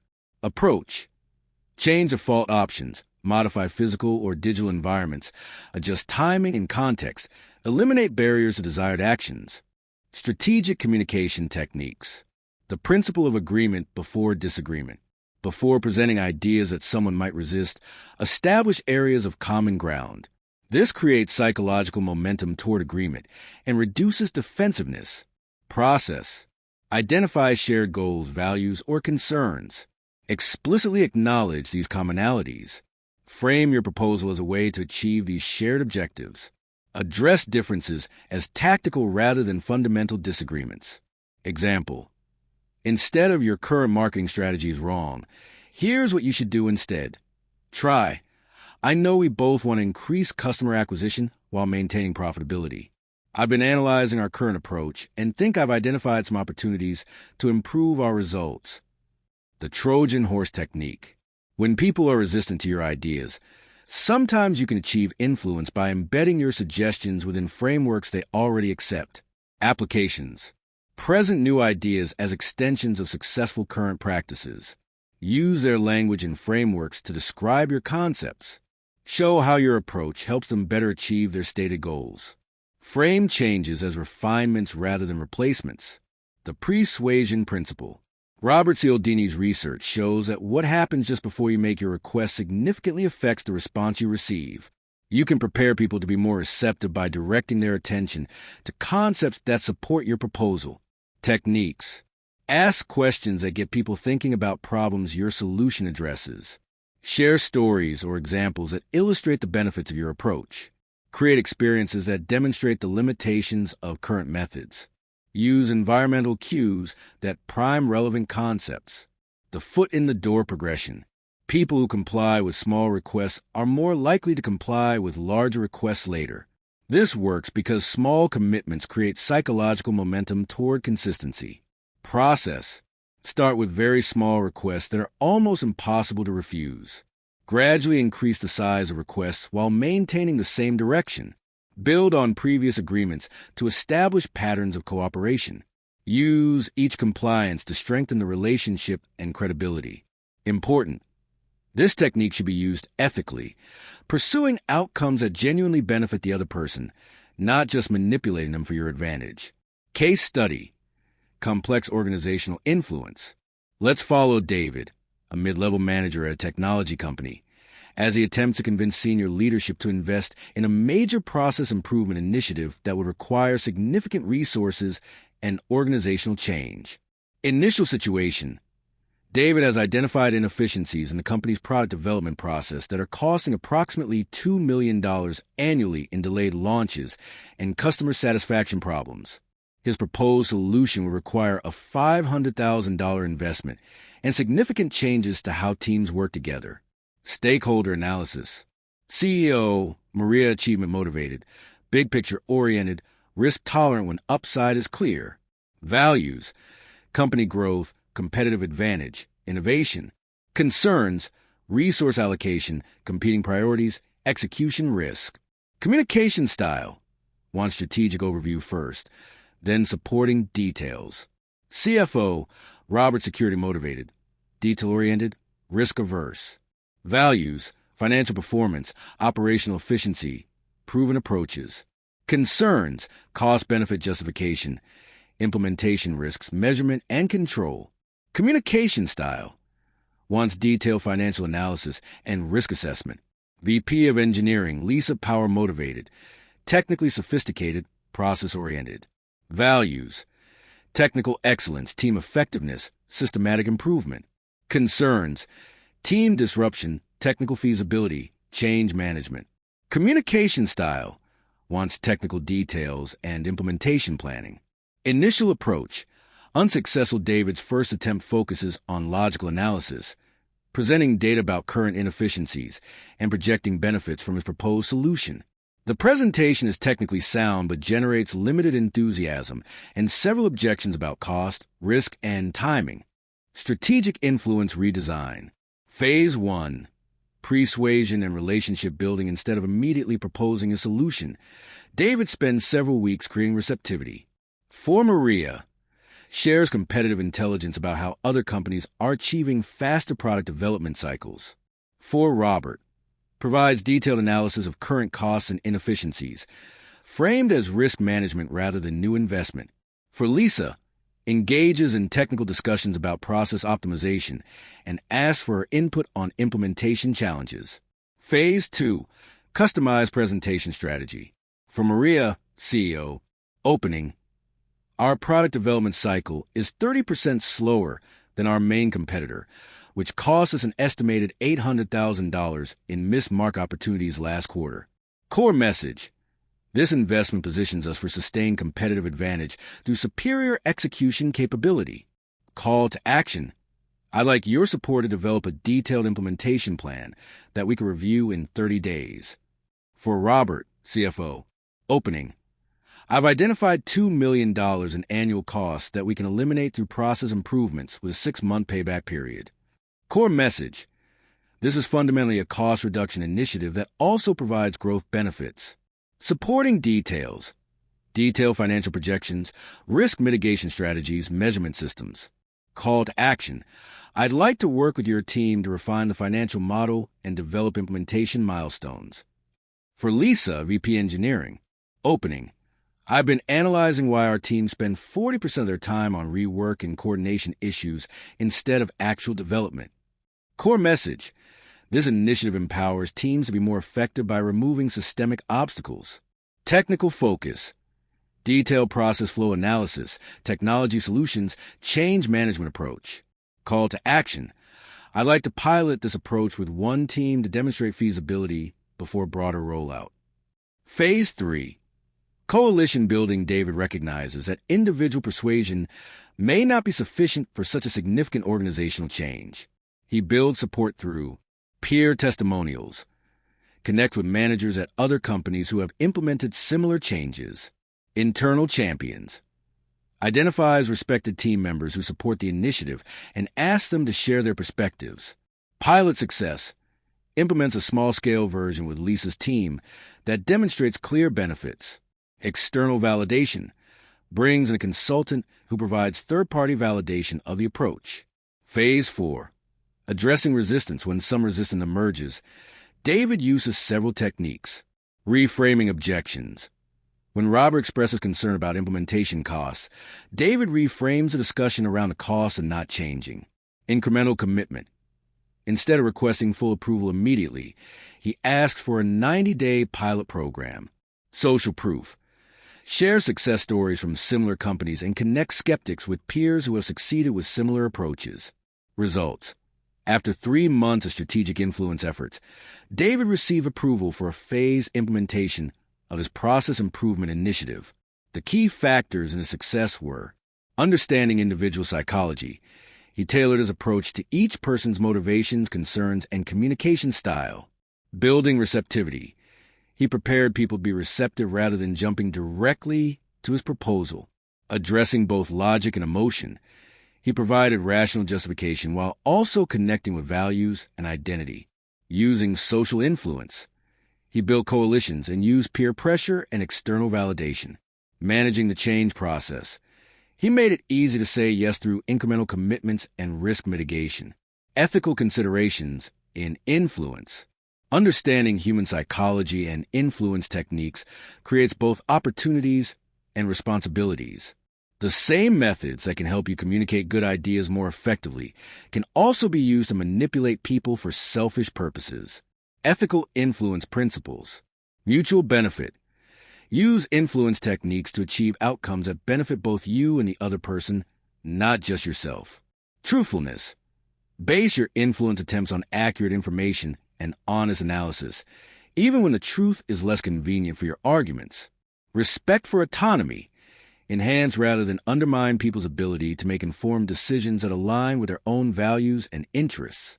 Transparency of intent. Be honest about what you're trying to achieve and why. even if you don't reveal all your strategic thinking about how to achieve it.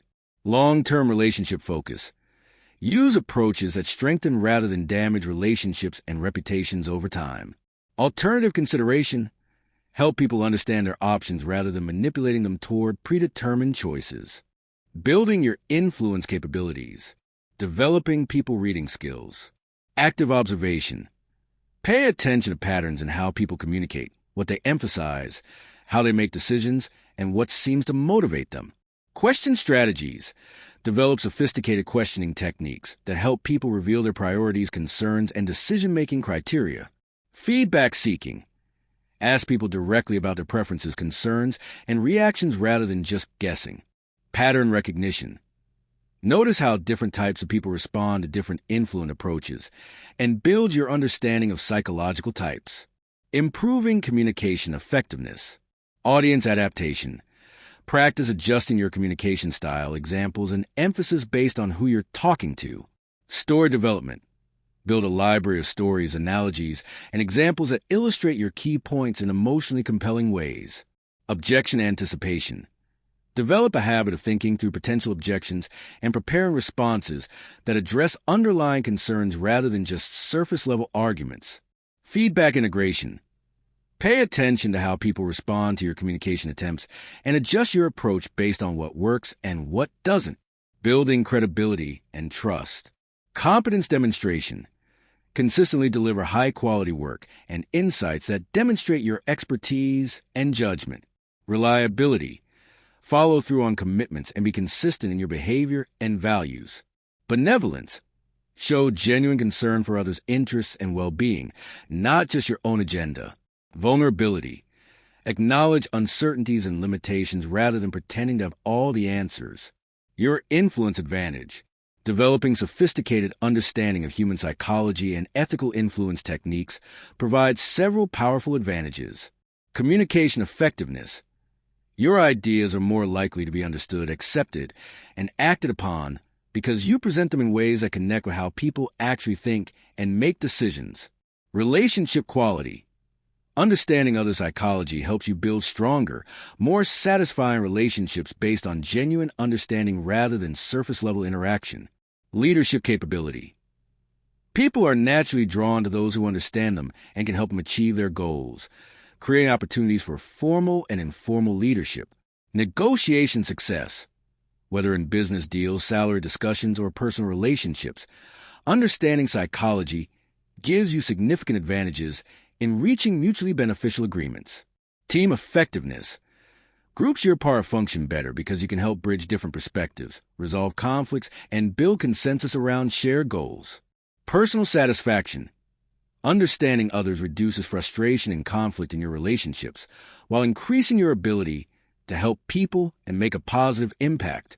The final chapter will bring all these critical thinking capabilities together by exploring how to turn insights into action, implementing your clear thinking in ways that create measurable results in the real world. Remember, the goal of understanding others isn't to manipulate them, but to communicate more effectively, build better relationships, and create outcomes that benefit everyone involved. Influence is most powerful and satisfying when it serves genuine mutual interests. Chapter 10. Implementation Excellence. Turning thinking into results. Here's the ultimate test of critical thinking. Can you consistently turn your insights into real-world results? Can you bridge the gap between understanding what should be done and actually making it happen? Can you transform your analysis, decisions, and plans into measurable improvements in your life and work? This is where most people fail. They develop sophisticated thinking capabilities, make excellent decisions, and create brilliant strategies, then struggle to implement them effectively. They get caught up in analysis rather than action. They underestimate the practical challenges of execution. They fail to build the systems and habits that turn one-time insights into lasting changes. But implementation isn't just about willpower or working harder.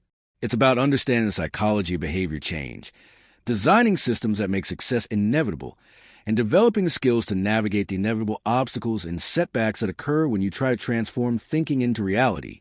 This final chapter will provide you with proven frameworks for implementation excellence. You'll learn techniques used by successful entrepreneurs, elite athletes, military special forces, and other high performers who must consistently execute under pressure and deliver results that matter. More importantly, you'll develop your own systematic approach to implementation that allows you to capture the full value of your critical thinking capabilities rather than letting insights remain trapped in analysis. The implementation gap. Why smart people struggle with execution. Before exploring implementation techniques, it's crucial to understand why the gap between thinking and action is so persistent and challenging, even for intelligent, motivated people. The planning fallacy. Research by Daniel Kahneman and others shows that people consistently underestimate the time, effort, and resources required to complete projects, even when they have extensive experience with similar work. This leads to unrealistic implementation plans that break down when they encounter predictable obstacles. Analysis paralysis. The same critical thinking skills that help you analyze problems thoroughly can become obstacles to action when you become trapped in endless research, planning, and optimization rather than beginning implementation and learning through experience. The motivation discipline paradox. Initial motivation for change is often high, but motivation naturally fluctuates over time. People who depend on motivation alone to drive implementation find their efforts stalling when enthusiasm wanes, which is inevitable for any significant change or long-term project. Systems versus goals confusion. Most people focus on what they want to achieve, goals, rather than the processes that will produce those achievements, systems. Goals provide direction, but systems create results. Without systematic approaches to implementation, even clear goals remain unrealized. Identity behavior misalignment. James Clear's research on habit formation shows that lasting behavior change requires identity change, not just behavior modification. If your implementation efforts conflict with your sense of who you are, they will consistently fail despite your best intentions. Environmental friction. Your physical and social environment either supports or undermines your implementation efforts. Most people try to change their behavior without changing their environment, making success much harder than it needs to be. Feedback loop failures. Effective implementation requires rapid feedback about what's working and what isn't, but many people design implementation plans without built-in feedback mechanisms, making it impossible to correct course quickly when problems arise. The Implementation Excellence Framework. Professional project managers, military planners, and elite performers use systematic approaches to bridge the thinking-action gap. The following framework synthesizes the most effective techniques across these domains. Phase 1. Strategic preparation. Before beginning implementation, invest time in preparation that dramatically increases your probability of success. Outcome specification. Define success with precise, measurable criteria rather than vague aspirations. Instead of, improve my health use, reduce body fat to 15%, run a 5K in under 25 minutes, and complete strength training sessions 3 times per week for 6 months. Constraint analysis. Identify the resources, skills, time, and support you'll need for successful implementation. Then honestly assess what you currently have and what you need to develop or acquire. Risk assessment. Use pre-mortem analysis to identify likely failure modes and develop contingency plans before problems arise. Environmental design. Modify your physical and social environment to support rather than undermine your implementation efforts. Phase 2. System architecture. Design processes and structures that make success more likely and failure less likely. Minimum viable routines. Instead of trying to implement complex changes all at once, identify the smallest daily or weekly actions that would move you toward your objectives. These routines should be so small that you can maintain them even during difficult periods. Example: if your goal is to write a book, your minimum viable routine might be writing 200 words per day rather than trying to write for hours when you feel motivated. Progressive loading. Plan to gradually increase the difficulty or scope of your implementation efforts over time rather than starting at full intensity. Checkpoint systems. Build regular review points where you assess progress, identify obstacles, and make necessary adjustments to your approach. Accountability mechanisms. Create external pressure and support for your implementation efforts through commitments to other people, public declarations, or formal coaching relationships. Phase 3. Launch strategy. How you begin implementation significantly affects your long-term success. Implementation intentions.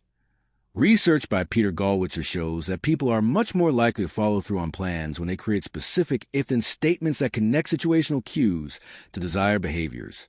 Example: if it's 6 a.m. on a weekday, then I will immediately put on my running shoes and go for a 20-minute run. Habit stacking. Link new behaviors to existing well-established habits rather than relying on motivation or memory to trigger them. Example: after I pour my morning coffee, I will immediately review my 3 priorities for the day. Social launch.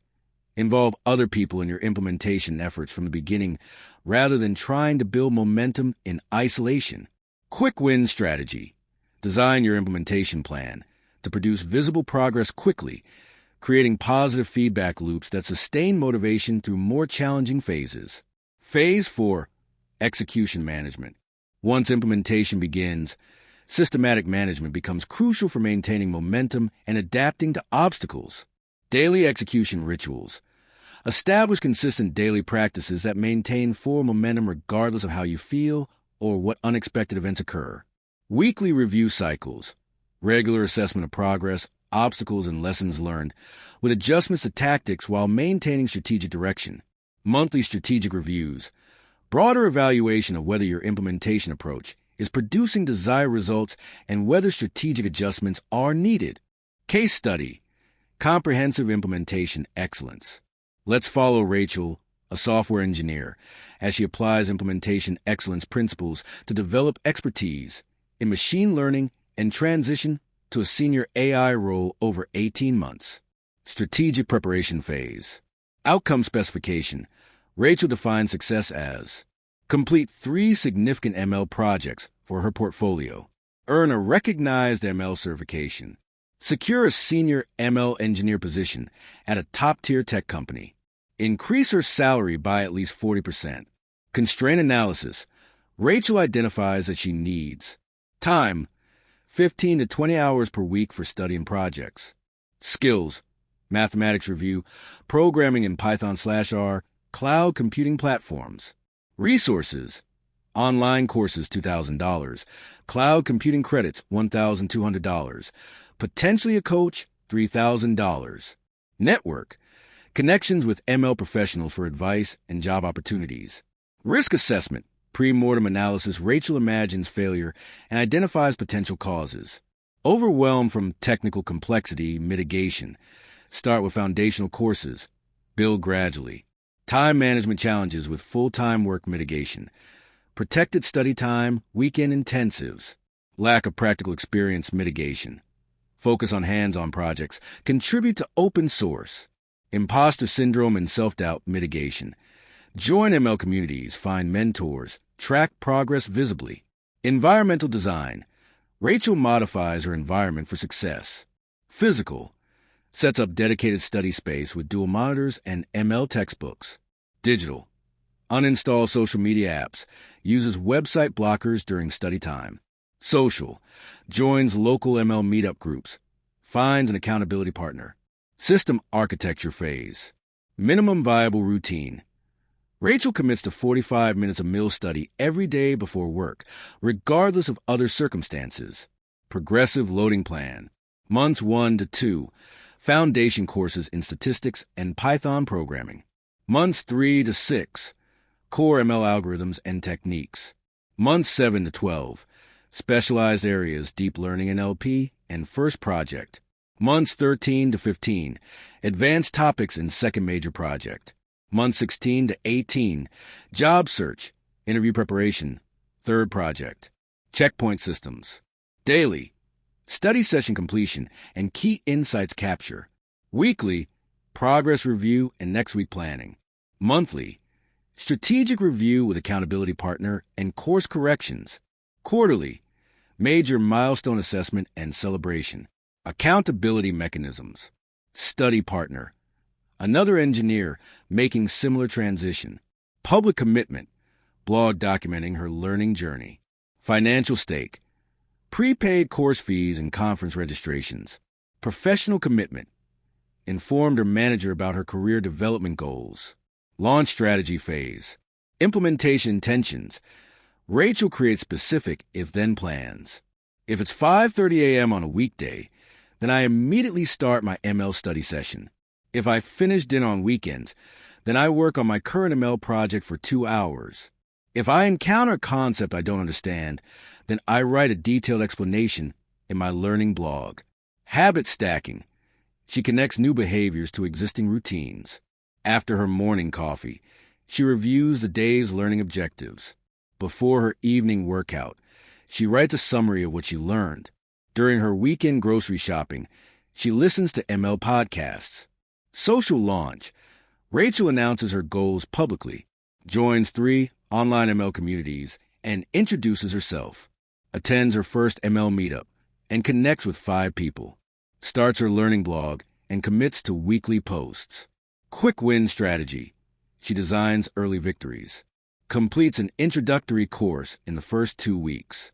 Builds a simple linear regression model by week 3.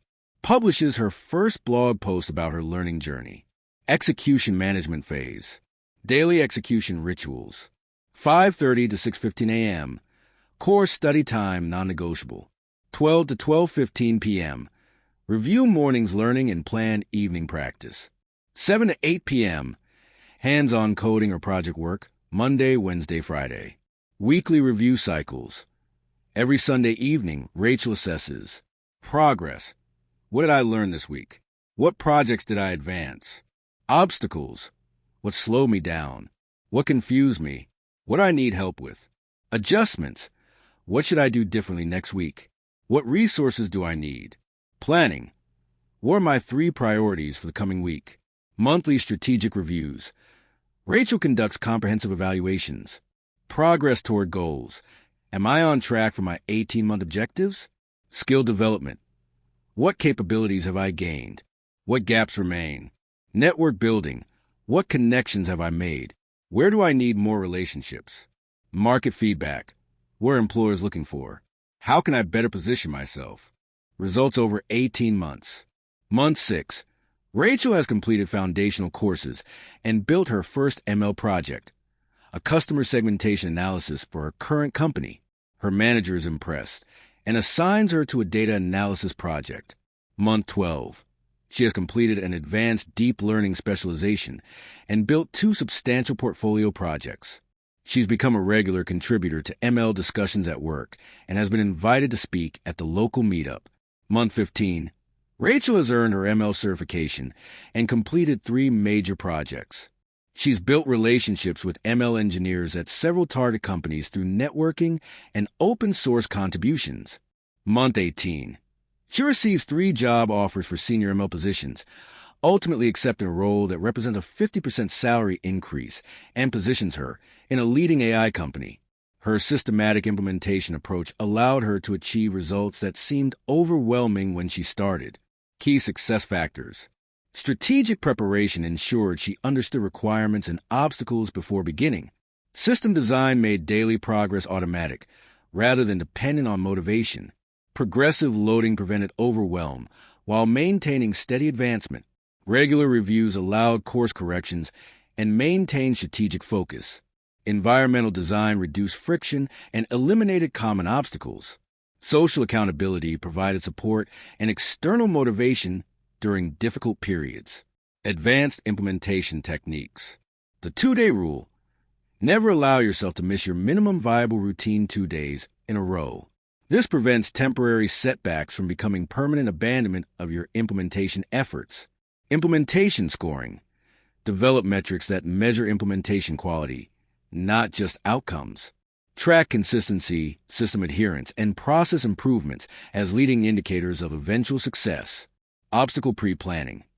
For each element of your implementation plan, identify the 3 most likely obstacles and develop specific responses before they occur.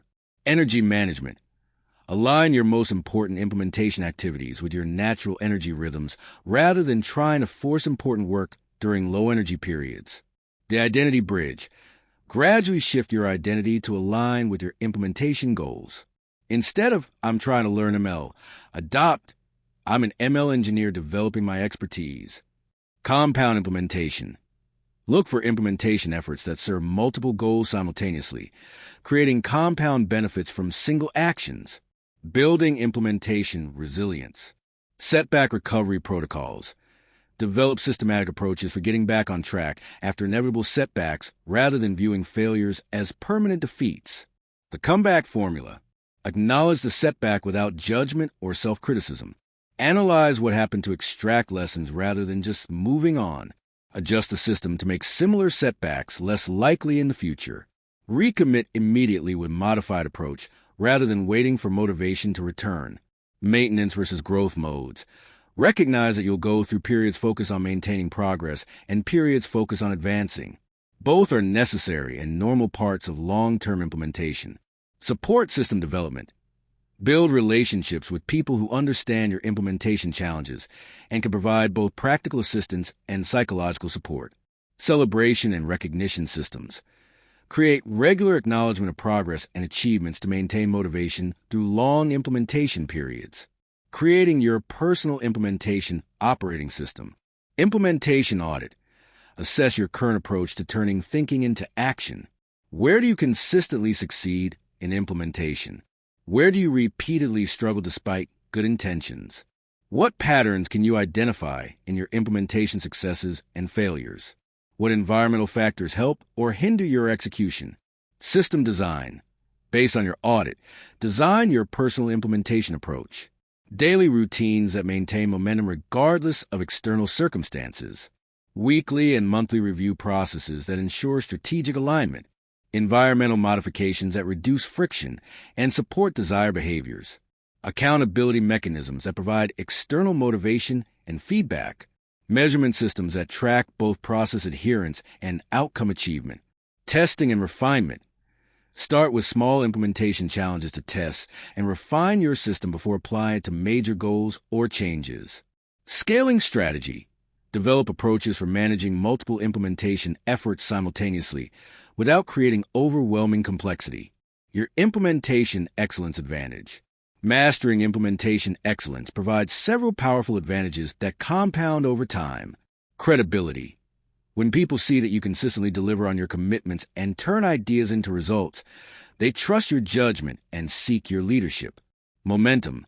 Each successful implementation builds confidence and capability for future efforts, creating an upward spiral of achievement. Compound results. Implementation excellence allows you to capture the full value of your critical thinking capabilities, creating compound benefits from improved decision-making. Resilience. Systematic implementation approaches help you maintain progress through setbacks and challenges that derail others. Opportunity recognition. People who can execute effectively are given more opportunities because others know they can be counted on to deliver results. Life satisfaction.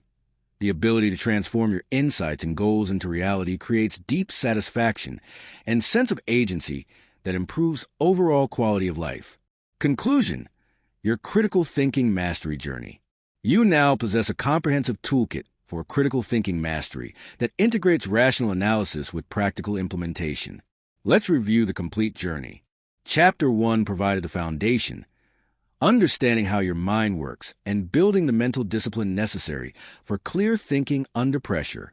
Chapter 2 helped you develop clarity about your authentic goals and values, creating the North Star that guides all subsequent thinking and decision-making. Chapter 3 taught you to gather and evaluate information systematically, turning you into an intelligence analyst for your own life who can separate signal from noise. Chapter 4 developed your capacity for systems thinking, helping you see the big picture and understand how complex factors interact to create the reality you're navigating.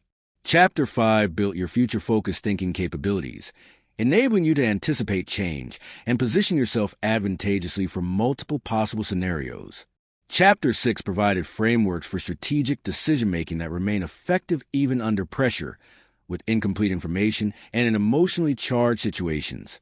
Chapter 7 showed you how to leverage tools, frameworks, networks, and systems to multiply your thinking power far beyond what's possible with individual cognitive capabilities alone. Chapter 8 developed your adaptive intelligence, ensuring you can maintain effectiveness even when circumstances change rapidly and dramatically. Chapter 9 taught you to understand and influence others by applying critical thinking to human psychology, communication, and persuasion. Chapter 10 brought everything together by providing systematic approaches to implementation that turn insights into measurable results in the real world. The path forward, becoming a master critical thinker. Critical thinking mastery isn't a destination.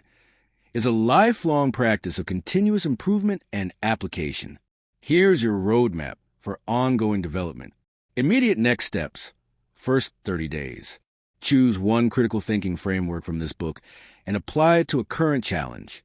Begin implementing one daily thinking practice, such as morning reflection questions or evening decision analysis. Identify one area where you need better information and apply the research techniques from Chapter 3.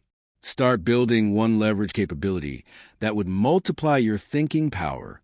Short-term development, 3 to 6 months. Work systematically through the major frameworks, applying each one to relevant situations. Build your network of thinking partners and advisors. Develop your personal knowledge management system. Practice adaptive thinking by regularly updating your mental models based on new evidence.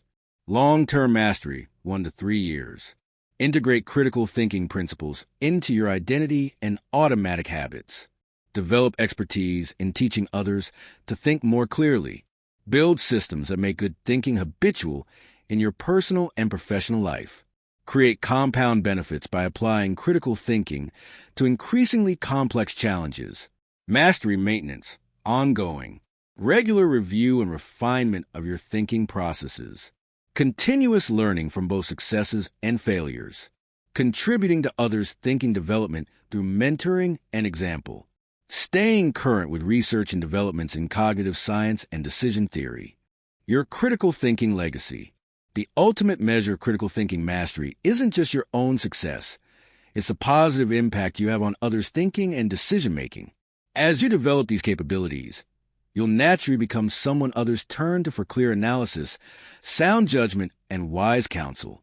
You'll model what it looks like to think before reacting, to change your mind when evidence warrants it, to consider multiple perspectives before concluding, and to turn insights into action consistently. In a world where clear thinking is increasingly rare and valuable, you'll become a force for rationality, wisdom, and positive change. The techniques in this book have been developed and refined over decades by researchers, practitioners, and high performers across many fields. They work. The only question is whether you'll apply them consistently and systematically enough to transform not just how you think, but how you live. The world needs more critical thinkers. People who can see clearly through complexity, make sound decisions under pressure, and bridge the gap between insight and impact. You have the tools. You understand the principles. You know the path forward. Now it's time to think your way to a better life, not by chance, but by choice. Your critical thinking mastery journey begins now. Epilogue: The Quiet Revolution of Clear Thinking.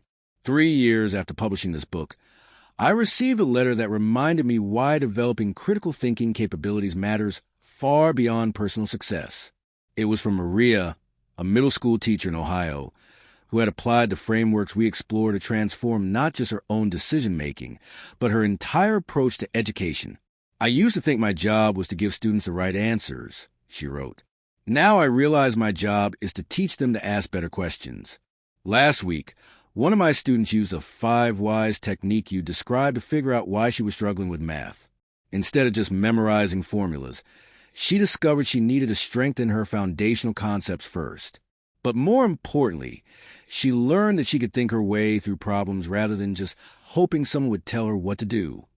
That same student is now helping her parents analyze whether they should refinance their mortgage using the decision-making framework from Chapter 6. A 12-year-old is teaching her family to think more systematically about a major financial decision. These tools don't just change individual lives, they ripple through families and communities. Maria's letter captures something profound about the nature of critical thinking. It's contagious in the best possible way. When you think more clearly, you naturally help others think more clearly too. When you ask better questions, you inspire others to question their assumptions. When you make decisions based on evidence rather than emotion or social pressure, you model a different way of engaging with the world. The compound effect of better thinking.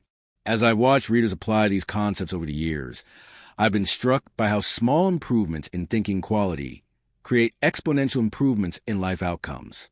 The frameworks we've explored aren't just tools for solving problems.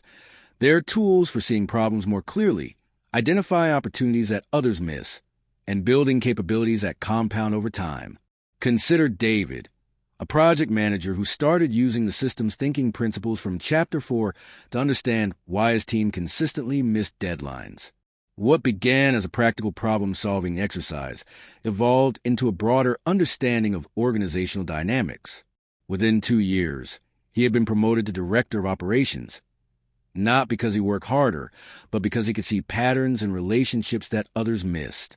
Or take Jennifer, who applied the future-focused thinking techniques from Chapter 5 to navigate a career transition during industry upheaval. By developing scenarios and building adaptive capabilities rather than just hoping for the best, she positioned herself for opportunities that her peers didn't even recognize. More importantly, she developed confidence in her ability to handle uncertainty, a skill that serves her in every aspect of life. These aren't unusual success stories. They're the natural result of applying systematic thinking to important decisions and challenges. When you think more clearly about what you want, how to get it, and how to adapt when circumstances change, better outcomes become inevitable. Beyond individual success, the ripple effects. But the most meaningful impact of critical thinking extends far beyond individual achievement. In our age of information overload, social media echo chambers, and institutional skepticism, the ability to think clearly about complex issues has become a civic responsibility as much as a personal advantage. Every time you resist the urge to share an unverified claim on social media, you're contributing to a culture of intellectual integrity. Every time you ask, what evidence would change my mind? Instead of just seeking confirmation for your existing beliefs, you're modeling intellectual humility. Every time you help someone else think through a difficult decision using systematic frameworks, rather than just giving them your opinion, you're building their capacity for independent judgment. We live in a democracy that depends on citizens' ability to evaluate complex policy proposals, assess competing claims about everything from economics to healthcare, and make decisions that affect not just themselves but future generations. The frameworks in this book, systems thinking, information evaluation, probabilistic reasoning, scenario planning, aren't just useful for personal decisions. They're essential for civic engagement in a complex world. The ongoing challenge. Thinking in a reactive world. Perhaps the greatest challenge facing critical thinkers today is maintaining discipline and depth in a culture that rewards speed and emotional intensity over accuracy and nuance. Social media algorithms amplify outrage and oversimplification. News cycles reward immediate reaction over thoughtful analysis. Political and commercial interests benefit from people who act on impulse rather than reflection. In this environment, choosing to pause before reacting, to seek multiple perspectives before concluding, and to change your mind when evidence warrants it can feel like swimming against a powerful current. The immediate social rewards often go to those who express strong opinions quickly and confidently, regardless of whether those opinions are well-founded. But this is precisely when critical thinking becomes most valuable. When everyone else is reacting, the person who can think clearly has an enormous advantage. When others are trapped in emotional responses to immediate events, the person who can see patterns and longer-term implications can position themselves wisely. When complexity overwhelms most people into paralysis or oversimplification, the person with systematic frameworks can navigate effectively. The frameworks we explored aren't just intellectual tools. They're forms of mental armor that protect you from manipulation, help you maintain agency in chaotic situations, and allow you to make decisions based on your authentic values rather than social pressures or emotional impulses. The path of continuous learning. One of the most important insights I hope you've gained from this journey is that critical thinking is not a destination, but a practice. Even after mastering the frameworks we've discussed, you'll encounter situations that challenge your assumptions, reveal blind spots in your analysis, or require you to think in new ways. This is not a limitation of critical thinking. It's a feature. The world is genuinely complex and constantly changing. New research reveals better ways to understand human psychology. Technological advances create novel decision-making contexts. Social and economic systems evolve in ways that require updated mental models. The hallmark of mature critical thinkers is not that they have all the answers, but that they remain curious, open to new evidence, and willing to update their approaches when circumstances warrant it. They understand that intellectual humility, acknowledging the limits of their knowledge, is a source of strength, not weakness. A personal reflection: why this matters to me. I want to share something personal about why I wrote this book and why I believe these ideas matter so deeply. Like many people, I spent years making decisions based on incomplete analysis, emotional reactions, and social expectations rather than systematic thinking. I chose a college major because it seemed impressive rather than because it aligned with my interests or capabilities. I stayed in relationships longer than I should have because I was afraid of admitting mistakes rather than honestly assessing whether they were working. I made financial decisions based on hope and marketing rather than careful analysis of risks and probabilities. The costs of poor thinking compound over time. Years spent in careers that don't fit. Relationships that drain energy rather than providing support. Financial stress from preventable mistakes. Missed opportunities because I couldn't see patterns that were obvious in retrospect. But more than the personal costs, I became troubled by watching our broader culture struggle with increasingly complex challenges while seemingly losing the ability to think clearly about them. Climate change, economic inequality, technological disruption, global health crises. These issues require exactly the kind of systematic, evidence-based, long-term thinking that we explored in this book. Yet public discourse increasingly rewards the opposite. Emotional appeals over careful analysis, tribal loyalty over independent thinking, simple explanations over nuanced understanding. We're facing 21st century challenges with 19th century thinking patterns, and the results speak for themselves. Writing this book became my way of contributing to what I think of as a quiet revolution, helping individuals develop the thinking capabilities that our complex world requires. Every person who learns to think more clearly, make better decisions, and resist manipulation becomes a force for rationality in an increasingly irrational world. Your role in this revolution. As you continue applying these concepts, I want you to remember that you're not just improving your own life, you're contributing to a broader cultural shift toward clearer thinking and better decision-making. Every time you ask, what's the evidence of this claim? Instead of just accepting what sounds plausible, you're modeling intellectual rigor. Every time you acknowledge uncertainty instead of pretending to have more knowledge than you do, you're demonstrating intellectual honesty.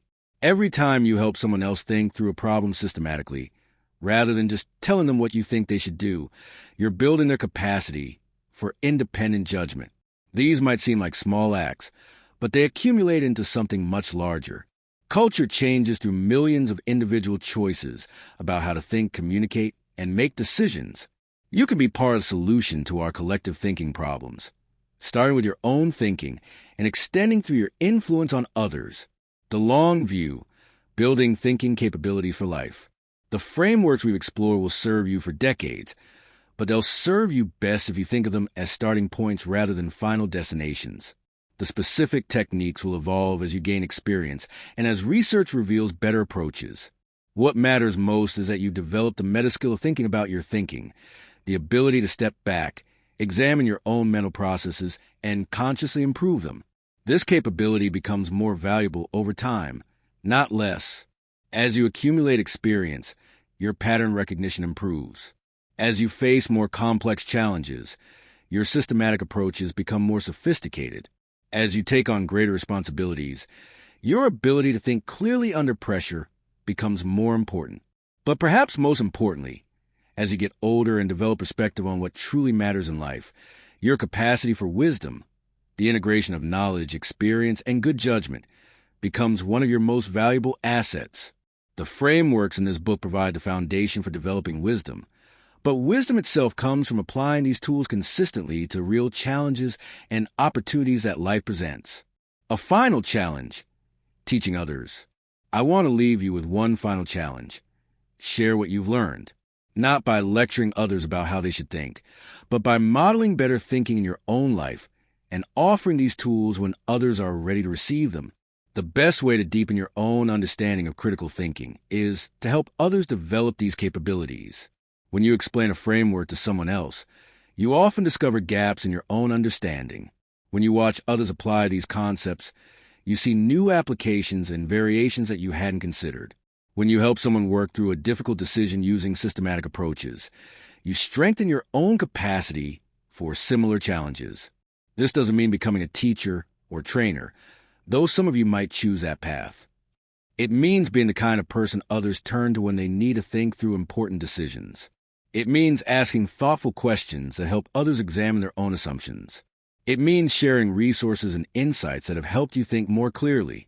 Over time, you'll find that teaching others to think better is one of the most satisfying ways to use these skills. There's deep fulfillment in helping someone see a situation more clearly, make a better decision, or develop confidence in their own analytical capabilities. Closing. The journey continues. As I finish writing this epilogue, I'm struck by how much my own thinking has evolved through the process of creating this book. Teaching forces learning. Writing forces clarity. Attempting to synthesize complex research and practical experience into accessible frameworks forces you to understand these concepts more deeply than you would through reading or casual application alone. This is fitting, because critical thinking is ultimately about continuous learning and improvement rather than reaching some final state of perfect rationality. We're all beginners in the face of new challenges, unexpected circumstances, and evolving contexts. The goal isn't to eliminate uncertainty or guarantee perfect outcomes. It's to develop reliable processes for thinking as clearly as possible with whatever information and time we have available. You now have those processes. You understand how your mind works and how to work with its strengths while compensating for its limitations. You know how to gather and evaluate information, see patterns and systems, plan for multiple futures, make decisions under pressure, leverage external resources, adapt to changing circumstances, understand and influence others, and turn insights into results. More importantly, you understand that these are learnable skills that improve with practice, not fixed traits that some people have and others don't. Every challenge you face becomes an opportunity to strengthen these capabilities. Every mistake becomes information that improves your future thinking. Every success builds confidence in your ability to think your way through whatever life presents. The world needs people who can think clearly about complex problems, make sound decisions under uncertainty, and help others navigate an increasingly complicated reality. You have the tools to be one of those people. Use them well. The future depends on it.